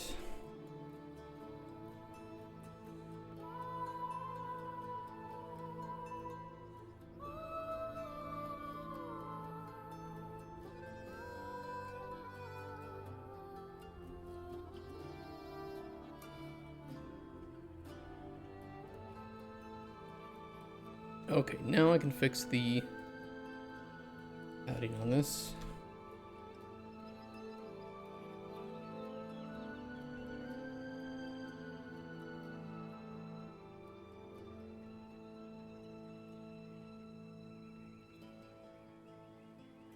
I don't even think we need this. No.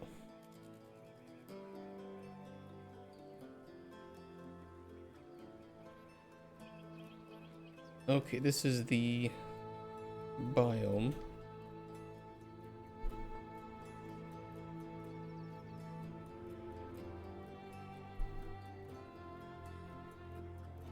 Biome. This is the light level.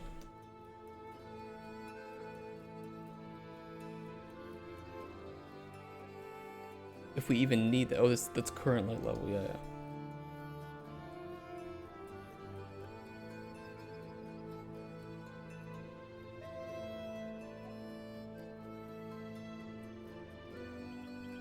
That is not a variable though. Current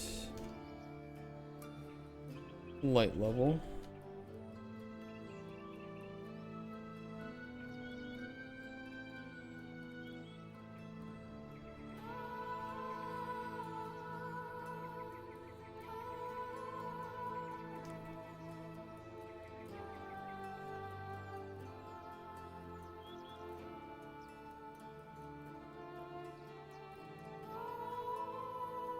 No.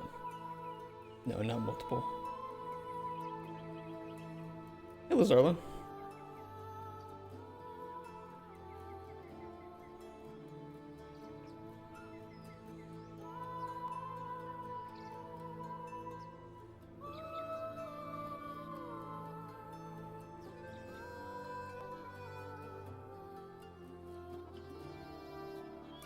Set that to current. We'll do italic. Make that tinier.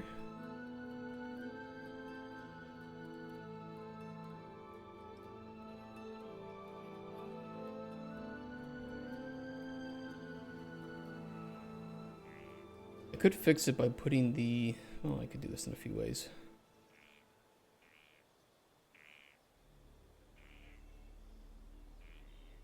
I mean, the whole box stretches, so we'll just shove the image to the bottom.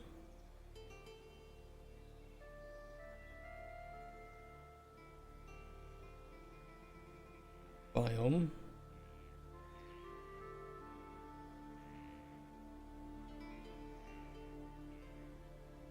We could put little text underneath it too to display that info. But I'm gonna need more padding in the left and right for this.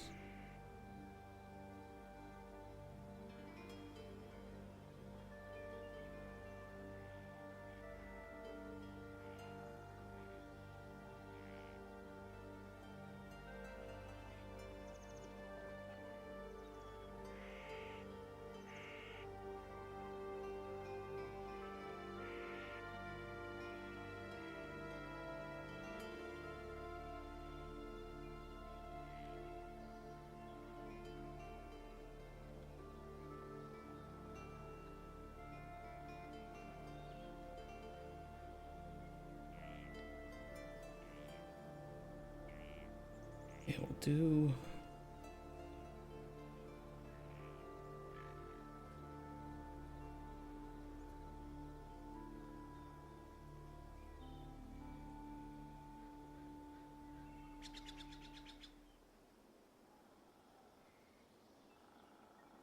Let's just change this to the forest or something for now.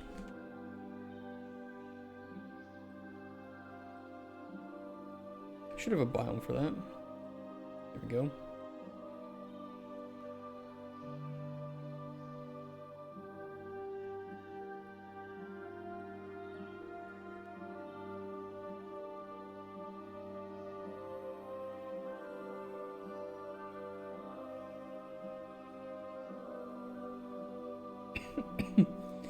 on, I can fix that.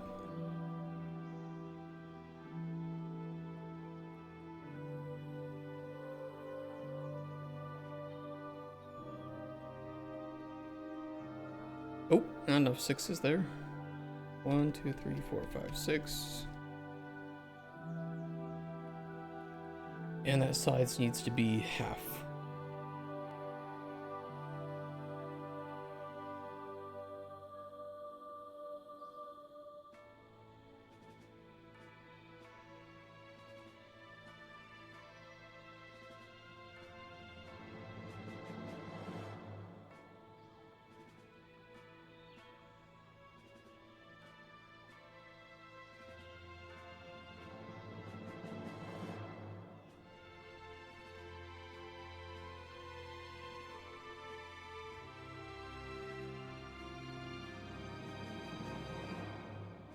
That's what we'll do. Top 5, bottom 5.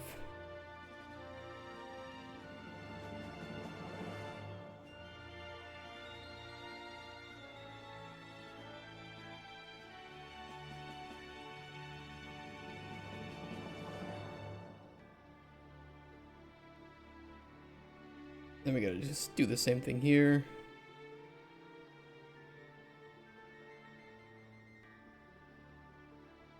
Made a cake? Why is your mom gonna be pissed that you made a cake?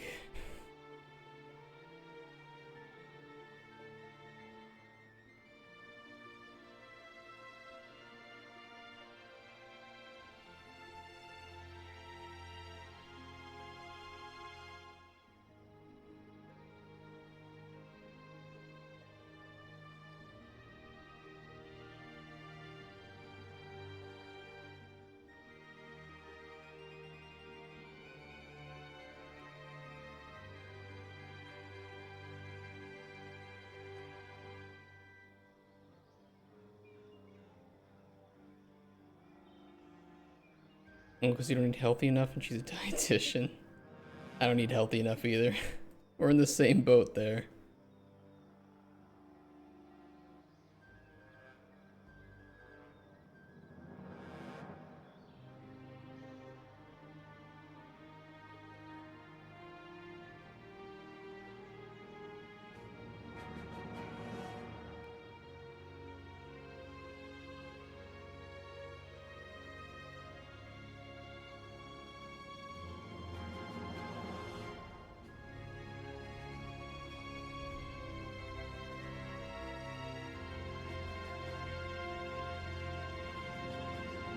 Okay, that looks fine.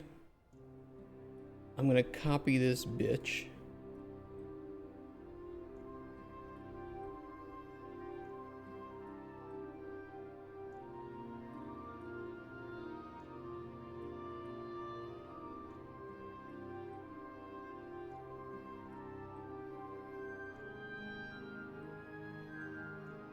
We're gonna duplicate. And this is gonna be the current.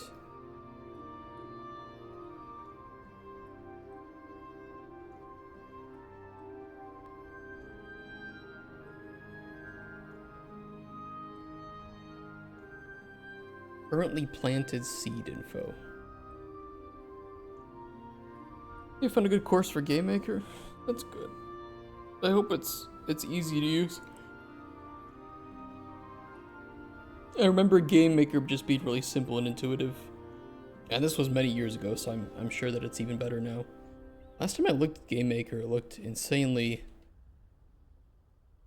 more well thought out than it was even when I used it.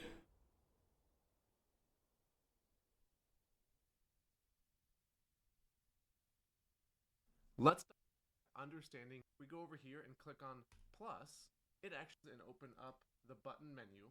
You'll see that it opens this up in workspace. Definitely a lot more featureful than when I last used it. There's nothing here. But let's say I wanted one workspace for buttons and one workspace for enemies. Now I've got my Frankenstein and all of your sprites, objects, folder. There's actually folder menus, pocket anywhere. Yeah, it's quite nice. It's God, the original versions of Game Maker were really basic.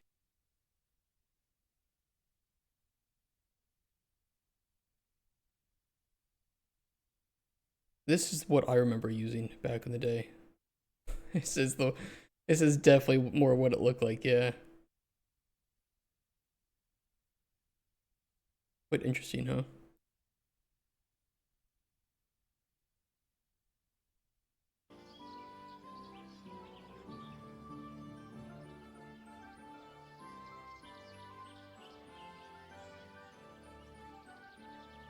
Yeah, that sounds great.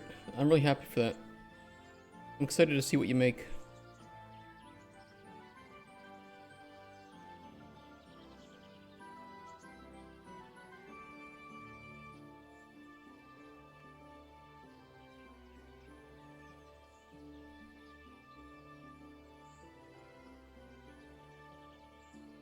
Okay, we have this internal border. Let's do this.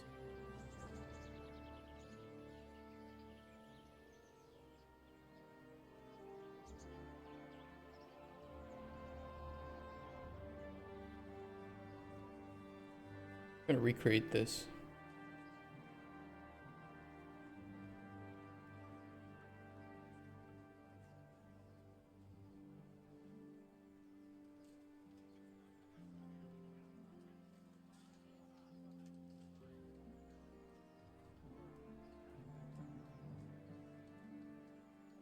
Okay, here's... Okay, yeah. Yeah, I see how I can do this. Delete. And we're gonna throw in another vertical box. This is going to have a horizontal big state machines.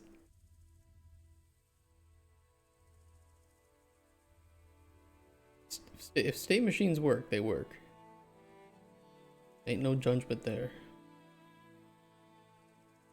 An icon is icon, or I can kind of just steal this from the trapping.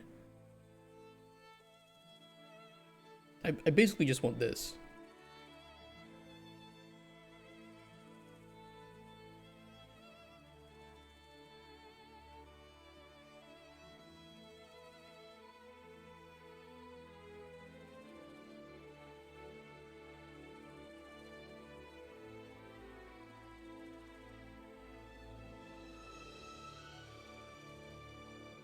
The backpack. That's what I named it. Oh! Too big. Still too big.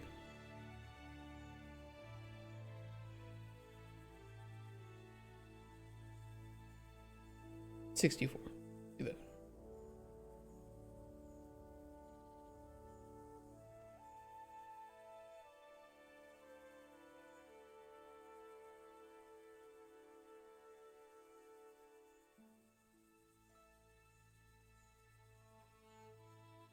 Crop name. Crop amount.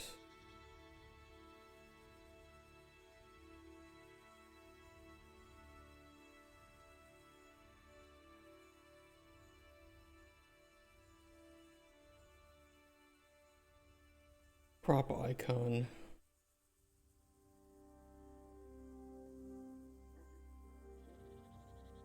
Could make this one bigger too, but we'll start with that because I do still have to fit some additional info down here.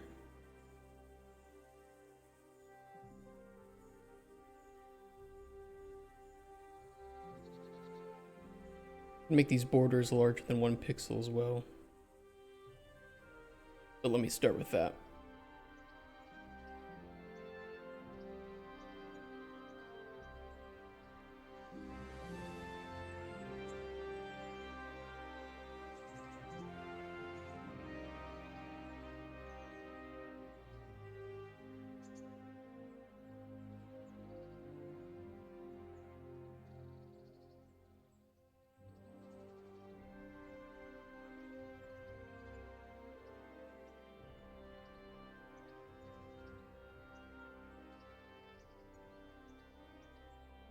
A little too much padding on that.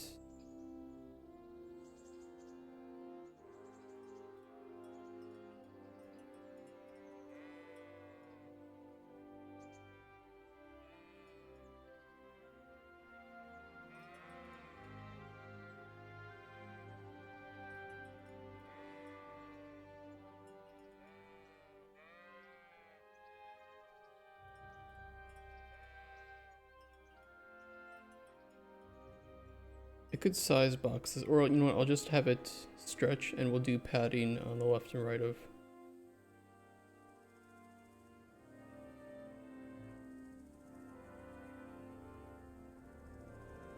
Make it an anthology that we can make the stories game smaller to start out, then we can move on to the next story in the sequence. That'll work.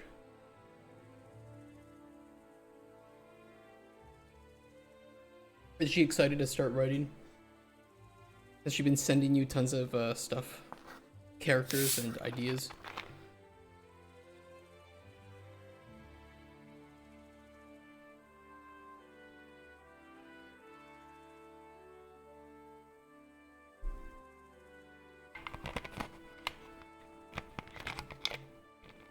You know, what a ton of books. I'm excited. I think people that love and just want those endless stories and ideas are gonna fawn over your games. I hope so. Really, really hope so.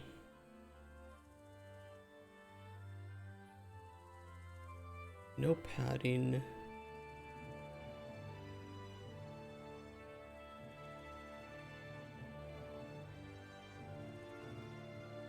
Top and bottom, I'll just do... Yeah, 5 pixels should work.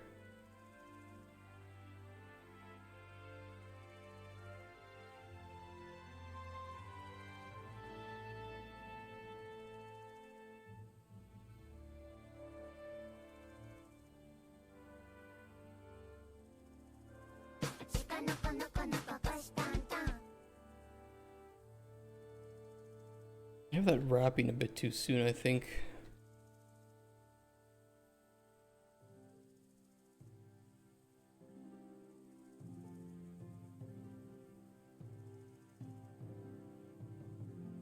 It hesitant to write dialogue? I mean, I get it. I definitely get it. Hold on, let me see what this looks like.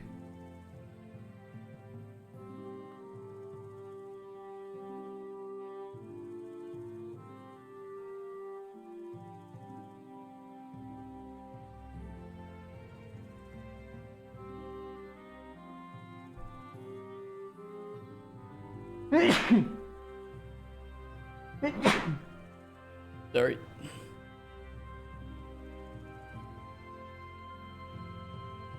I'm allergic to shitty games, and there's just too many Ubisoft titles these days.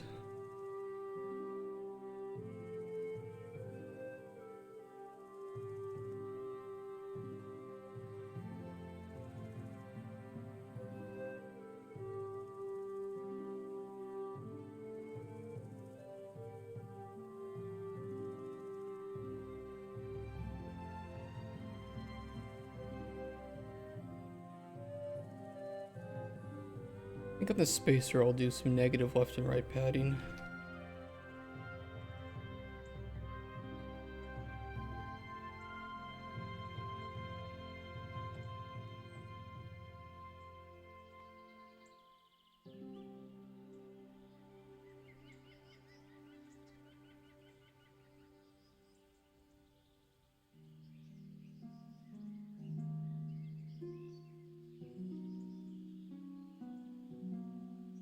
I'm gonna push it in.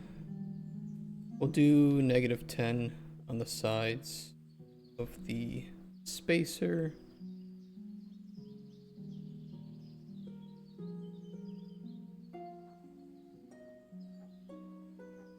And then on this box, I will do left and right padding of 10.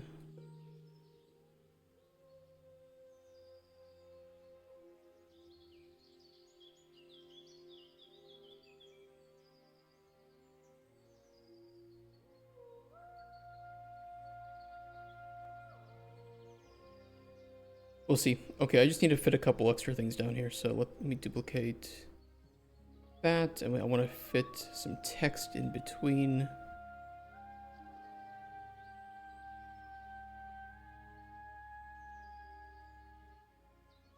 Growth cycle and state. Two separate things, so let's do a horizontal box.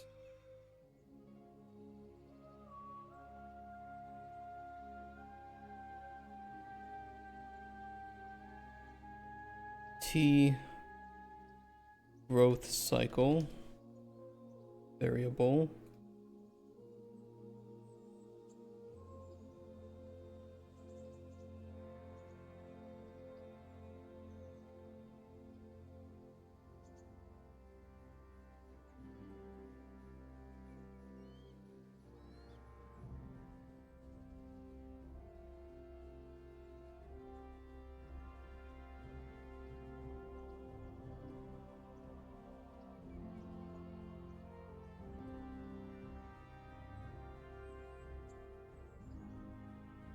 If we center it like this, every time that it gets updated, it might fuck with the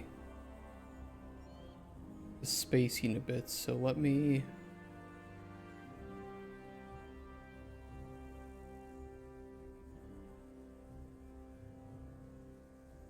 fix that just a tad by doing this.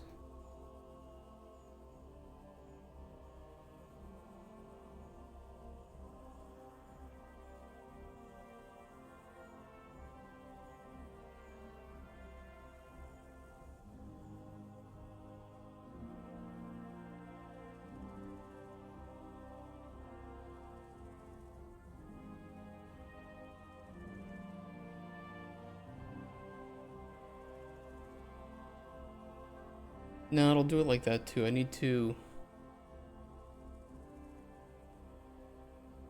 Hold on, replace this with child.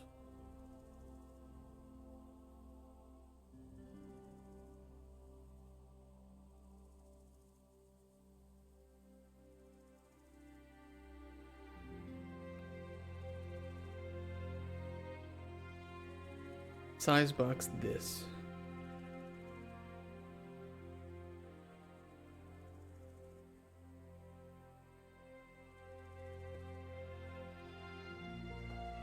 You know what? I don't care enough to do it. I don't care. I don't think it matters.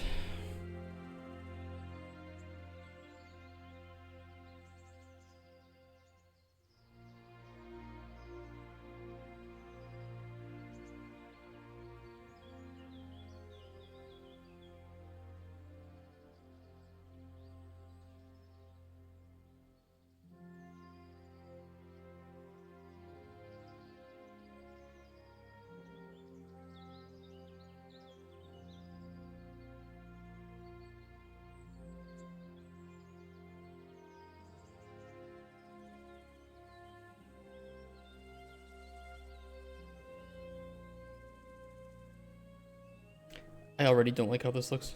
I don't like it at all. Acceptable light levels.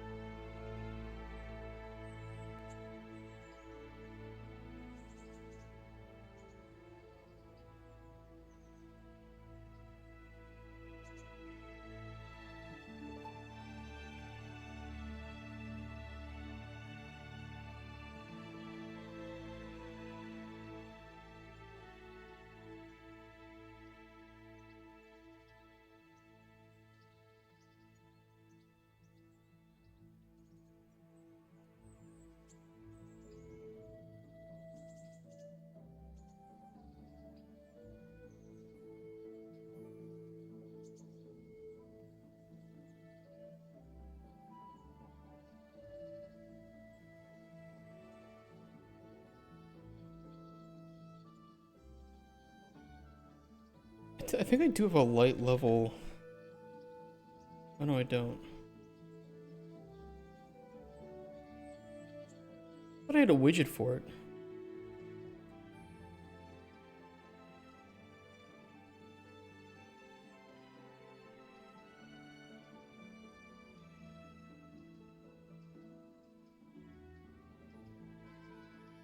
Oh, we do it like that, huh?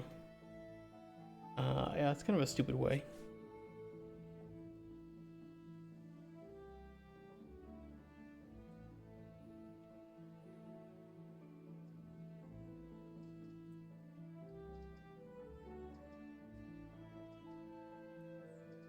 Let me think.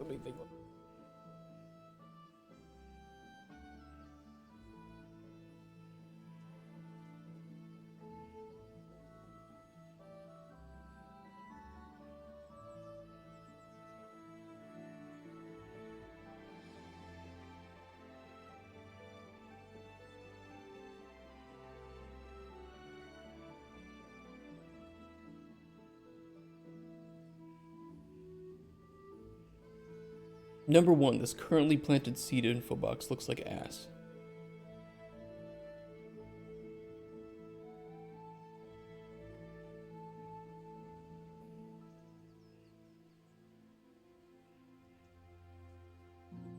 The top bit is okay. The status is horrible.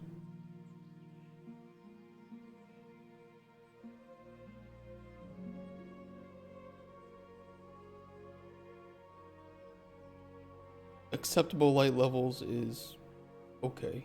Just the status. The status looks horrible. Looks dumb.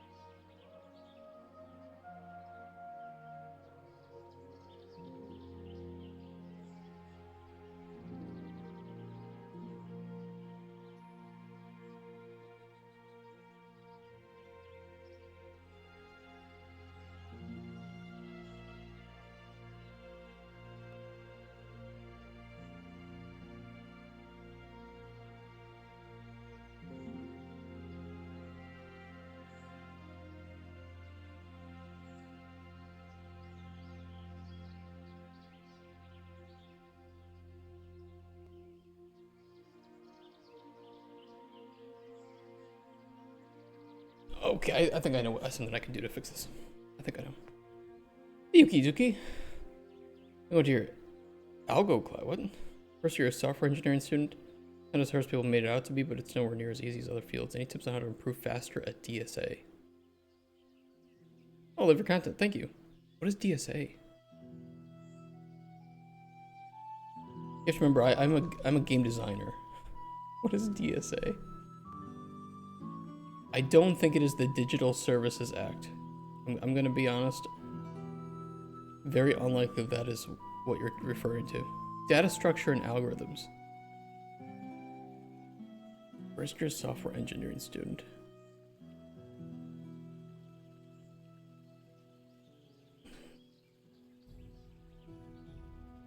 Algorithms, you'd be better off talking to an actual programmer that deals with algorithms.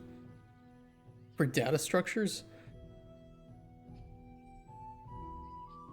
I think it depends on your use case. I think if you're learning for games, you have to remember that data structures not only need to be efficient to read at a core level, but they need to be efficient for designers to use. And those are two very different things sometimes.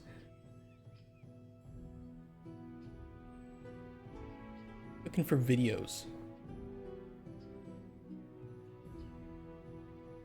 Let me see. Hold on, let me see users. Hotspot is not here. If you can come in here, if you have some time and you see that Kotzberg is in here, he's one of our moderators. He is a programmer. He might have some videos that help with that. But for me, I look at it from a design perspective. So the way that I look at data structures is oftentimes quite different from the way that programmers will look at them. And they might say, okay, well, the thing you want is quite expensive from a programming standpoint. Like, yeah, but I need it this way, right? Because this is way, way easier for me to balance. You know, so there's a trade-off there that if you learn software engineering, they'll say, you know, don't do it this way, do it this way. But sometimes the way that you're taught not to do it is actually the better way for game development, since it will speed up, for instance, the designer's pipelines.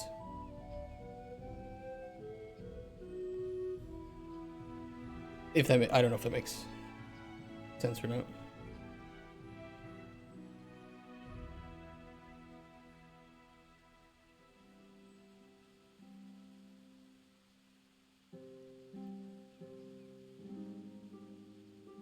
Let's do that. That. That.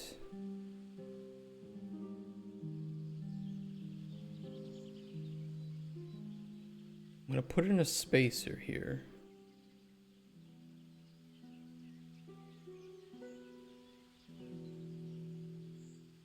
And I need it to be the opposite padding of whatever this has. Oh, it's 10, I believe. Top is -10. Bottom is negative, probably 20. Yes.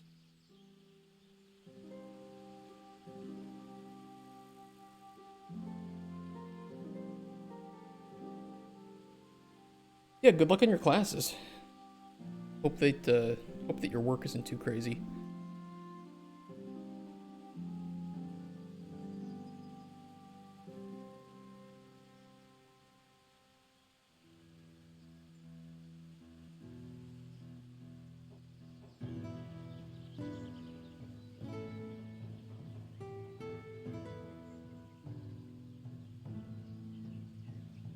I'll do it like this.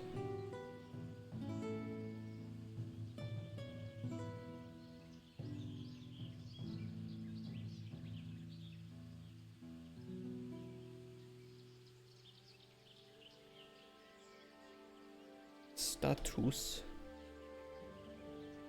Take this image.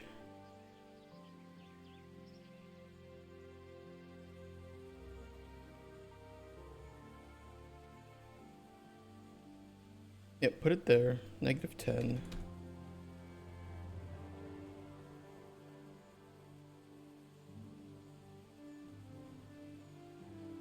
I'd kind of like these to line up. I think it'll look better.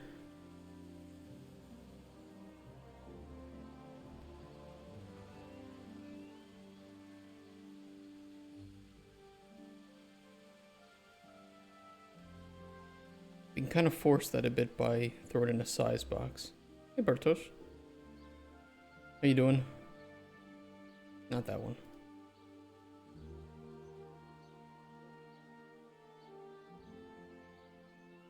Here.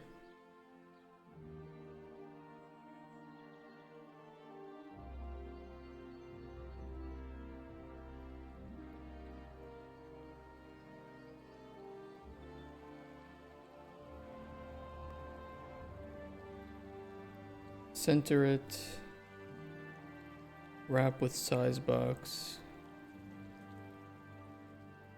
Width override 175. That should line them up perfectly. Work, eat, game, sleep, repeat. Now it's done. How's the game dev going?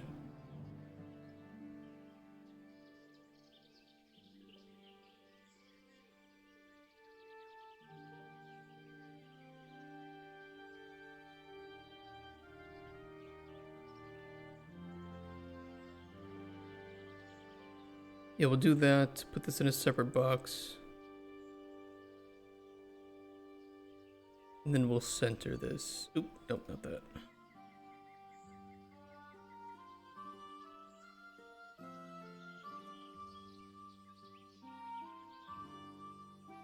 That should fill out.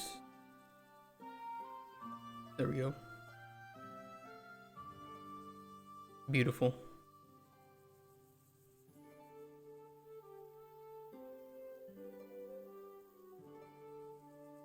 You know how it's going? Actually, I don't. I haven't heard many status updates. I need to get back to Krakow one of these days. Actually, I can probably go pretty soon. My barber was on holidays. I couldn't get my hair cut. I use that as an excuse. Haircut and meet you guys. Although I could come for a weekend and we could drink or something.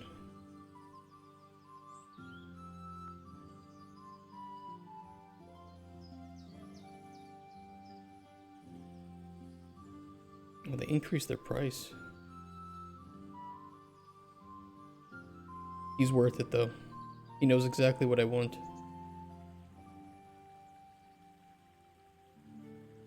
Could come next week.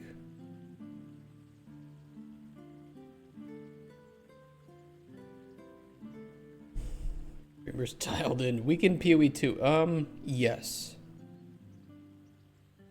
I have quite a few people who've asked me if they want to play with me. They can play with me. I might just reject all of you and just do my own thing. I don't know.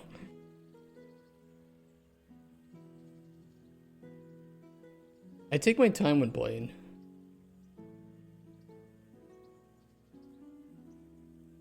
You're going in blind? You haven't watched any videos? Oh shit. Like none of them?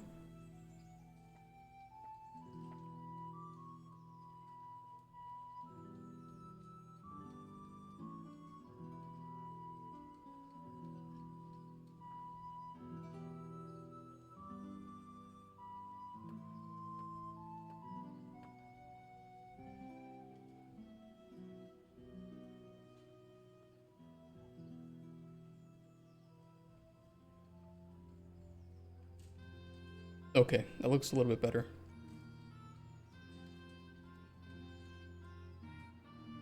I'm not upset with the layout of that. Necromancer and PoE 2. Yeah, sadly not. I don't know. I don't know what I'll play. I actually do not know. I'd be disappointed if it's different than I had imagined.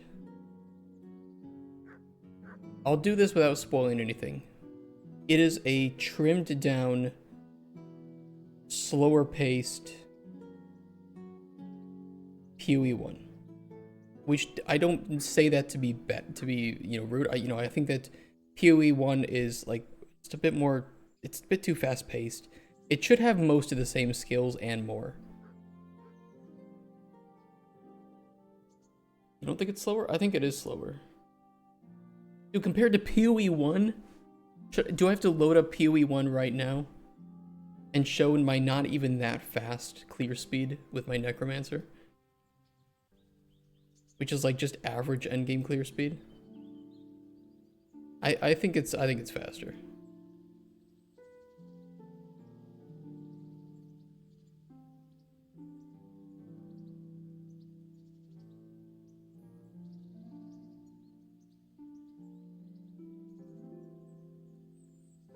PoE 1 pre-endgame seems normal. I think that the intended pacing is meant to be PoE 1 pre-endgame.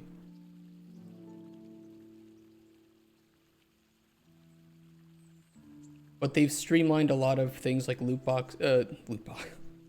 drops in crafting. So things like exalted orbs are way more common now. They want you to actually engage in crafting and not get something like an exalted orb and just save it because it's so fucking rare. So they're gonna drop way more commonly, and you'll be able to engage in crafting at a much simpler and lower level. And only like 1/3 of the leagues that are in PoE 1 are going to be available in PoE 2 at launch.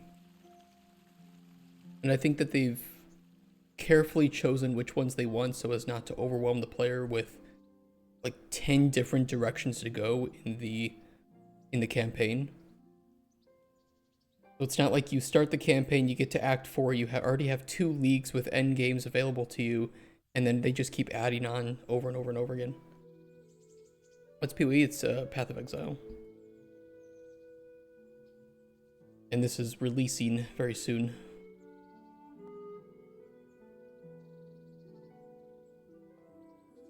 The endgame looks cool. The endgame looks really cool. Very curious how it plays.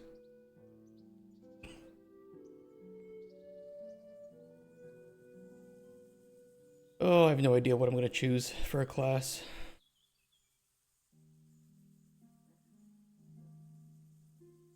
To reach casuals, imagine they show some crazy fast map player.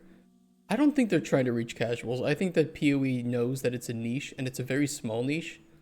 If you compare it even to Diablo 4. It is a small, very hardcore set of players that play Path of Exile. They've had some great peaks, but I mean, this is not a super high amount for an online live service game. It's just very, very dedicated. And they haven't really been growing their player base. It's pretty much the exact same number of players that end up sticking with the game and playing it and coming back each league. Even compared to Diablo 4 on Steam, which is not the primary place to play it, there's just quite a lot more Diablo players in general. About as many Diablo 4 players on Steam as there are PoE players on Steam, and I think most people play PoE on Steam. Most people don't play Diablo 4 on Steam. Out of curiosity, bit of an older game.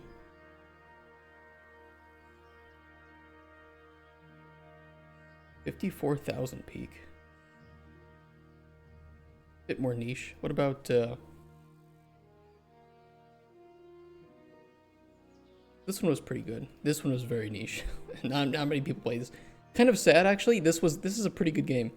If you like ARPGs, I do recommend. You can probably get this for hella cheap on the sale right now.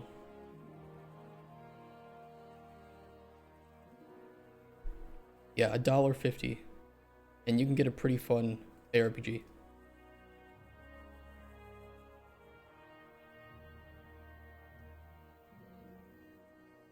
Well, they should reach a different target. I think that they do want to reach to the Diablo 4 players and say, hey, this is what you've been missing.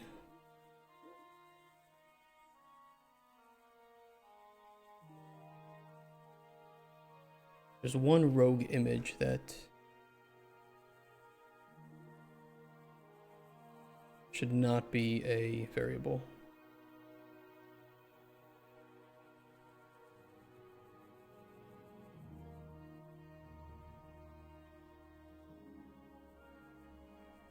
That'll work. And then I'll put an overlay on this whole thing.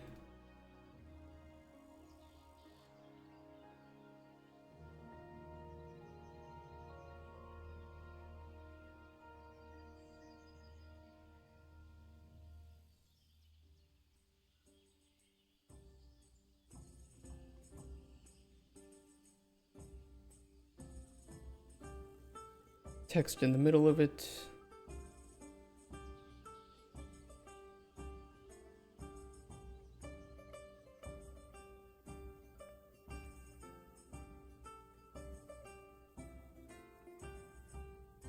No seed planted.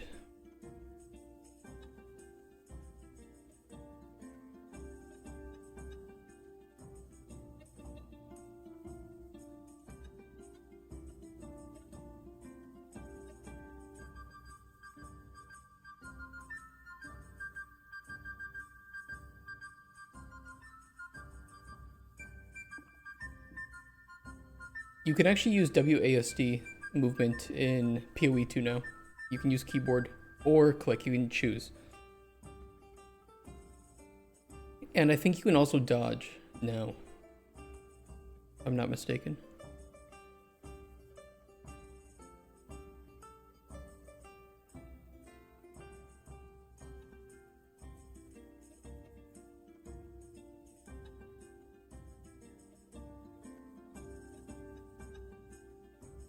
Okay, this looks good.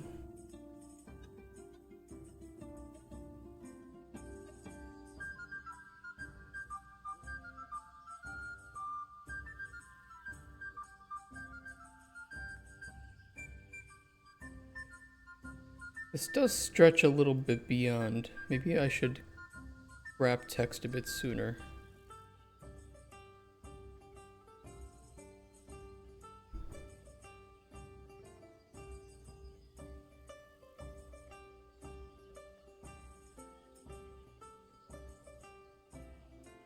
We'll try 450.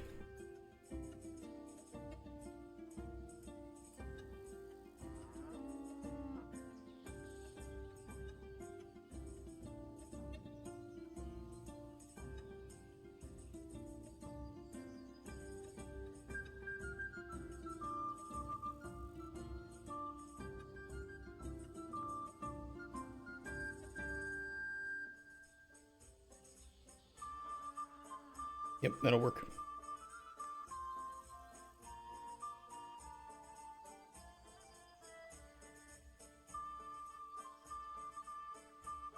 Okay, let's add that to the HUD. The farming HUD.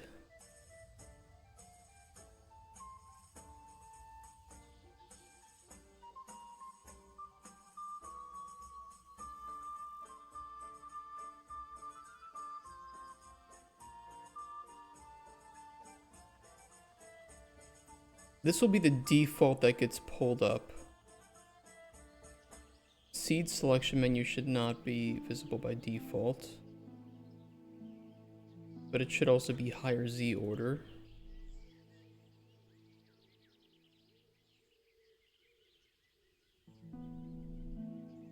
Same with the seed info panel.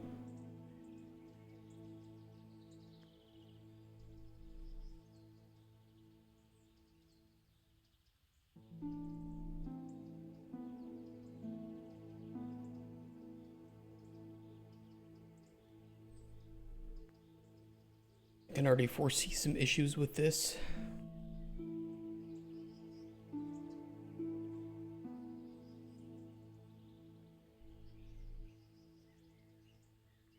Make sure these buttons aren't focusable.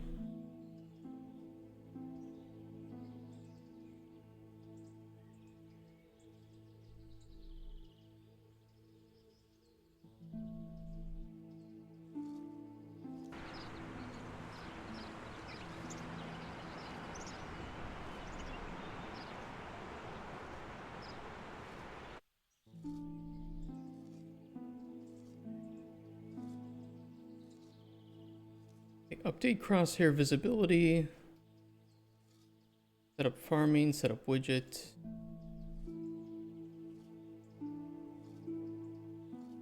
Yeah, that goes to the seed selection. We don't want to go to seed selection, we want to go to the farming plot.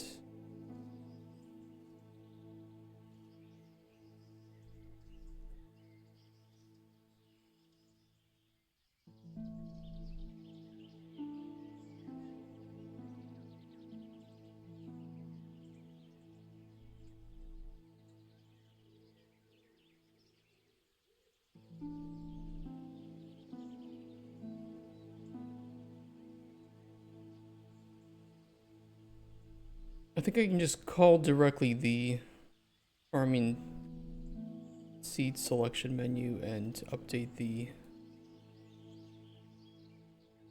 farming plot ref with self.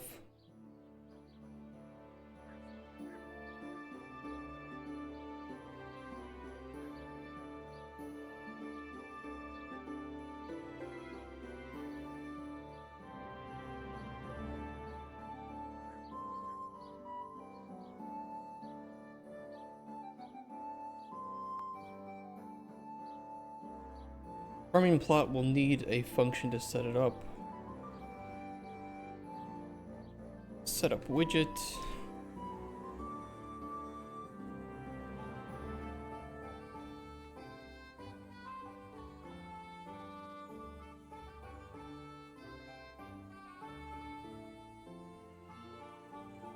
We'll probably want to run that every time a tick occurs successfully. Yeah, every time there's a farming tick, we'll want to call to this and update this. As long as it's visible. Otherwise, there's no need.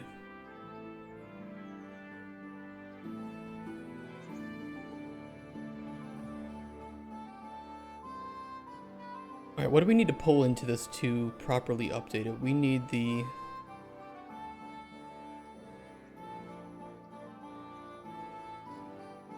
If I pull in a reference to the farming plot, I can grab the state, growth cycle, max growth, the biome, the seed being farmed, so I could just do a setup widget with the current farming plot. Farming plot ref.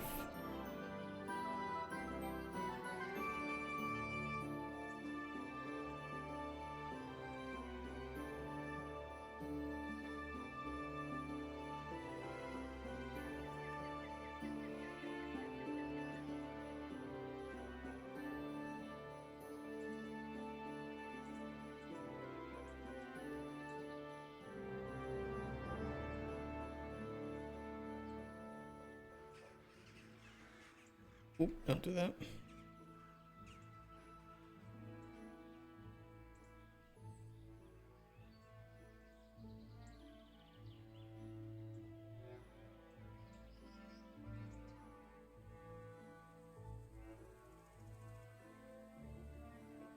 What? Self-object reference is not compatible with WBP farming plot. Object reference. Oh, it's I did WBP instead of BP. Farming plot. Oopsies.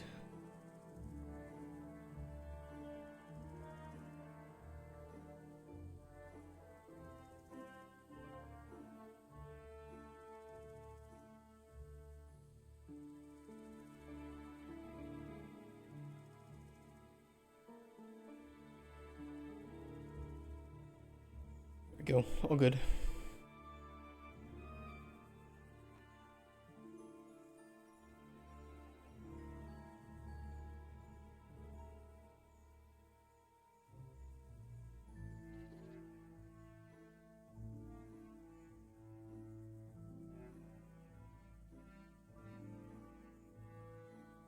Okay, we'll start with the biome and light level.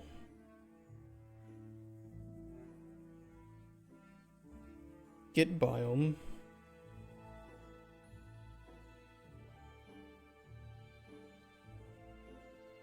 Can I match that to an icon? I could make a function for that.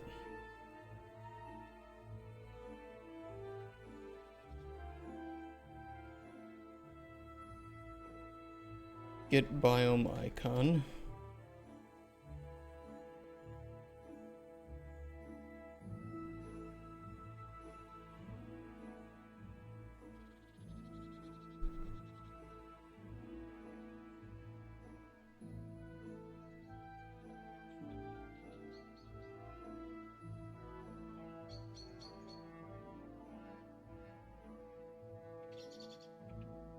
Get data table row names, biome icons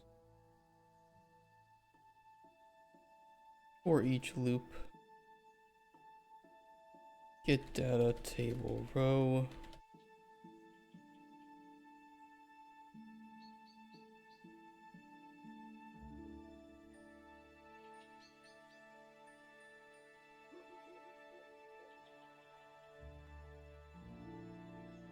Oh, we do the same shit here, don't we?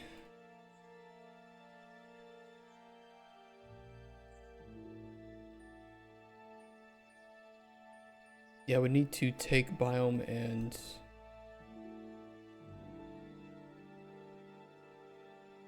to string. Or can I build a string with that? No, I can't. Append bi underscore.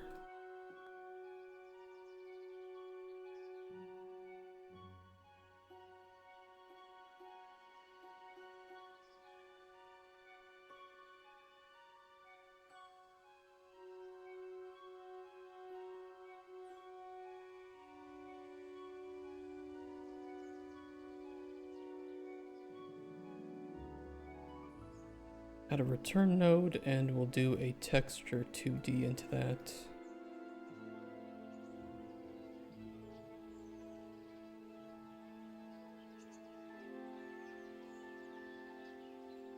Otherwise, just return a... So like a pink.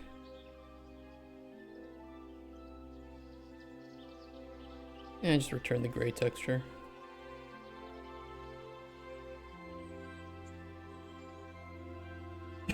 I'll know something is broken then.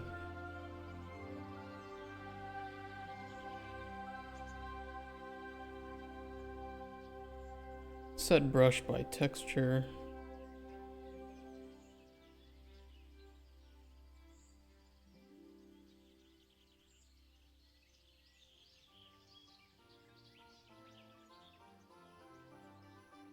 We could do the same thing too for light levels.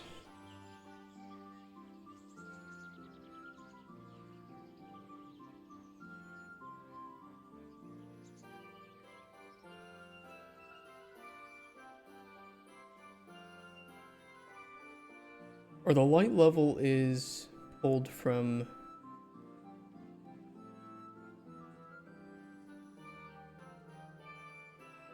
ultra dynamic in the farming plot itself.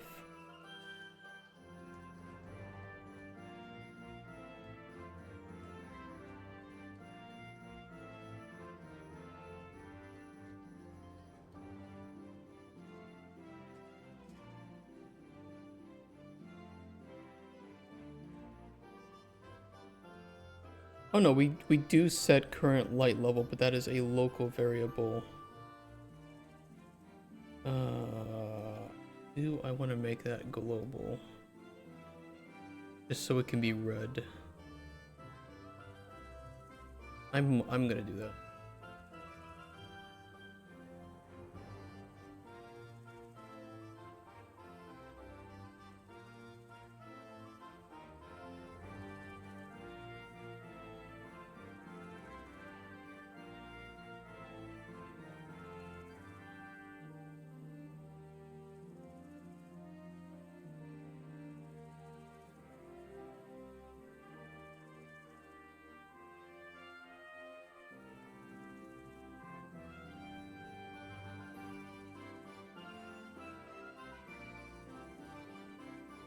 Temple OS?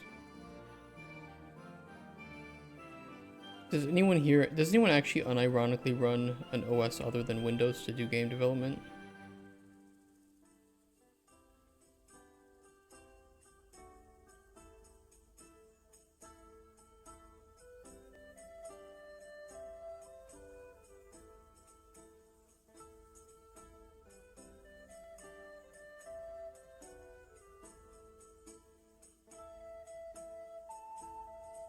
Temple OSRS.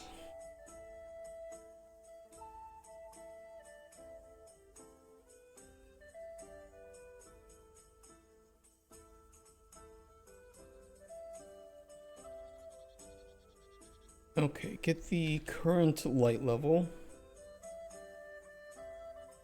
I'll make another function for get light level icon.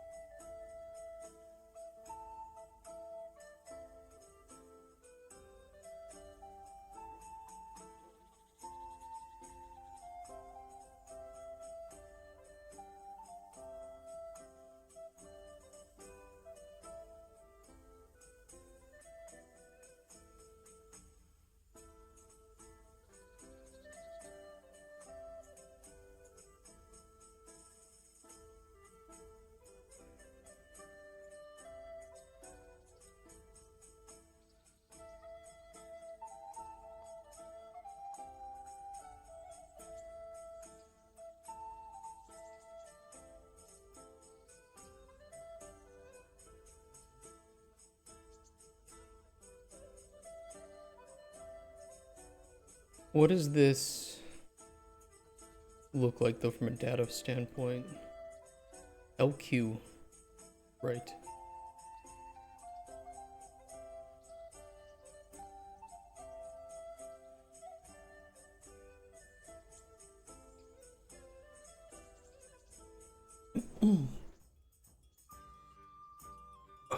We get to random PC repair shows.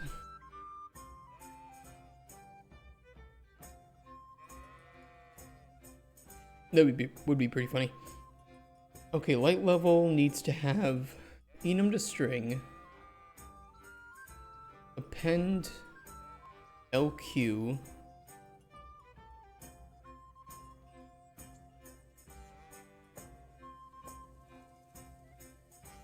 and replace spaces with underscore.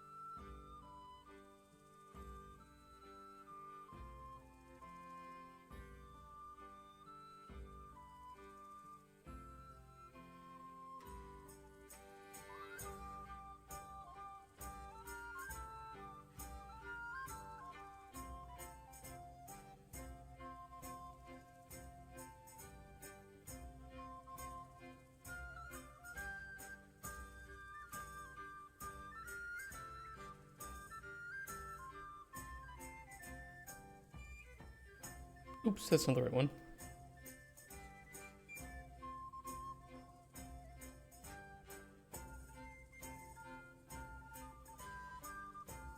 we go.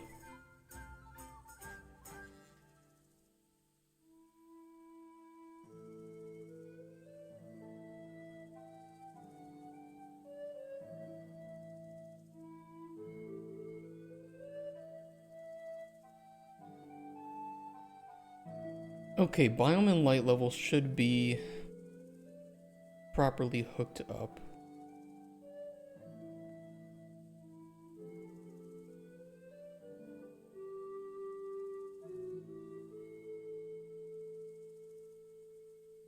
We do run setup widget on the farming plot, correct? Yes. Out of curiosity.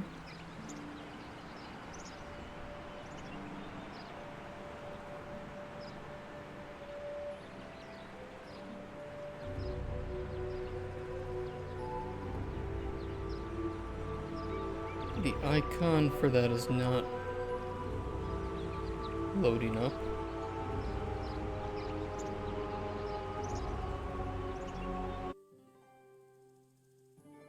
That's wonderful. LQ_ full light.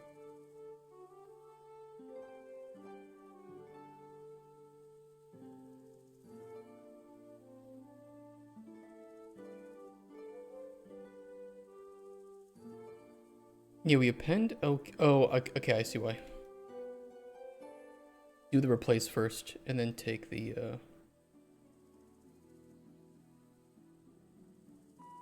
yeah.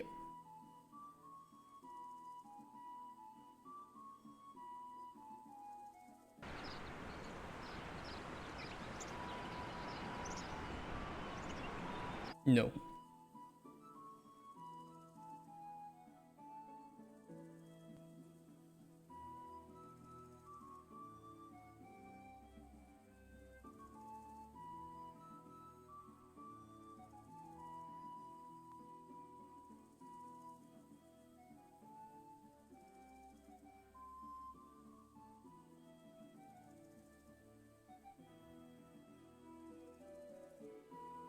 Pick a space, replace it with underscore, that should work, and then append LQ to the front.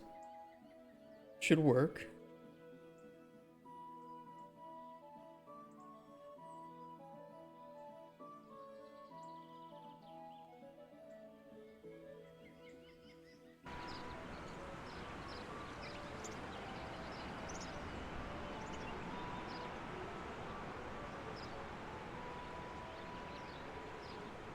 Oh, it's still looking for oh yeah. That's why.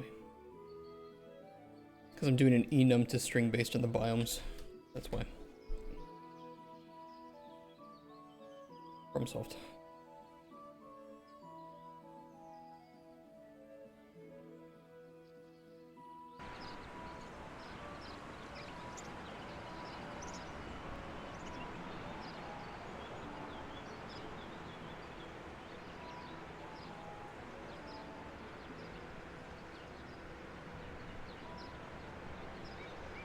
Yeah. It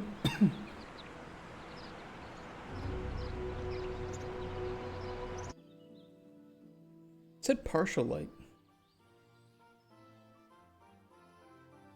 Oh yeah, because we don't update the text yet. It showed full light, said partial light. We don't update the text. The icon was correct. Okay. Next up, just out of safety, let me. We gotta run this every growth cycle check.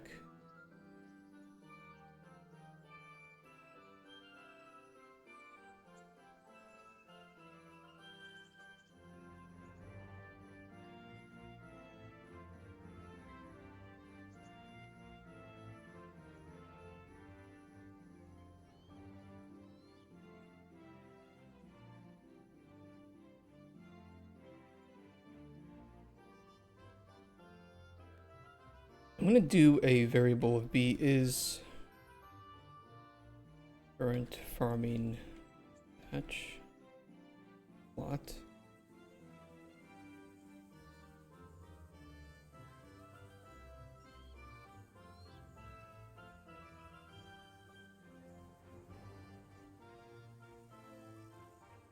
a bit crude, but it'll work.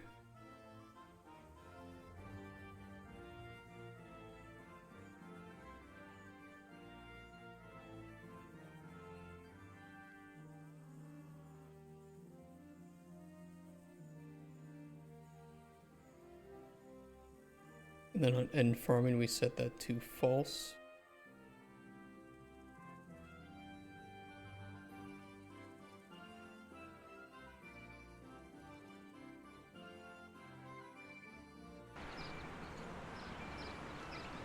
Theoretically, ignore the seed to plant right now because it's a little fucked up, but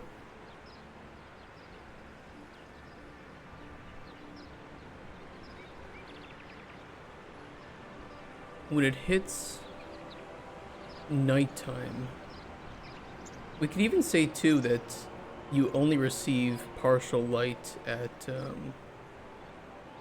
like evening hours. So right now it's just either you have light or you don't have light.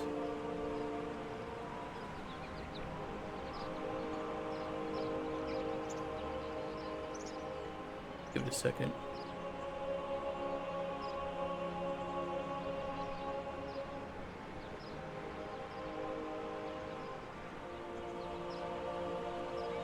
The icon should switch to darkness.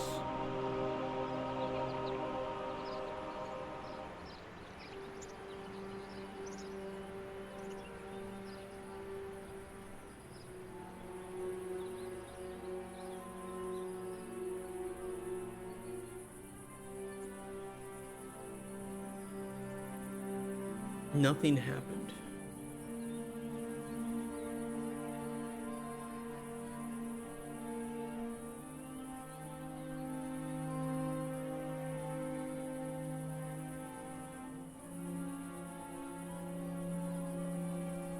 I know why.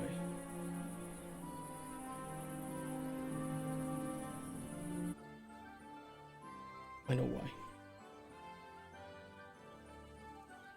Because we're not actually doing a growth cycle check. There's nothing actually growing there.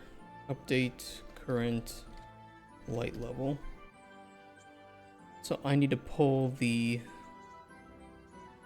current light level check.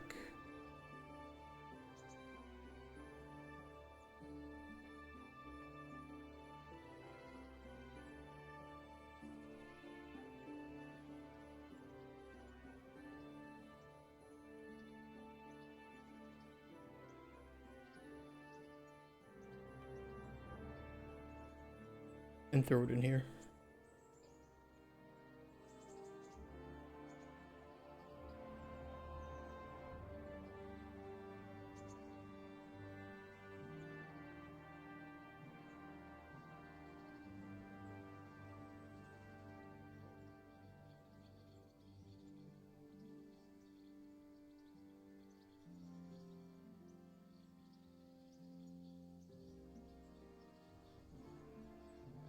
And then we can replace everything in the growth cycle check here with that function. Or we can actually just put it somewhere else completely. Because we want that to run regardless of whether or not a growth cycle check is running.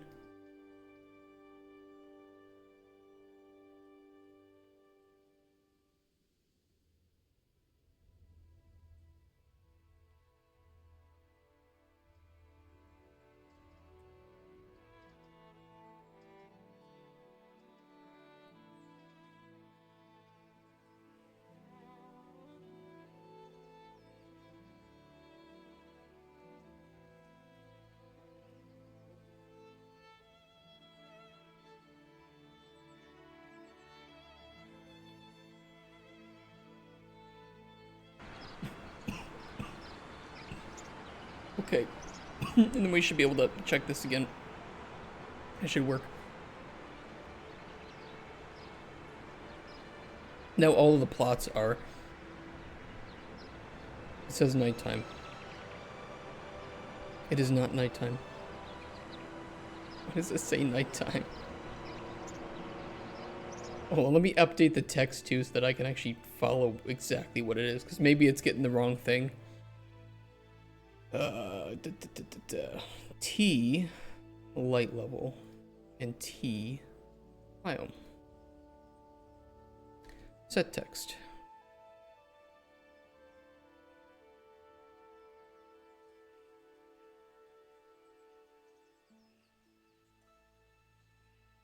I think we can definitely just plug in the, or we can just do enum to string and plug these in directly.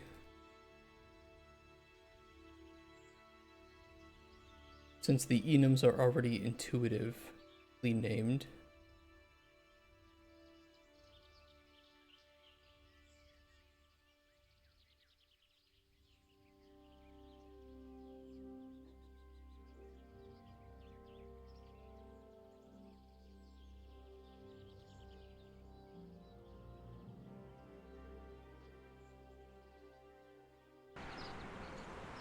That way I can actually see what's going on. It says darkness. Okay. Hey, Vilma.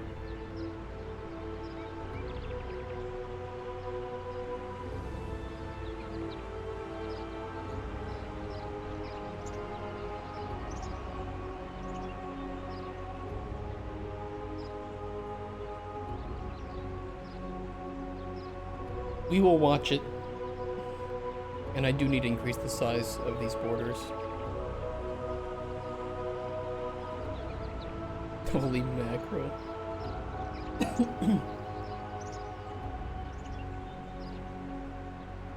If it switches to daytime,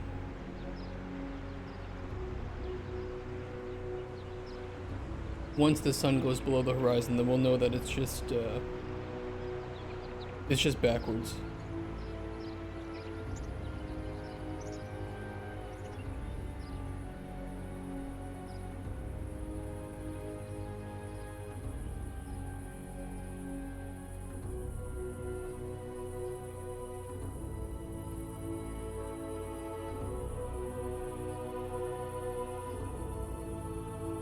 No, it's just stuck on darkness. That's weird. Okay, let's investigate that.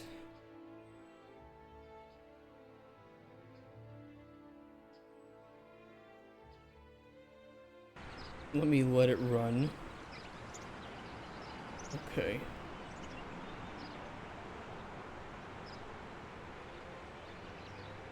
Current weather, light rain. Is it light rain? No, it's not.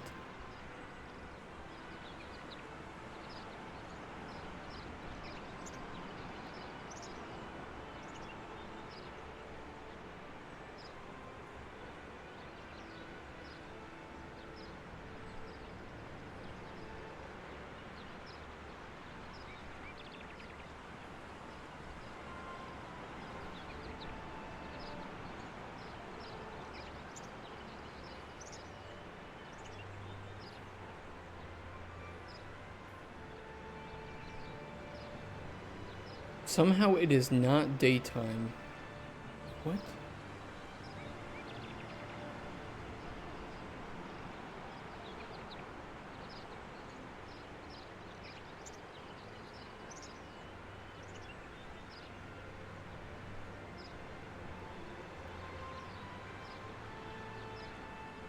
Somehow it's not daytime?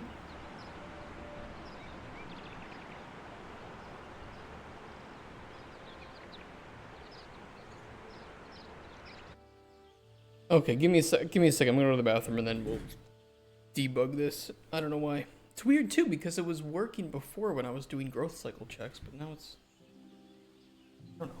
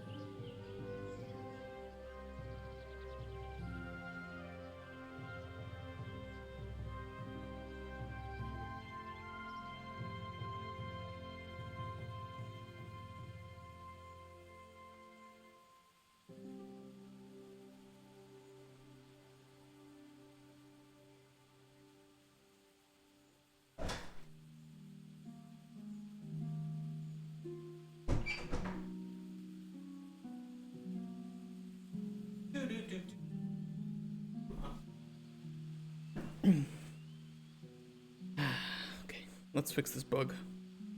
Annoying bug.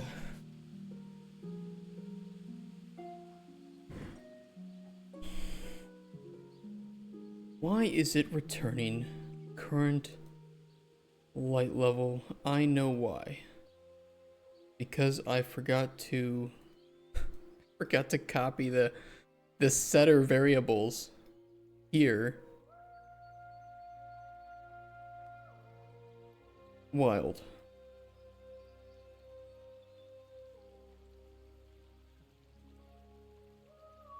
That's the issue.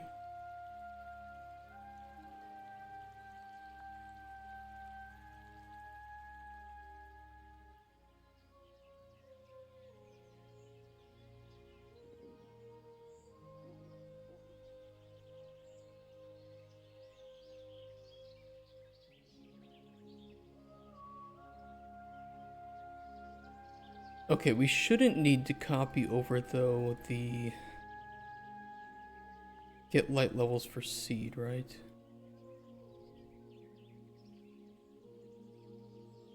No, that's just the check that we need to run. Okay. It should report the correct information then. That was my mistake. Full light. Forest, cave, darkness. Technically...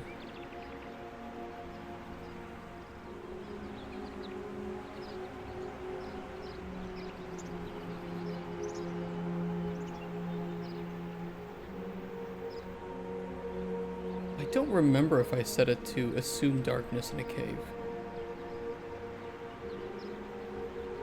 I might have done that though.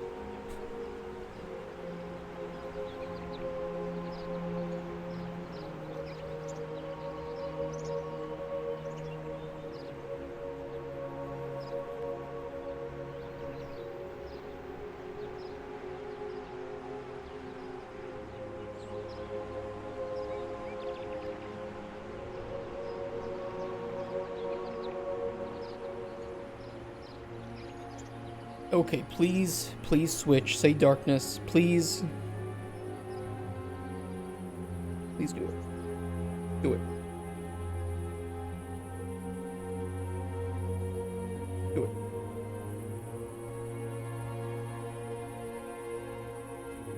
Do it. Come on. Shit.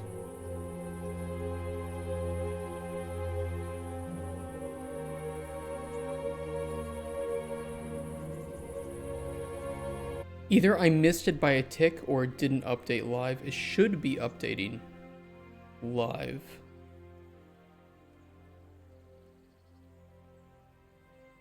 I can set, hold on.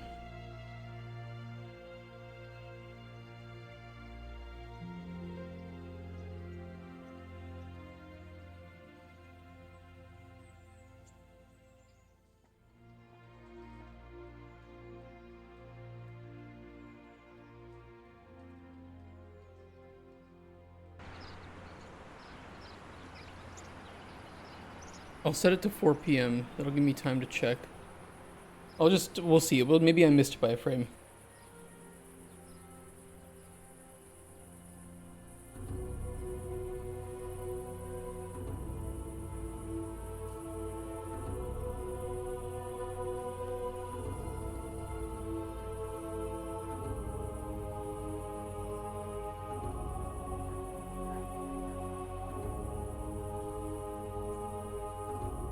Okay, why is that not firing?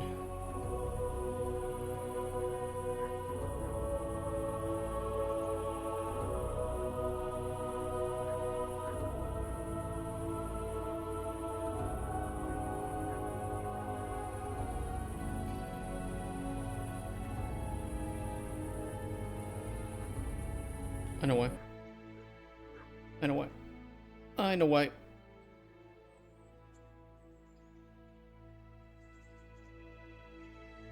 Problem solved.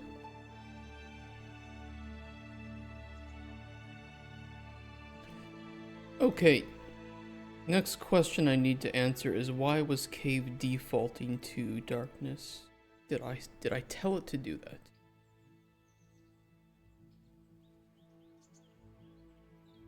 Yes, because the biome provided light, and it takes the lowest light available. It's just because I put a cave up there, we are assuming that it's dark. But designers need to make sure that they set the right biome. That's the reason. Okay, now if I go to it, it should update live.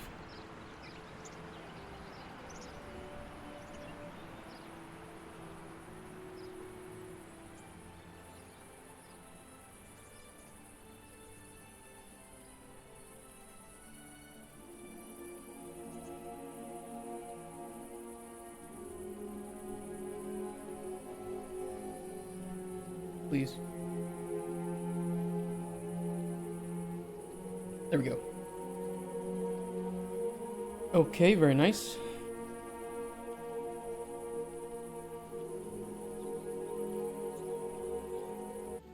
Very, very nice.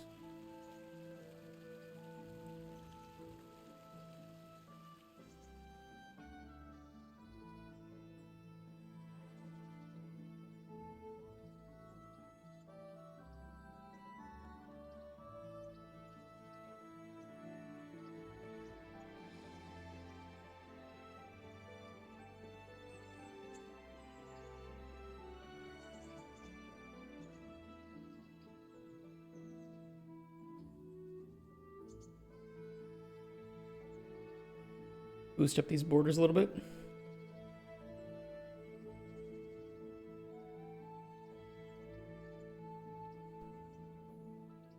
Okay, next thing we need to get working is this box.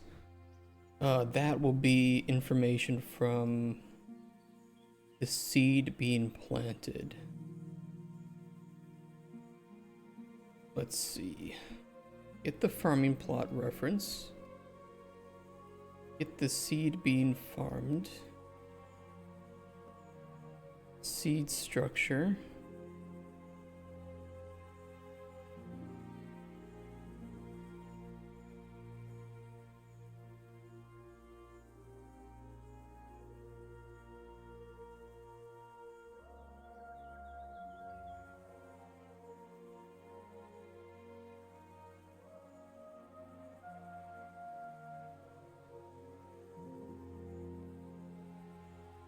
It's kind of inaccurate. It'll show the crop.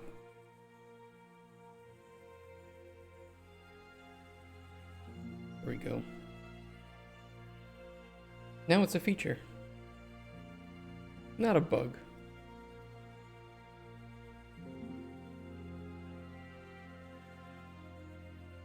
Get ingredient structure.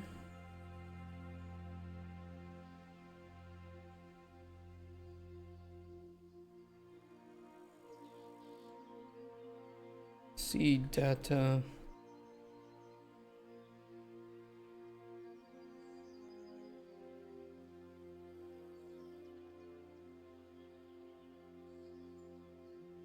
Ingredient data.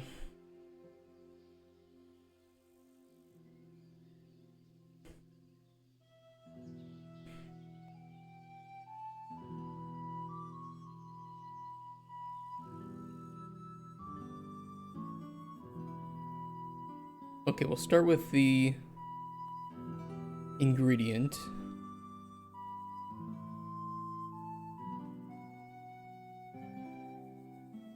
Icon first.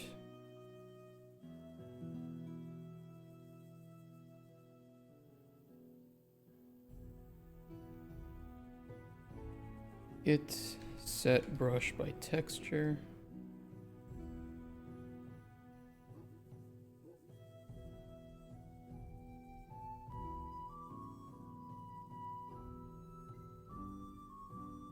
Up name. Get. What do I want to do?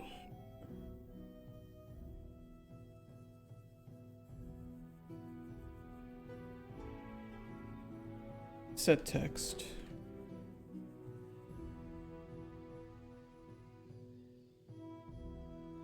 Name ID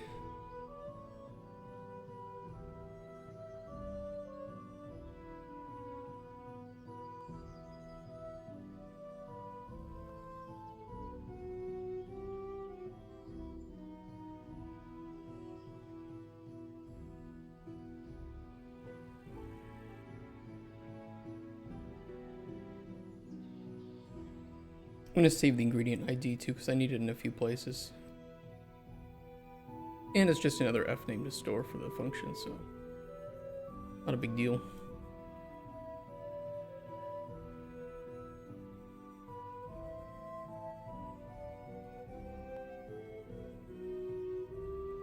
Get string.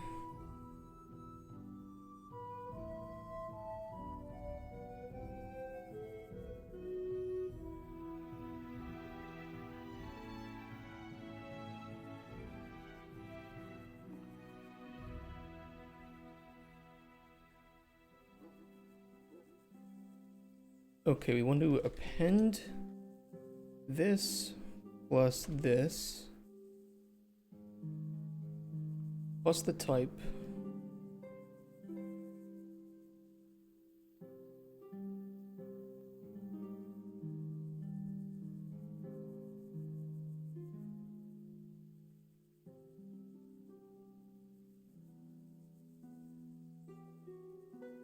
Okay, that looks correct.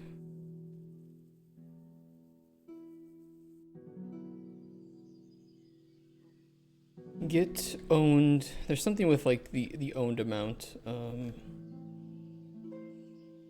Like get amount of ingredient or something.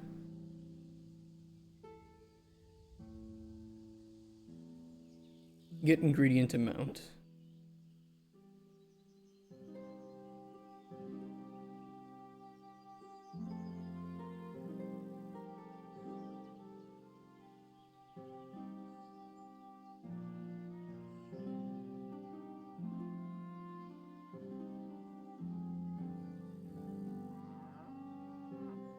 Okay, that looks good. It should handle all of this info. Status and acceptable light levels.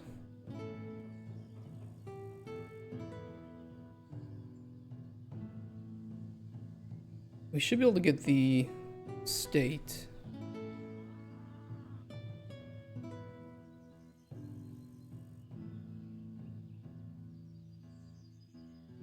Technically, when setting up the widget, we need to determine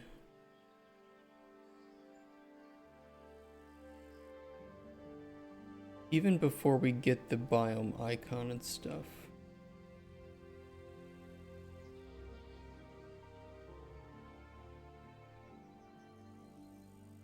If the state is equal to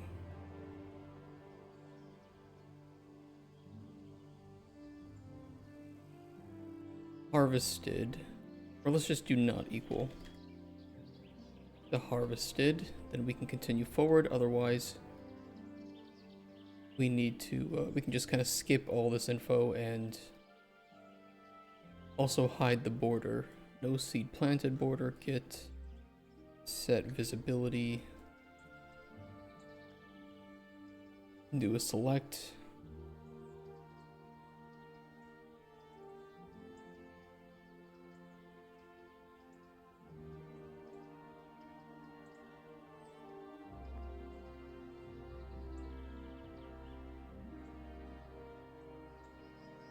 Should do it.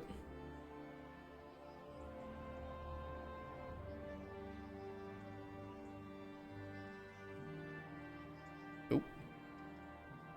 Pull it back.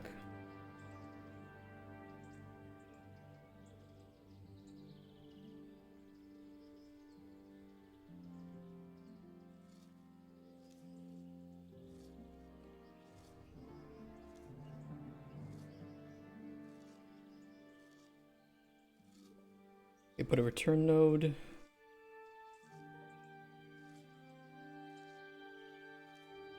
Otherwise, we can build the widget.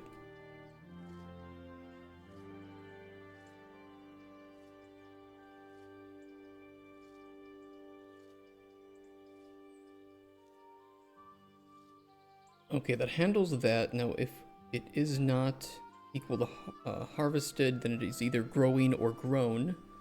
So we can update the growth cycle text.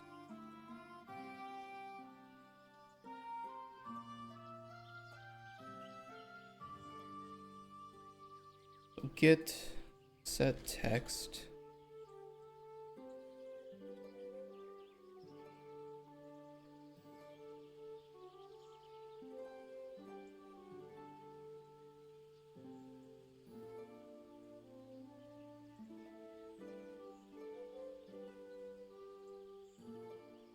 We're gonna do an append with the raw growth state. Enum to string that, and then depending on whether or not it's growing or grown, I will append ... or an exclamation point. I'm playing Supermarket Sim?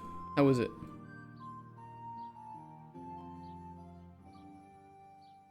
Is it fun or is it Supermarket Sim? Is it what you expected, and is what you expected a good thing?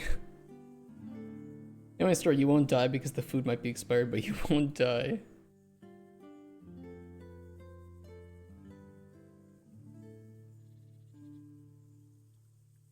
I may not die, but I might get food poisoning.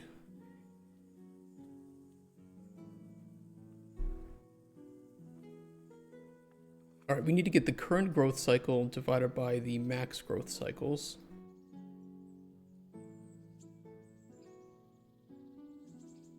The max growth, actually they'll both be in the farming plot ref. Get growth cycle. Max growth cycles. Build a string. Suffix hours.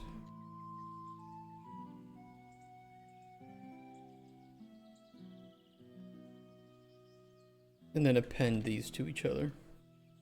We're in a supermarket with all the bitchy customers. Okay. A long time ago, like many years ago, I wanted to make a like 60s supermarket sim. It was more like a management tycoon game, actually. Why you sometimes use return node and sometimes don't? I use return node in every place that I can and should. With period accurate products, yes, and music. And fashion.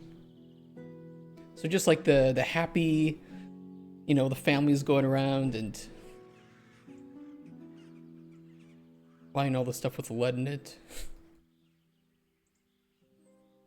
Thought it'd be an interesting time period to do, rather than modern. It can discontinue left and right for having lead in it. Exactly. We're on this equal mind here. And all the the advertisements too, with like that happy kid, you know.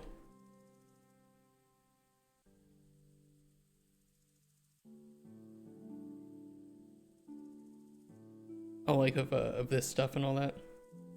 Thought that'd be a pretty fun time period to set the supermarket in.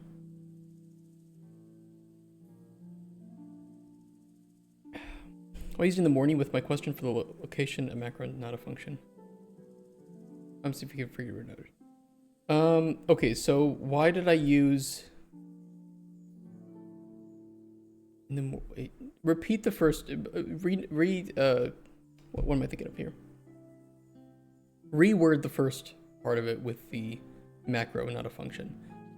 If you don't if you forget a return node and you don't return anything, you should be okay. It will automatically return. If you ever return information and you forget a return node, you're going to return the defaults for that, right? So let me find an example. Where do I have a function that okay, so like this. If I forget this return node here, right? Well, it is going to well, actually in this case it won't return, but let's pretend that it does, but it's going to return the default of whatever icon is set to and not the information that I want it to return. But if it's a function that doesn't ever return anything, like reward C doesn't return anything, not having it here is not going to cause a problem, but it's just good practice to do that in the case that I do want to return info. So it's just kind of like train your brain to always use a return node in cases where you want to return, because that ends the function. But Unreal will automatically end the function if you don't have that. But there might be some cases where you're doing a loop, for instance, like here, and I wanted to end the function when it finds the right thing. So I'm saying, hey, end the function and return the icon that you found, and then it won't do any more loops, right? Because the function is ended. Whereas if I don't have that, it will keep looping, and I would have to return, I would have to store the icon that I found and then return that icon.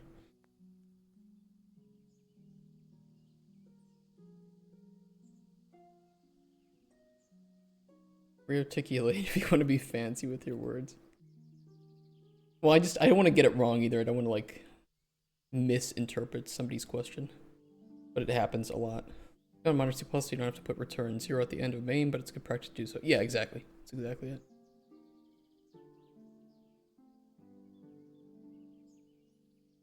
Okay, what was this? This was the growth cycle,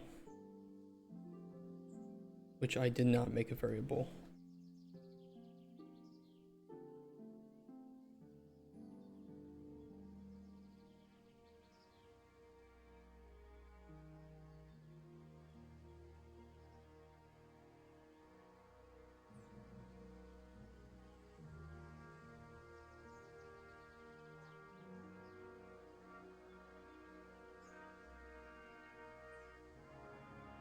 No, you need but God, do I know programming? I wish I would have been an art major.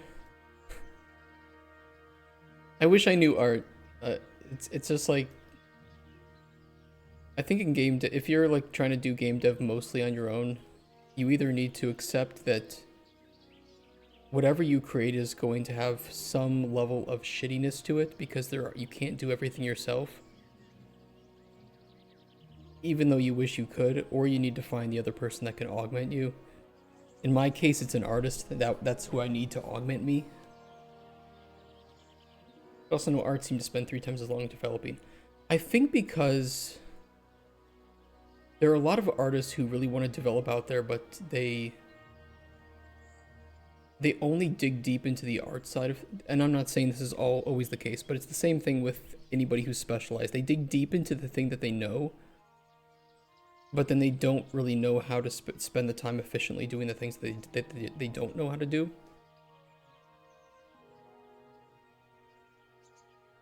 Every artist searches for a programmer and vice versa. Yeah. Yep. And never for a designer.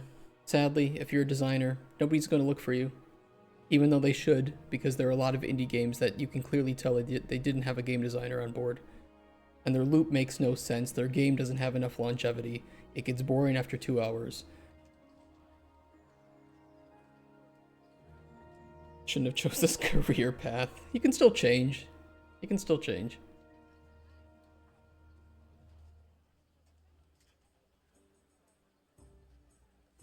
Already ready for the goat farm.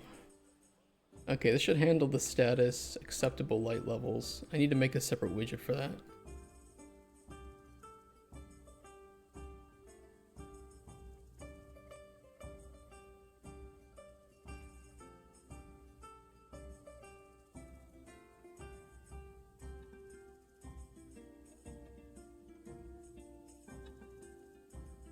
WBP plot widget light requirement icon. Canvas.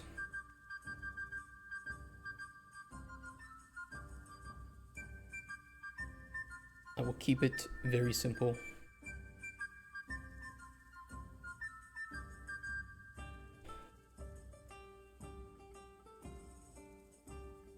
I think we want a 64 by 64, right?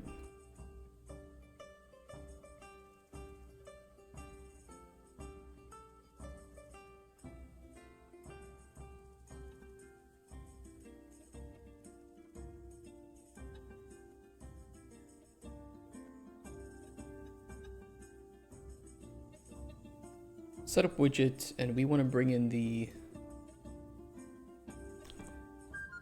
light requirement.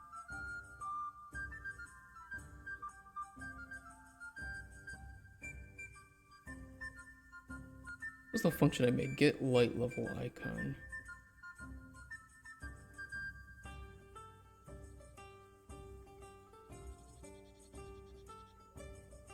Yeah, we'll do that. Get light level icon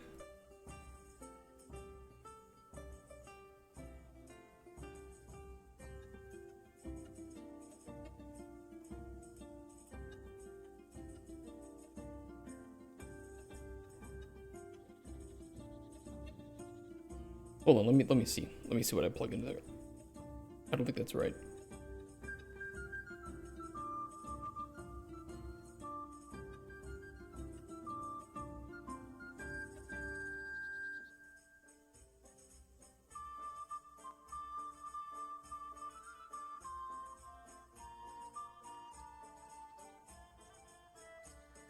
Match light level F names to enums.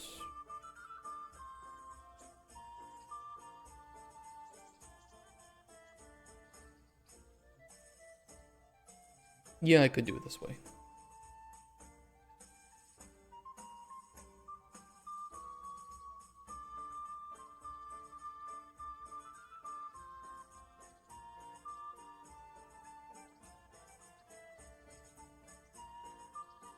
Okay, hide these, hide these.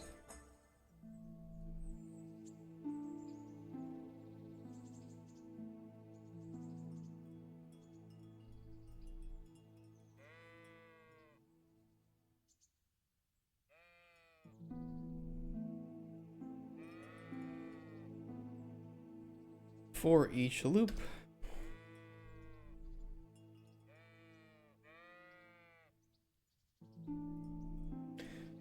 Hey man, how's the stool pot going? Going good. It's going good. We have we're getting the UI set up so that you can select which seed you want to plant, and it'll give you information on the plot, and doing growth cycle checks based on the available light and the biome that it's in. And I think we'll have all of that done today, probably. Proud of you, thank you.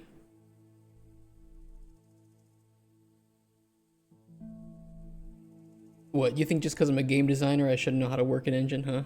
Huh? No, I know you don't think that.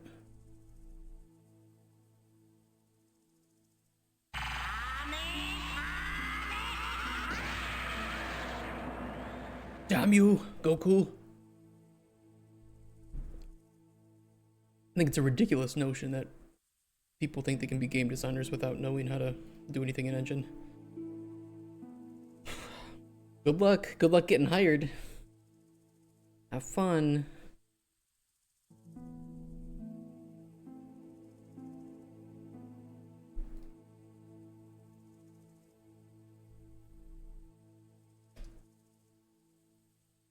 You could send through the direct icon, but I think I'll just send through the light level.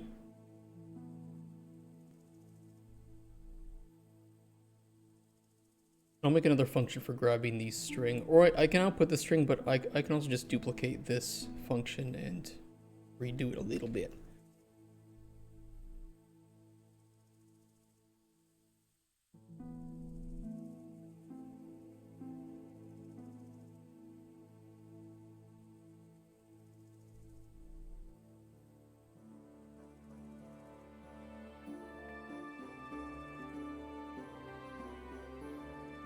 Yeah.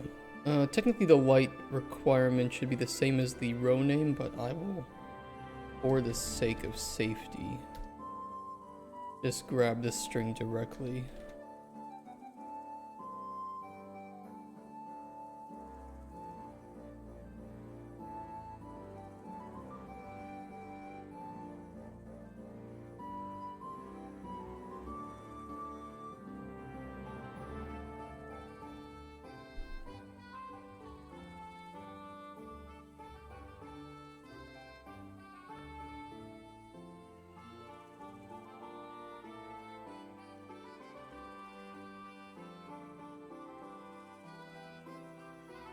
Do our error.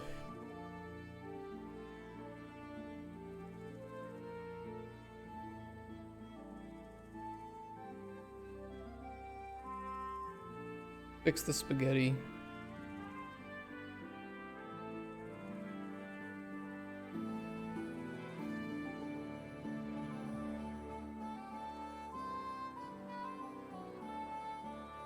Ooh.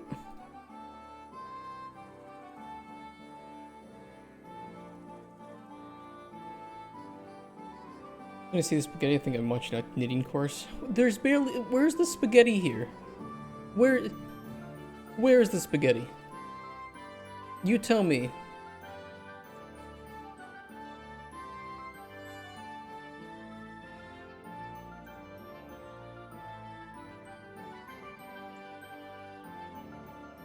I ain't seen no spaghetti.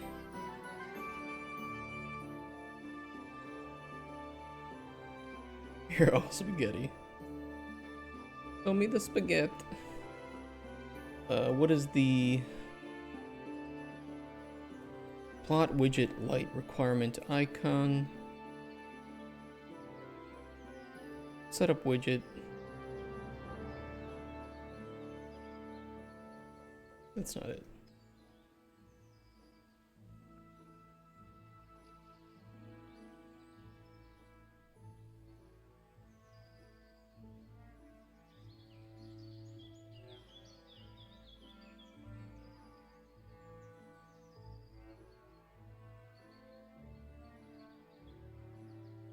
Okay, setup widget, and then we want to add it to the box. Add child.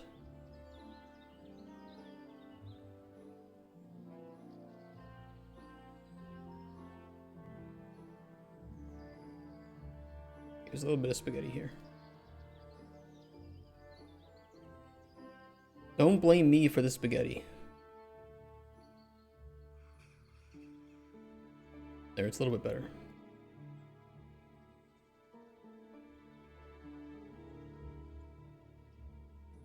I think that's everything then.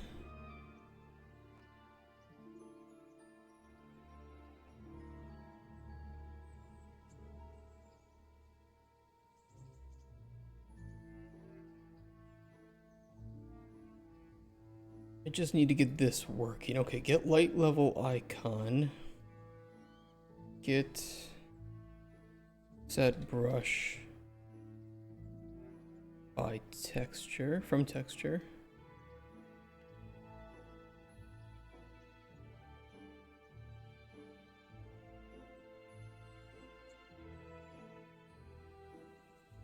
Get string for light level.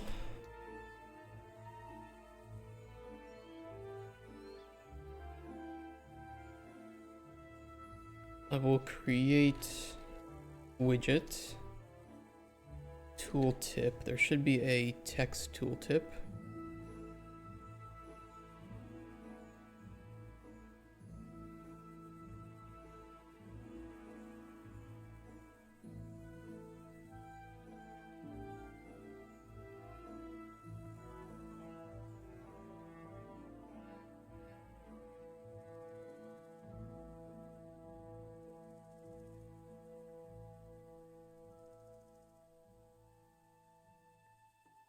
Okay, and then set tooltip widget.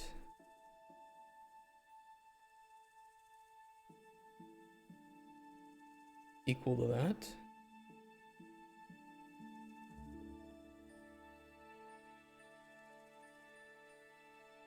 Add return node, and we're good to go. I'm going to hack a seed into the farming plot.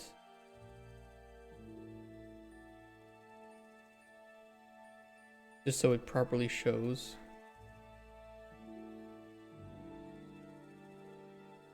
Seed, flame, grass, N.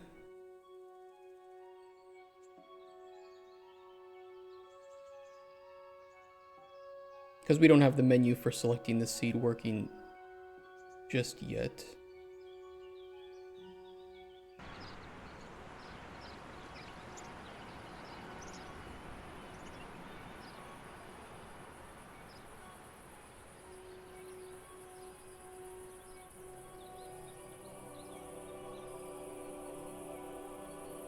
We should set a state for it being halted.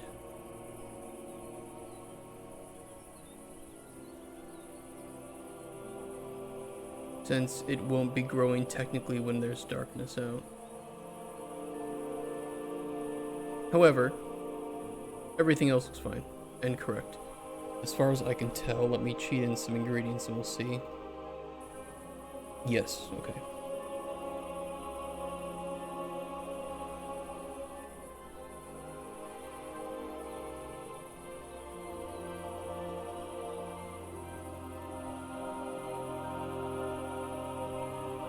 This should not be growing, and it is.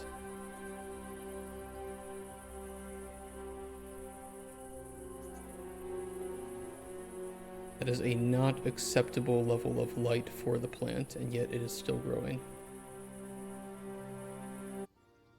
Shut the fuck up. Shut it! Shut your mouth, you dirty whore.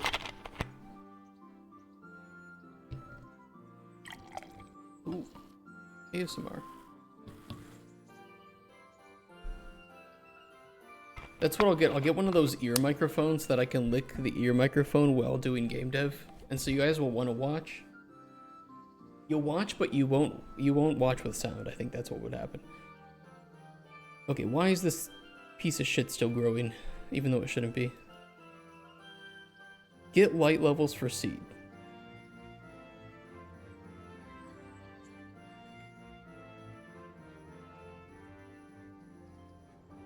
It shouldn't be in there. It shouldn't be. The current light level would be darkness. And the light levels available for the seed should not be correct. Okay. Let me... Please don't. Don't those things cost like $1,000? You have the most epic joke ever. What soda drink is most popular among 2D artists? Which one?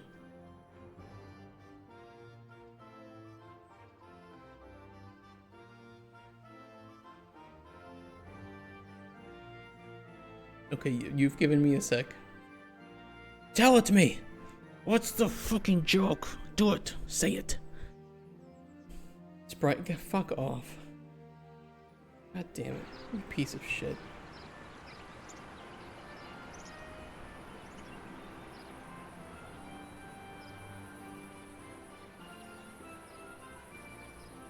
Okay, I think it is number 6, right?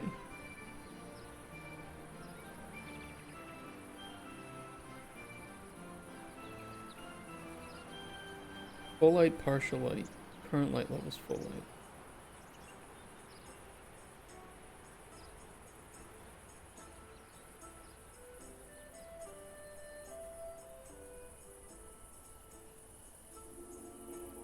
Yeah, but that can't be. That can't be that one. Current light level full light. Full light. Darkness. Bruh. If the current light level is darkness, then the outcome of this would be false. What are you huffing? Full light, partial light. Contains darkness. Output, true.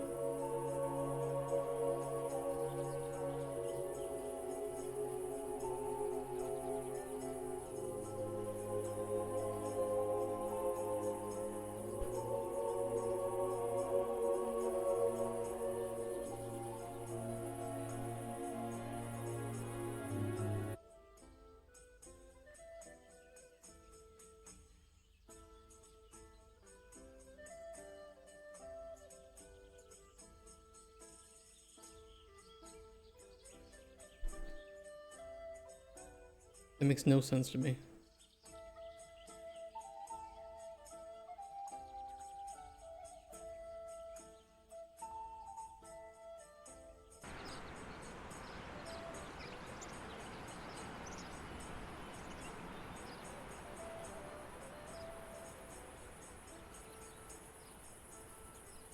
Hold on.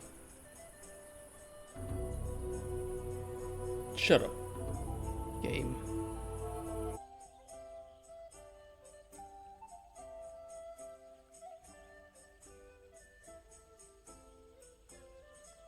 Not outputting at all. I know why. Because we assume that, wait. Yeah, I see the issue.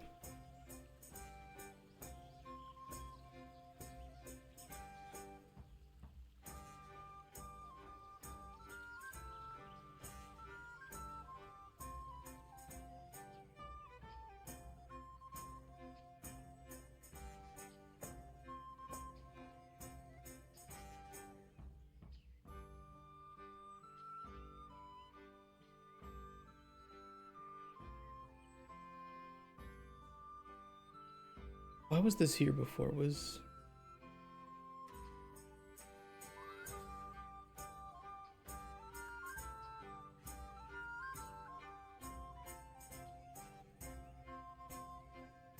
Yeah, it was working before because we assumed in the cave we didn't have to do a light level check. And we assumed that we would be filtering out seeds that couldn't grow in that biome anyway.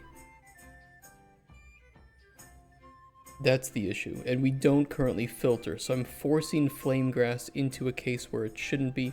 However, I can still account for that and put in some redundancy by doing this check before we do any specified knowledge or a specified check for the light level.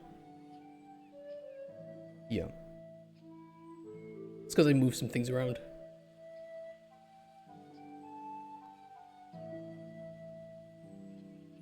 Let me just fix this shit.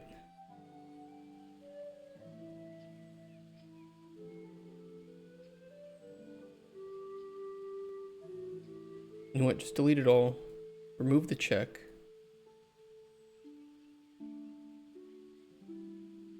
We do still need to do a biome check, but we won't do that yet.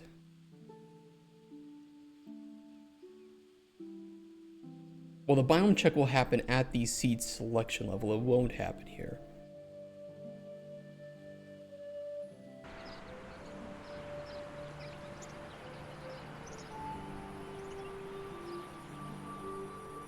We should see 1-0. Yes.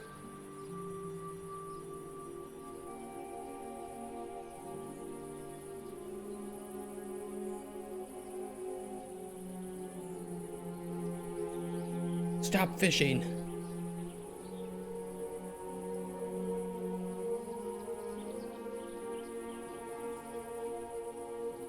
Should be darkness. Yeah, these shouldn't grow. Okay, they're not.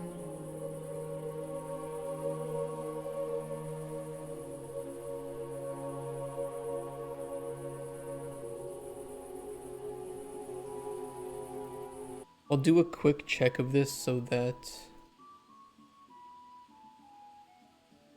if biome is equal to cave,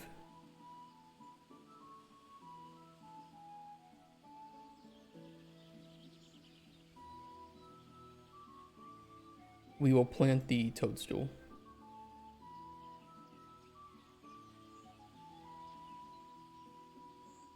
Now the toadstool should continue. It actually shouldn't grow right now because it's not, if there's too much light. Or no, because we assume that it is in the darkness because of the biome, the cave. It will grow. These will hit growth cycle of 2 and then stop growing since it is now nighttime.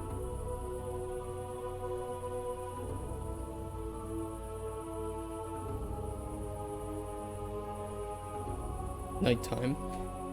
This will continue to grow because it is still darkness. It is. You can see it getting bigger. Look, chat, my mushroom is growing. Mom!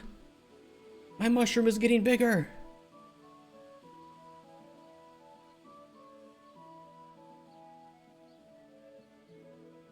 Very slowly.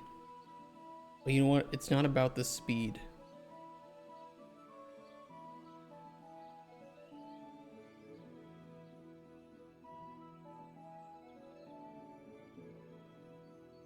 Technically, can't the toadstool also grow in the forest? Let me check. Yeah, it can. It can grow with partial light and darkness. So theoretically, it should grow as well in the... Well, it wouldn't be partial light, but I could force partial light by setting the weather. So let me grow toadstool in all of them. I'm for time. I will do that. Just wait. You have a lot to do. Bitch.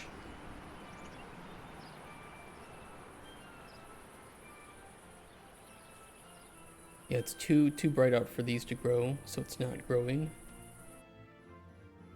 If I set the weather though to technically there's partial light.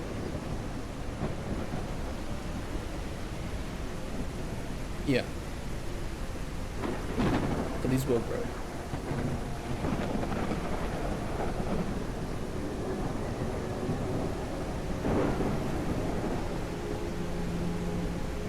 And nighttime should hit now. And they'll still grow.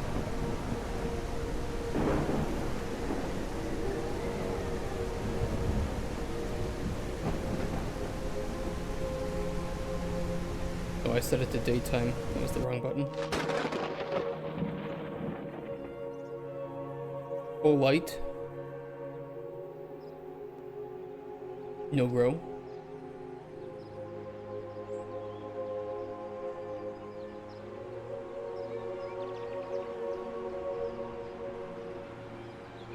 Or this one will grow because it's in the cave.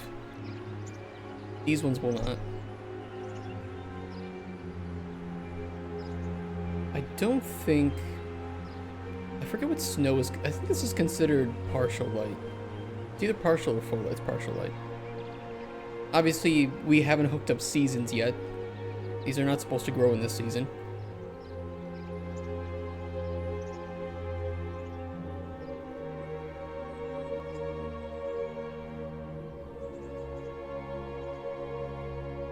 And also my prototype materials do not receive snow. That's fine.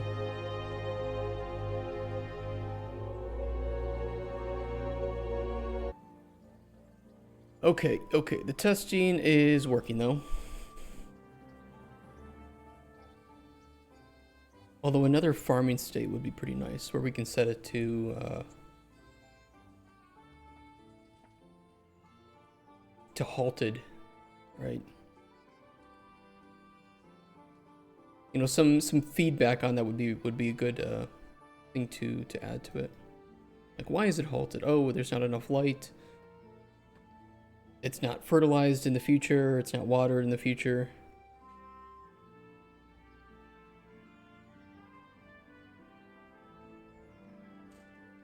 All right, we'll do your event. Where's my custom event?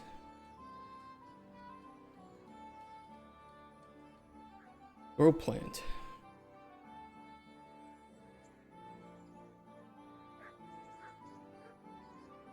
Input of a vector. Overgrown.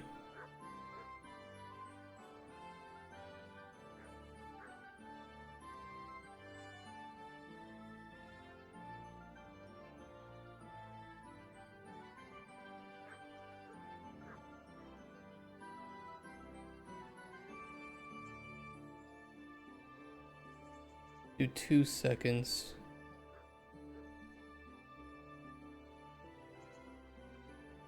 What would overgrown be?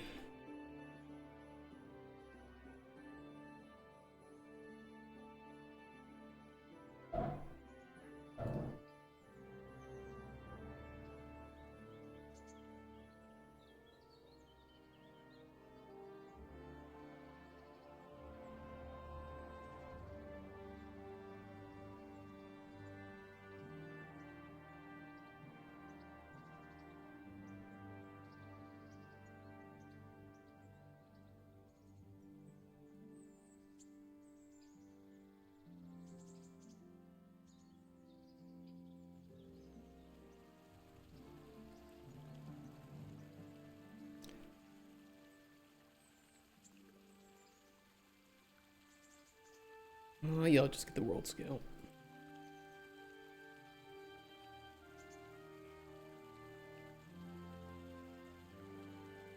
That sounds like something that would be good for investigating after the core system is implemented.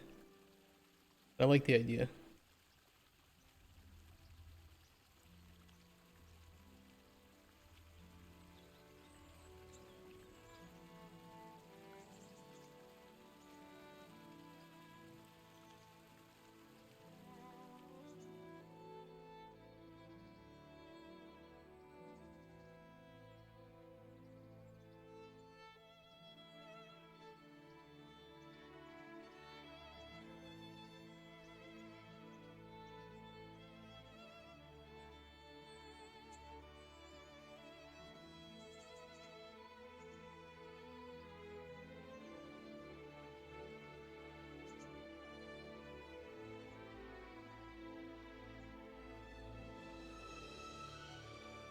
Yeah, that should work.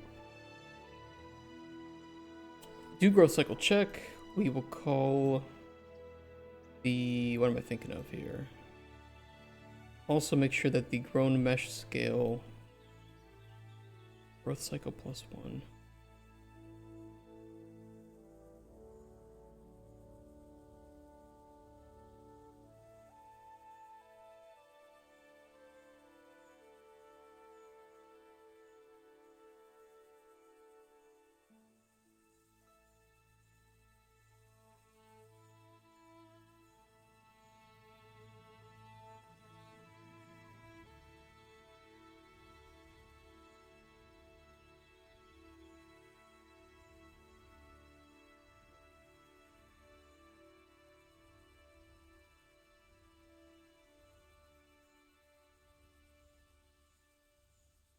It's not really gonna work.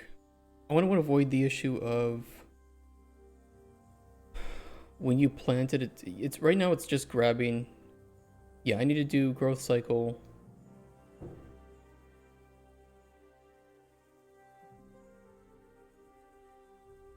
Or we need to like put a mound there, but for right now I will do just an addition, which means the first cycle it's actually not going to change. And I'll just make a note here to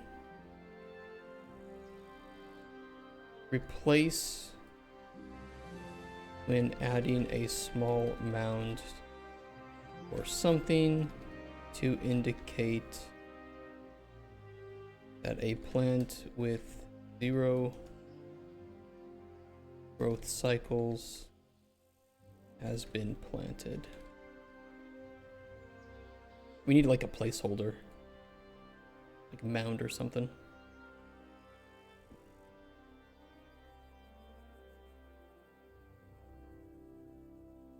It fix that.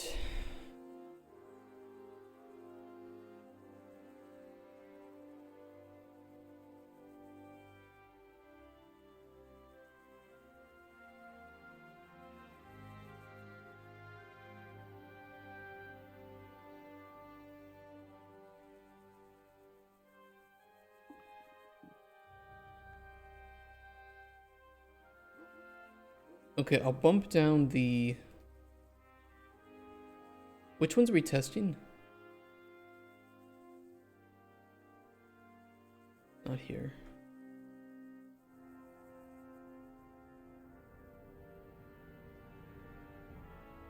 Flame grass. Just to test, I'll bump down the flame grass to...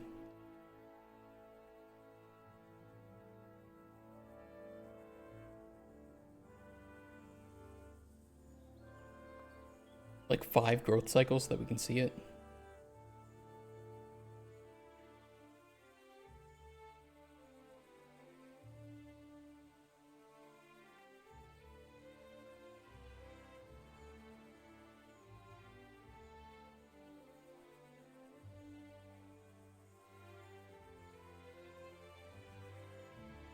I think we read from this, right? We don't read from the seed.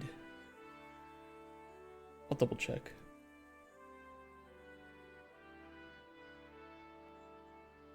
Oh no, we do read from this.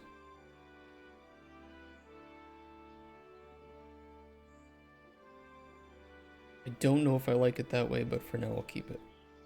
I'll set it to 6 hours to fully grow the flame grass. That way we can see it. But it should do the lerping now.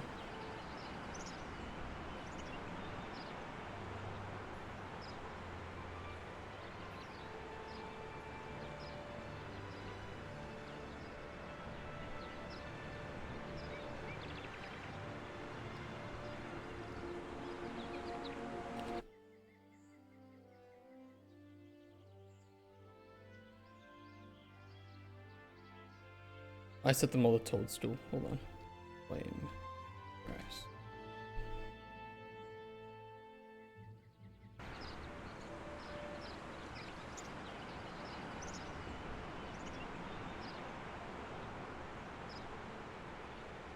Oh.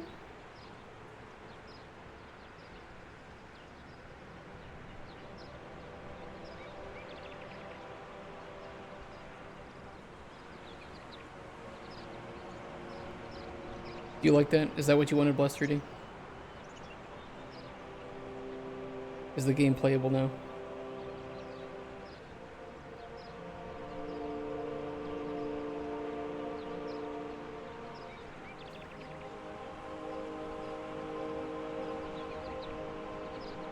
That's what you want, okay. I hope you're happy.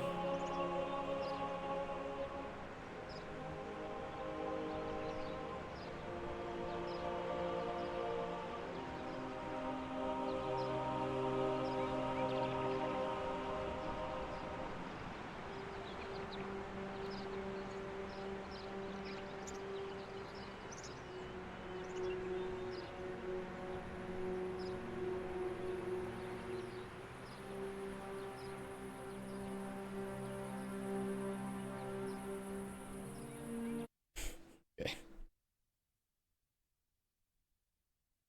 It's still doing the... Still has the issue though with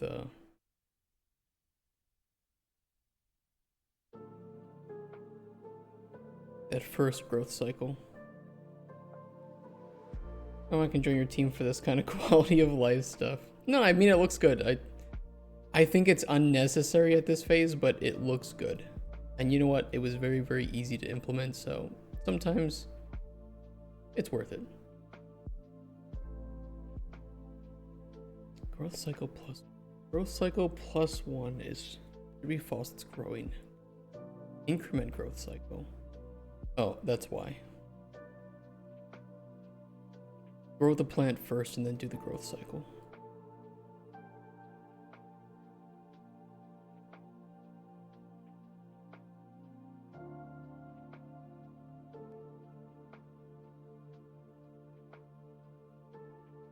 It'll be 1 divided by max, multiplied by the mesh scale for max.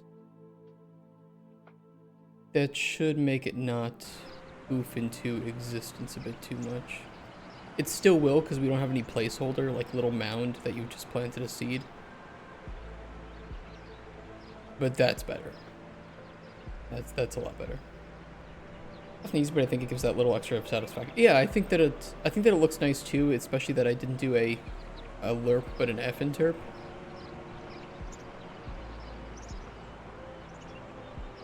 So it kind of looks like a little like squishy.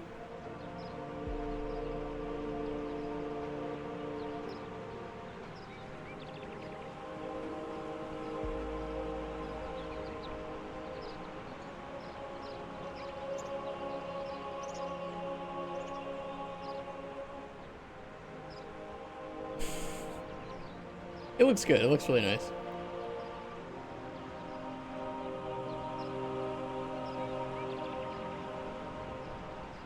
Technically, the harvesting is working.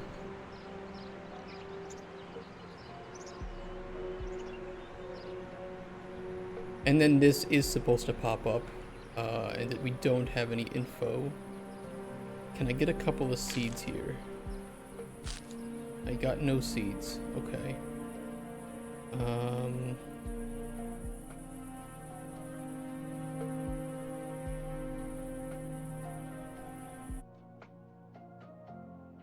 Let me try this again.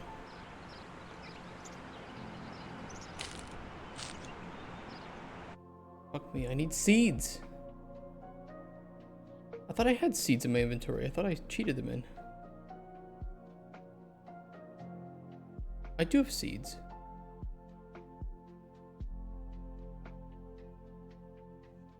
Oh, you know why? It's because that widget should not be appearing yet, so we haven't built it. That's the issue. Well, it's set to collapse by default, so why is it showing up? It might be being forced here.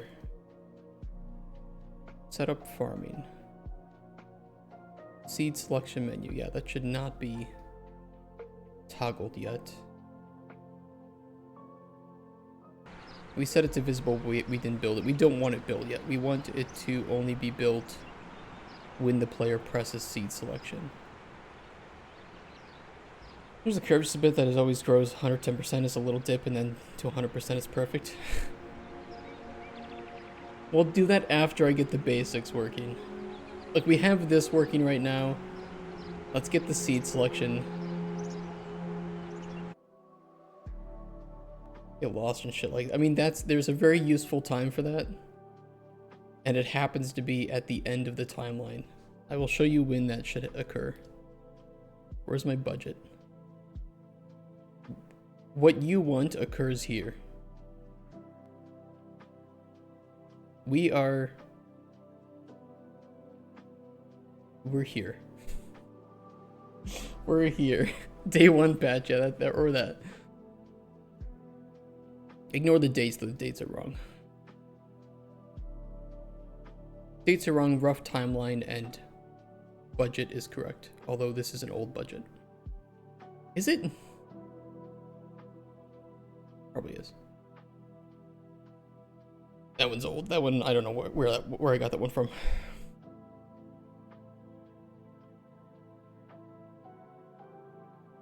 But yes, it will be over 7 million zloty for this game. You should have seen the Polish publishers that I pitched that to. It's just like smaller Polish publishers just don't. They just don't have that money. They just don't. Like, they're really great people. I love them. I love the indie publishers in Poland. They're often very, very nice to talk to, and they've always been very helpful to me. But they usually work with like 1 million zloty max, or 1 million euros max budget, and the game would have to be exceptional for that. Just mushroom and bunch of seed. Yes, that's exactly what the game is. Most Polish publishers are maxed out around 1K. Yeah. KK. You mean 1 mil? Most of the ones I talked to are 1 mil max hero. Or a lot of them, a couple of them were 1 mil max. Most of them were like 250 to 500,000 euros max. But I was talking to a couple of international publishers, and they work with around, especially if they're like AA to III, they'll go with 3 to 5 million euros often, upwards of 10 too for some of them. Playing co-op? No, single player only. There are enough challenges in this game that trying to go co-op would be biting off more than I could chew. Not that the game couldn't be fun, but with a RPG where your choices matter, I think that it's hard to make choices matter when you have more than one person playing.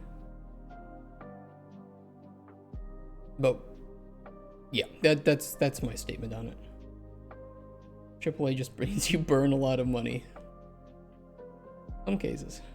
Usually it's art. It's art, and it's just the packaging of accessibility options, of localization, of the voice acting. There's a ton of ways that budgets can get inflated, but a lot of it is art. What was I doing? Farming plot, seed selection.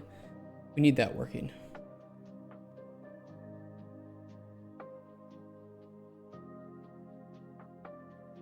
All right. Seed selection, unreleased. Exit, unreleased. Farming plot ref. And farming handle inputs. And farming.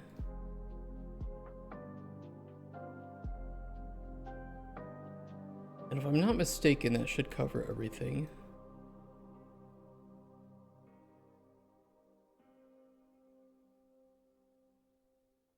Does not handle the...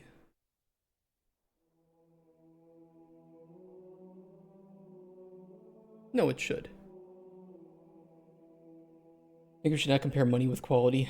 No, I don't think we should either. Especially when it comes to game design. I think the game design needs a comparably lower amount of money for people to consider a game fun than art does for a game to be considered high fidelity. If that makes sense. You know, you take a look at a game like Dragon Age Veilguard, you say, this is a game with very high graphical fidelity. The game looks good. From a gameplay perspective, though, well, I have a review up on YouTube if you want to see that. We won't talk about that game anymore.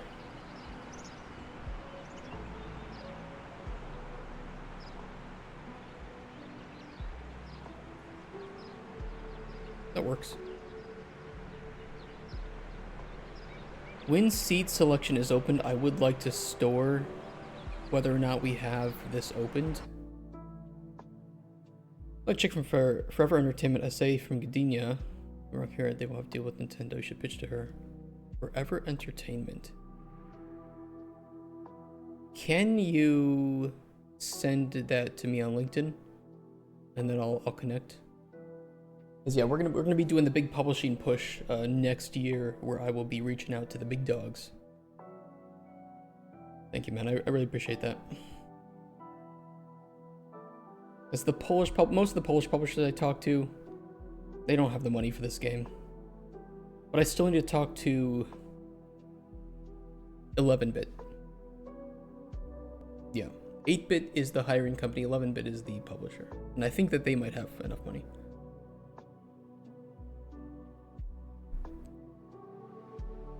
Fuck them. I mean, they're nice. I have other game ideas that I can pitch to these indie publishers. They just don't have the money in Poland here for it. But I have other games that I might want to pitch to them next year if I feel like I want to go to Digital Dragons with a different set of games than I would want to go to like Gamescom with. I don't think I can make Gamescom this next year, but if I'm gonna go to Digital Dragons, I'm more prepared now for the budgets that these people have available to them, so I might prepare a pitch for 1 or 2 different games that are being worked on internally that we might want to search funding for. Shitfest right now. Yeah, it is. Win lottery? Yeah, okay, I'll win lottery.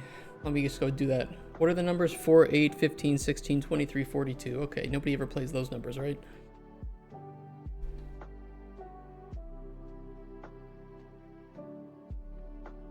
Okay, close these. Don't need those open. Don't need that. Close the function library. Seed selection.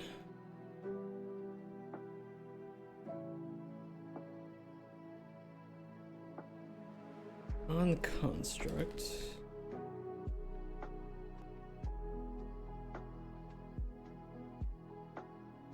Get the farming HUD.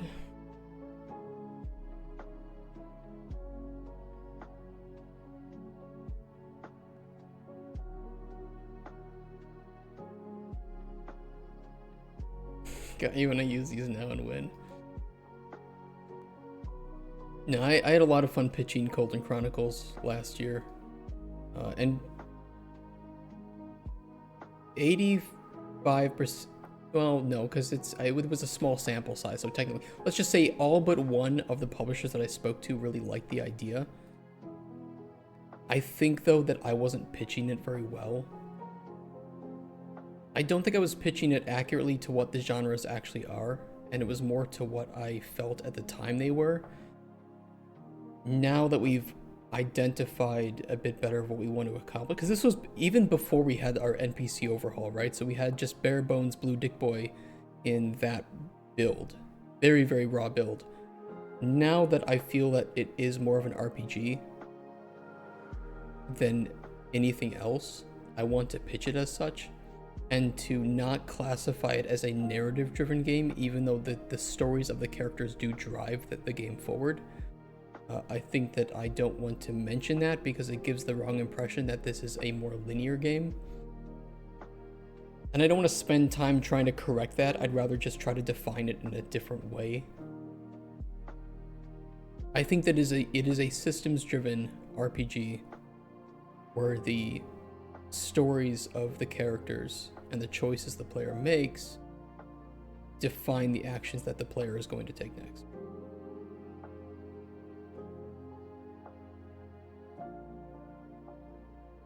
But I'll get that all sorted when I make the pitch. I don't actually write a script for pitching. I just kind of take my materials and I just go there and talk about the game. So there's always like a bit of learning that goes.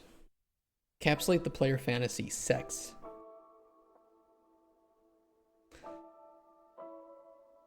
But no, that is a good idea. It is a good idea. You are right.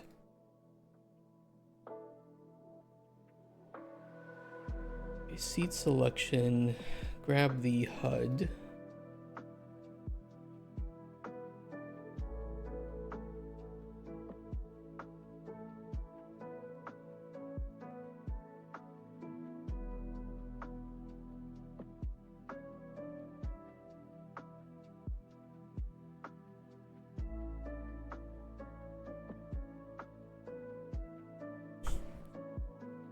Yeah, you're right about the player fantasy being key to it. I don't know. Part of me is like, I shouldn't have gone last year because we weren't even ready for it. But also, I'm glad that I went even with the bare bones work that we had, because I at least learned more about these publishers, got more experience pitching, which I had only had one experience with before. And now I feel more confident about selecting the people that I want to talk to rather than just filling up time. So it was a good thing. Without vertical, yes, we talk about it all the time. The thing is though, without most publishers don't see vertical slices. So we already have more than most developers do, but I think that if you have a vertical slice, you are in the best shape that you can be, and it is, in my opinion, the minimum requirement you should have if you want to get funding from Kickstarter, if you want to go to Steam Next Fest, if you want to start actually turning the heads of people. You shouldn't even have, in my opinion, a page up on Steam before you have your vertical slice. I know that's a lot to ask for, but if you want people to be interested and not mismarketed, they need to see exactly what the game is. The thing is, getting to vertical slice is a huge chunk of money in a lot of cases. Depends on the game. Our vertical slice will cost about $700,000, and that was according to last budget. I think it will be a little bit different now, but still roughly around that figure. It is what it is, and it's mostly just because art. All of this is placeholder, and it needs to be replaced. That is money.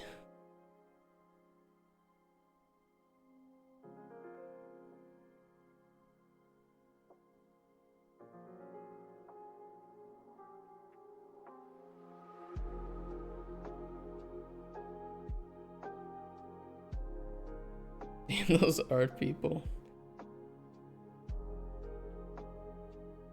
Technically, I am prepared to prototype the entire game myself. That I knew that going into this. I'm thankful I have a couple people helping me with other aspects.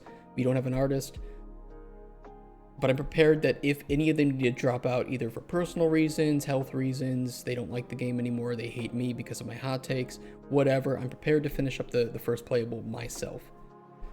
What I can't do myself without reasonable amounts of funding is the vertical slice. Oh! Ooh, was it a good one? Did it smell good? I try hard. It takes out farts. It just says to her firstborn, you're just a placeholder. Oh, fuck. That's rough, buddy. You know, the good thing, at least, I think that our first playable is of significantly higher quality than most first playables.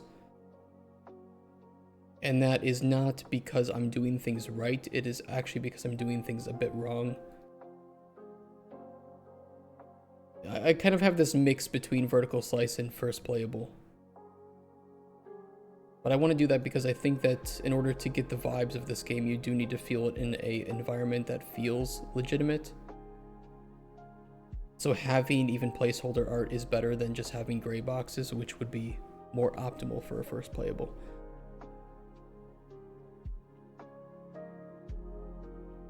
But I'm okay with that.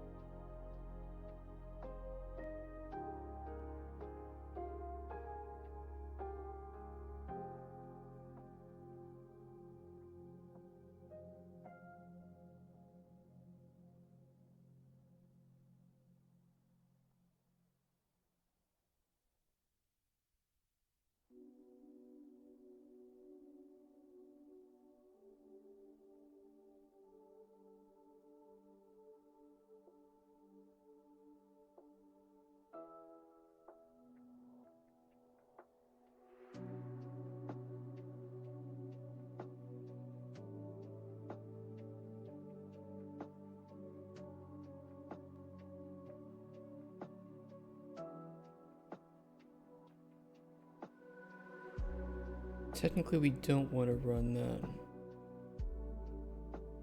on cancel.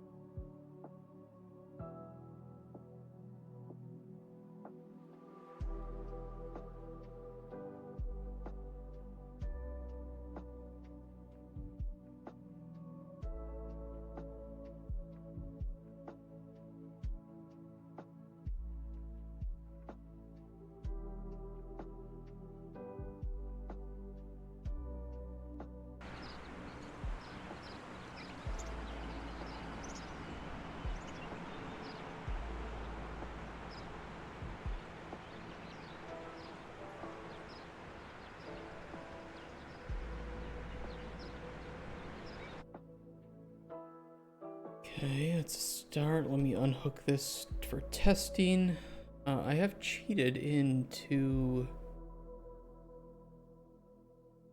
seeds, so I should be able to force that.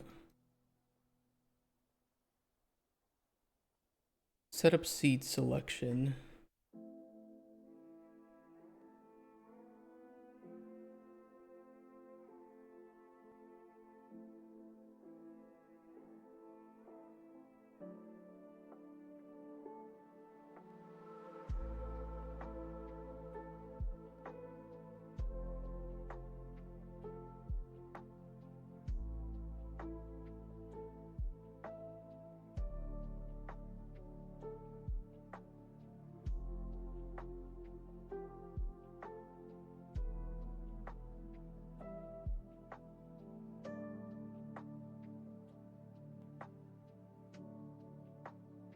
Little bit dirty. Oh. But if it works, nobody knows.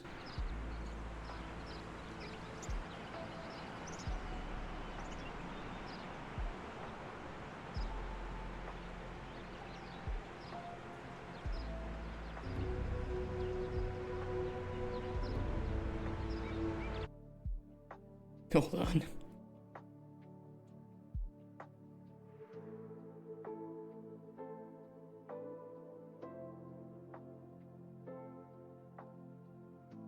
What seed gets selected? Seed, plant, seed.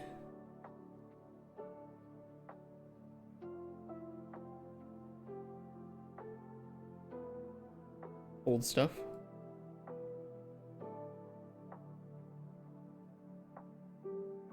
Last fish? Yeah, take care of plus 3D.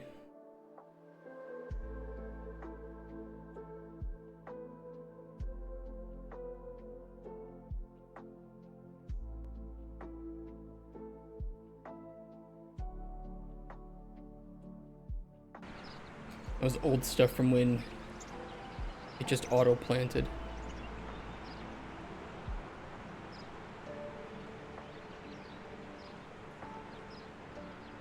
No seed planted, huh? When we plant the seed, we have to tell it to update the,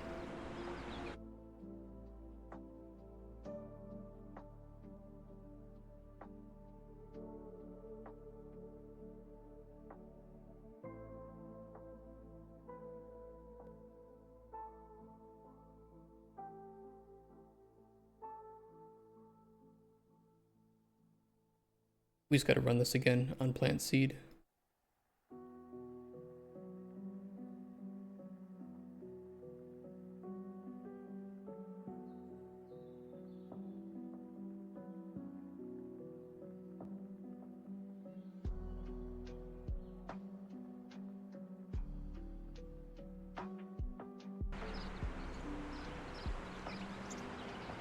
I don't like the seed info panel either.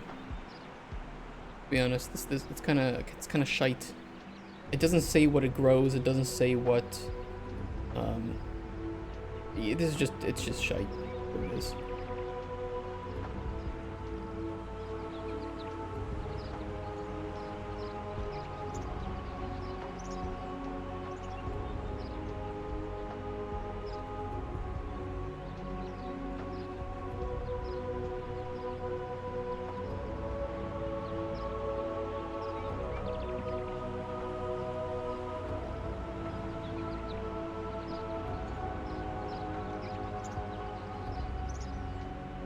We also don't remove the seed. That's an easy fix though.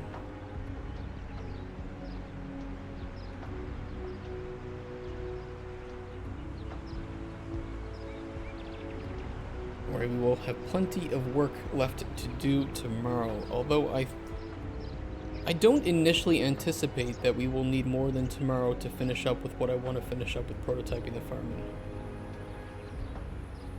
And that does not include the necessity to add more content and all the seeds into the game. That will be a separate little bit.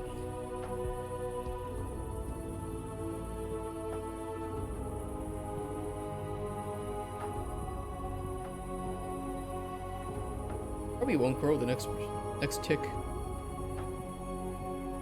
No.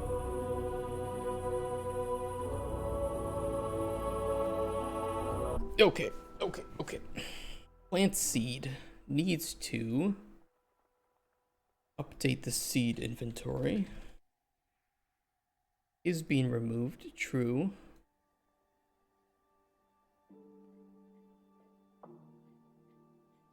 We assume a successful... Oh, hold on.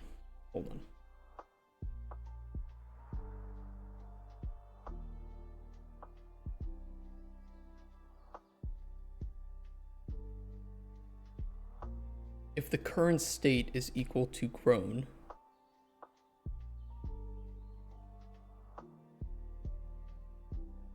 then we know that the seed in there should not be returned to the player.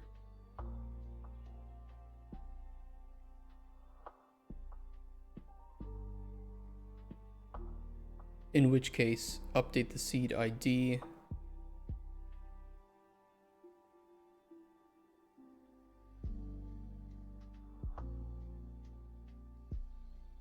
And remove it from the inventory.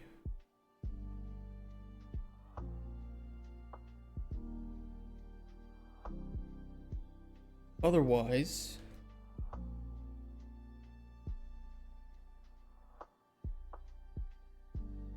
add the seed back to the player's inventory.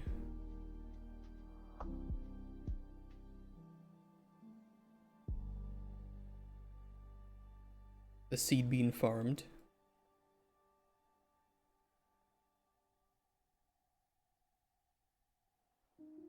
Then remove the new one and continue forward.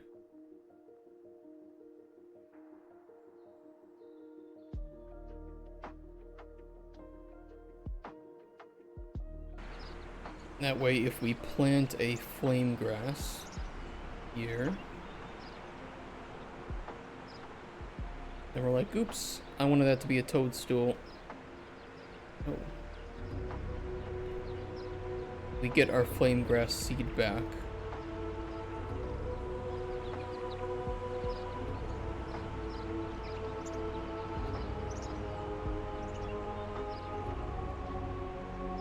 Okay. Hold on.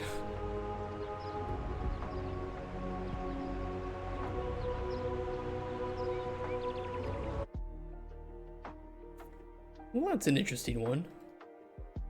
What's going on with the seeds, huh? Player inventory seeds.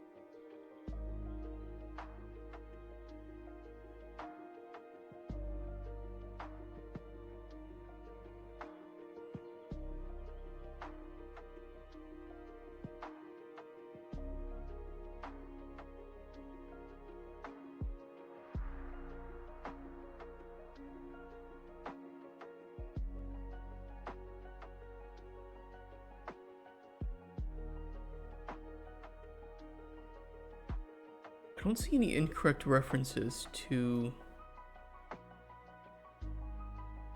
structures here.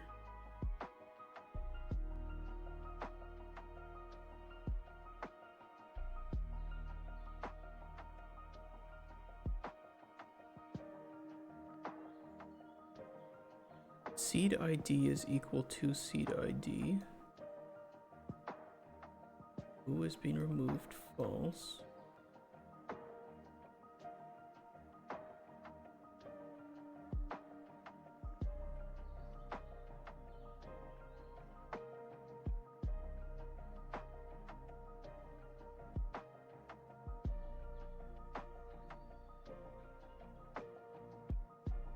It looks correct, so let's debug this.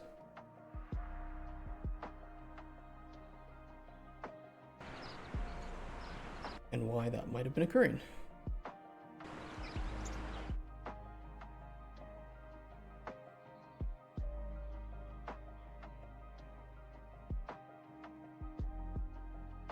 Okay, first thing we did was we set it to be flame grass. And it is being removed, so should just subtract that from our inventory.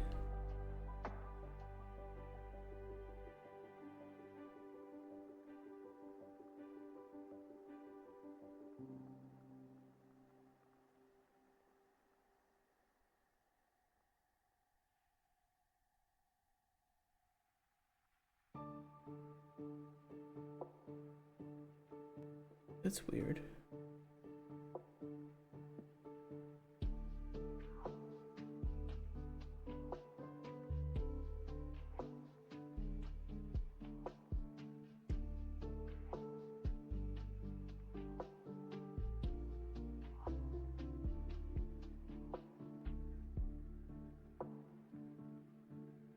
Seed toadstool and amount 2. Seed, flame grass, and amount 1. Yeah, it's interesting. Okay, hold on.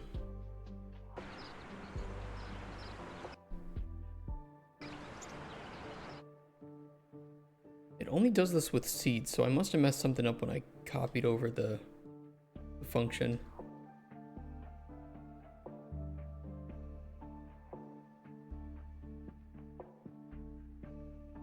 It looks correct right now.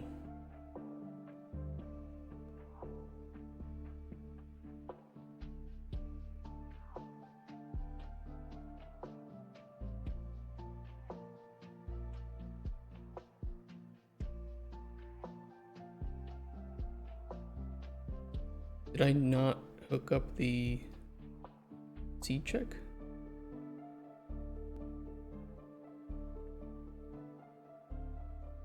Seed being farmed, seed ID.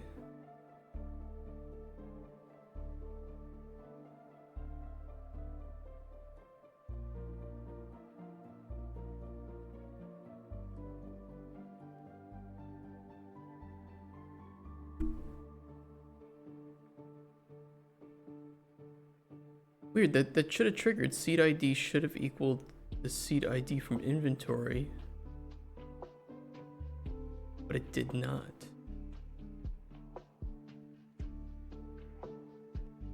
That's why it made a dummy.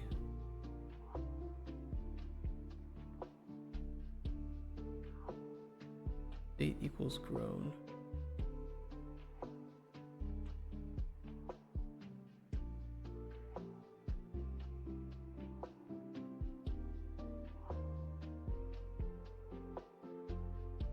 Oh, probably because okay, I see the issue. Yeah.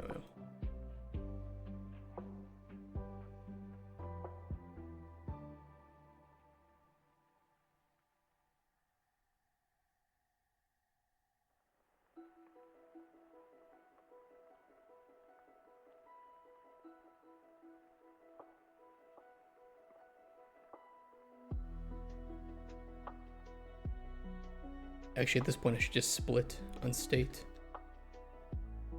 Or switch, I'm sorry, not split. It was because it was technically harvested, so it was trying to add back a null seed reference, which it shouldn't do. I thought I had put preventative measures in there for that, but you know what, whatever. Okay, if it is grown, we just want to add that. If it is harvested, which is default, we just want to add. Otherwise, it is growing.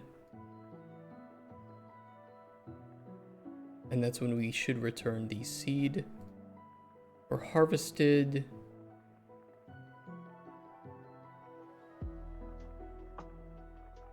No seed inventory update. That's what it is.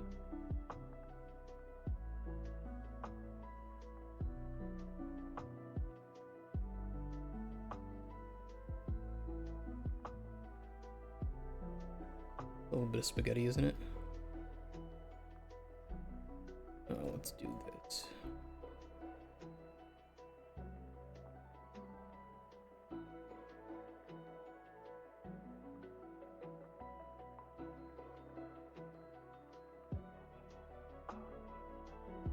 A little ugly, but workable.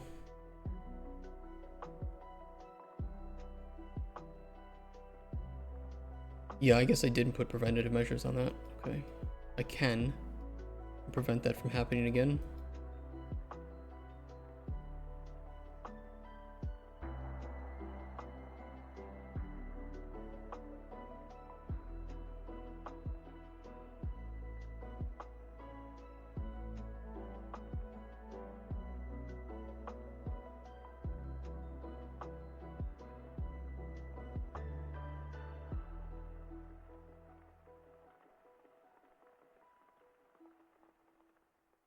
Attempted null seed update. Seed inventory update.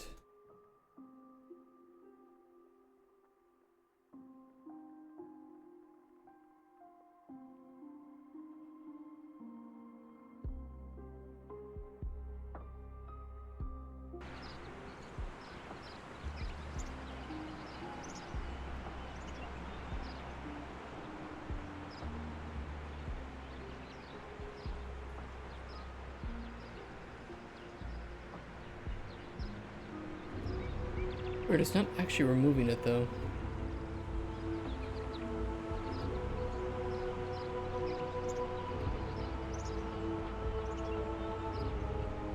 Or it did for toadstools.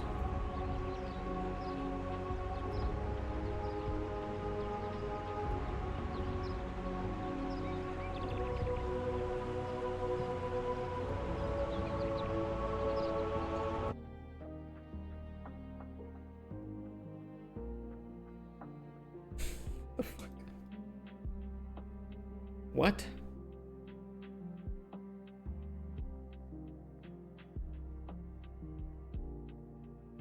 Oh yeah. Dewey. Is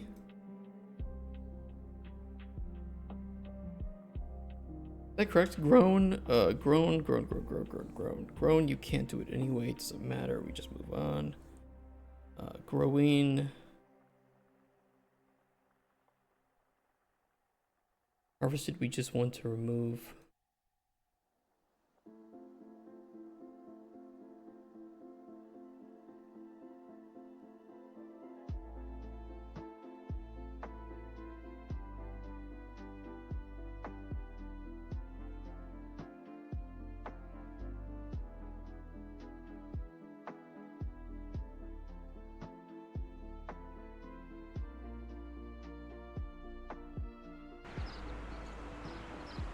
Be fine. Unless I re-fucked it up. Possible. No. Good.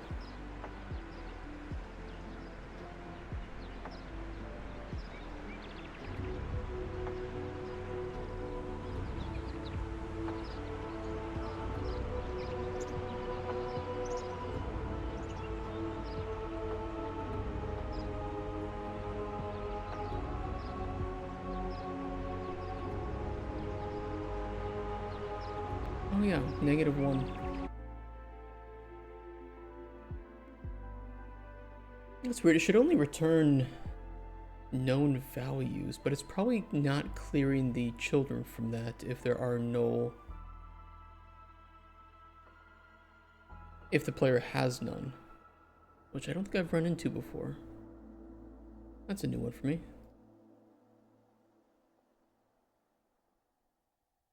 Seed selection menu. Setup widget. If valid index. No, because we do remove... We do clear all children. So no, that part is correct. Something with get seeds. When we have no seeds.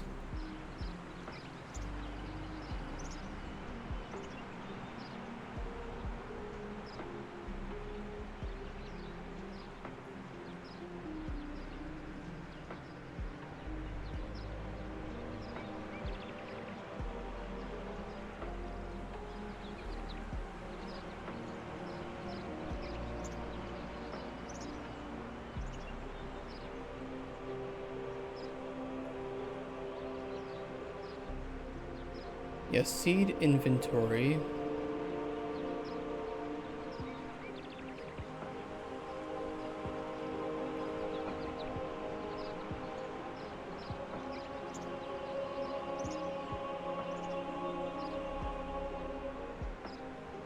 Indices to remove are 0 and 1.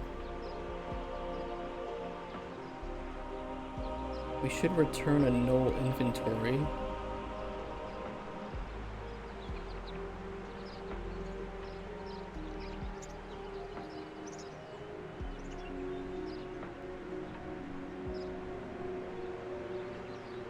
Ow.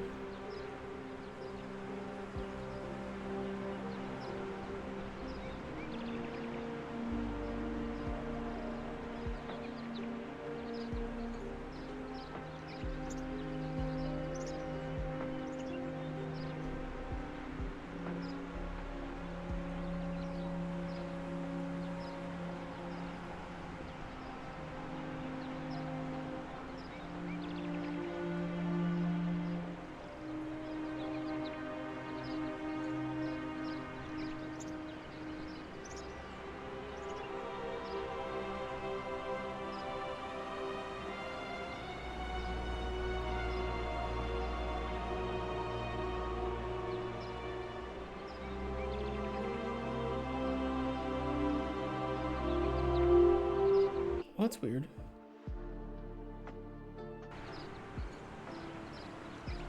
Let me trigger that again. I can look a bit closer on why that index is failing for some reason to be removed.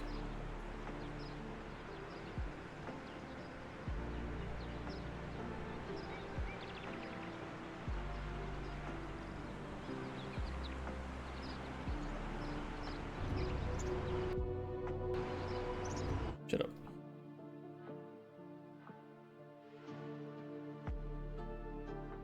Only grab owned items. Well, we own nothing.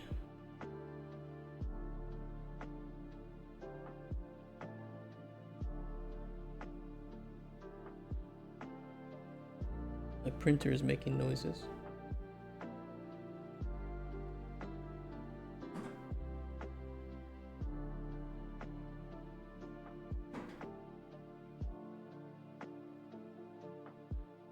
Okay, it's done making noises.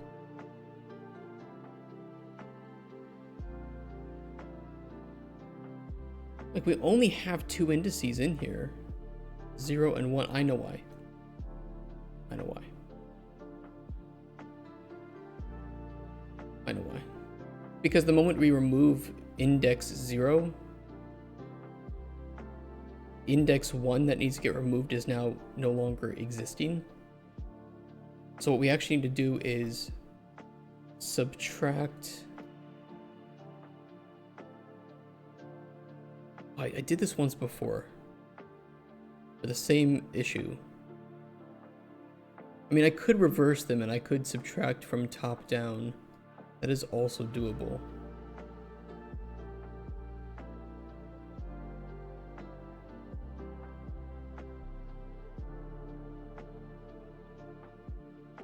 If I do a reverse for each loop, that should do it, right?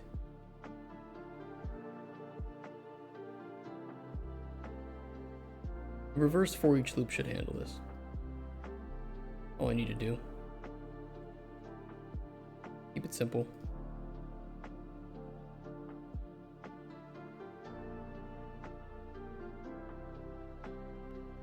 Now, it is possible that that same bug probably exists on Git our ingredient inventory, where we also run that. Get all ingredients.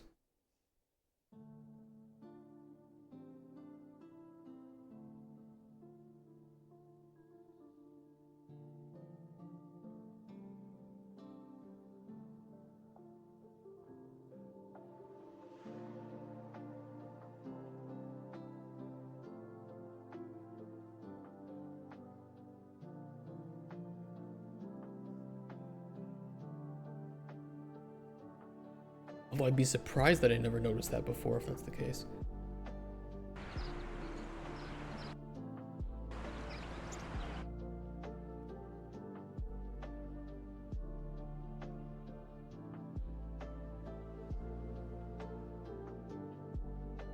Okay, flame grass planted. Toadstool planted. Still planted. Okay, when we have nothing, this should be invisible, and it isn't.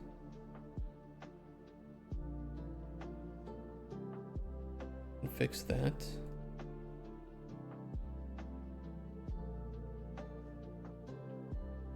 On seed selection, if index is invalid.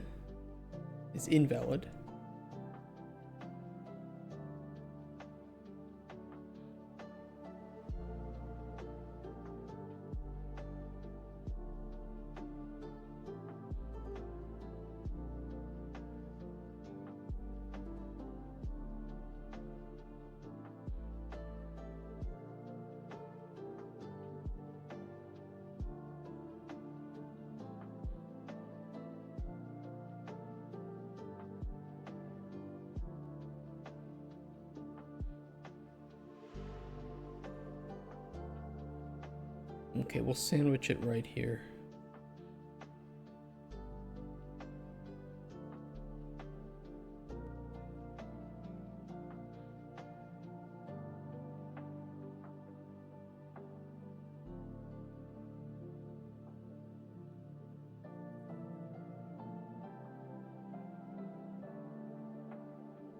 Okay, if valid index, then set to non-hit testable, otherwise set to collapsed.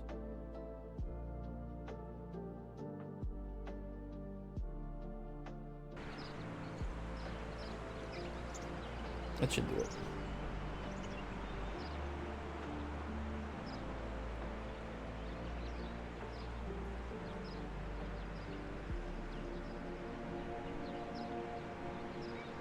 Yeah, be Gucci.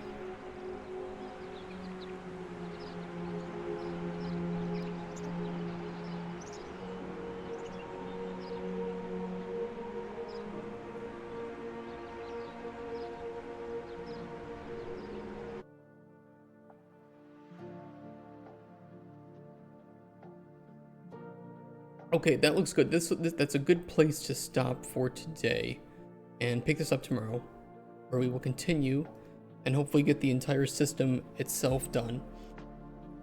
And then we can just focus on adding content. We have to add content not only to farming, but also to fishing. We have a lot of content to add to both of these things. I don't want to go overboard though, I just want to get enough in there that it feels like there is a decent amount of variety to sustain the amount of NPCs we want to have in our first playable, which is 3, ideally, although I could work with 2. So at the very least, if we can go through, we can add some more fish, we can trim up the bait, maybe make a couple of characters have some dialogue lines where they can teach you fishing info, which we already have completely working in the game. I think that'll be a good start. I think that will be. Either way, I gotta run to the store, and I think this is a good place to stop for today. So, thank you so much, guys, for watching today. I had a good time. We made some good progress.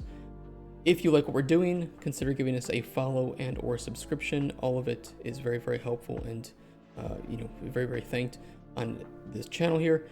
We have a YouTube where you can watch all the previous days of the development by typing in !YouTube, or if you're on YouTube, you should be able to find it. I would hope so. Thank you guys for watching. Have a wonderful rest of your evening. I will see you tomorrow for more Cauldron Chronicles development. Stay awesome, stay sane, stay sexy. Cheers, guys. Peace. Bye-bye. Bye-bye.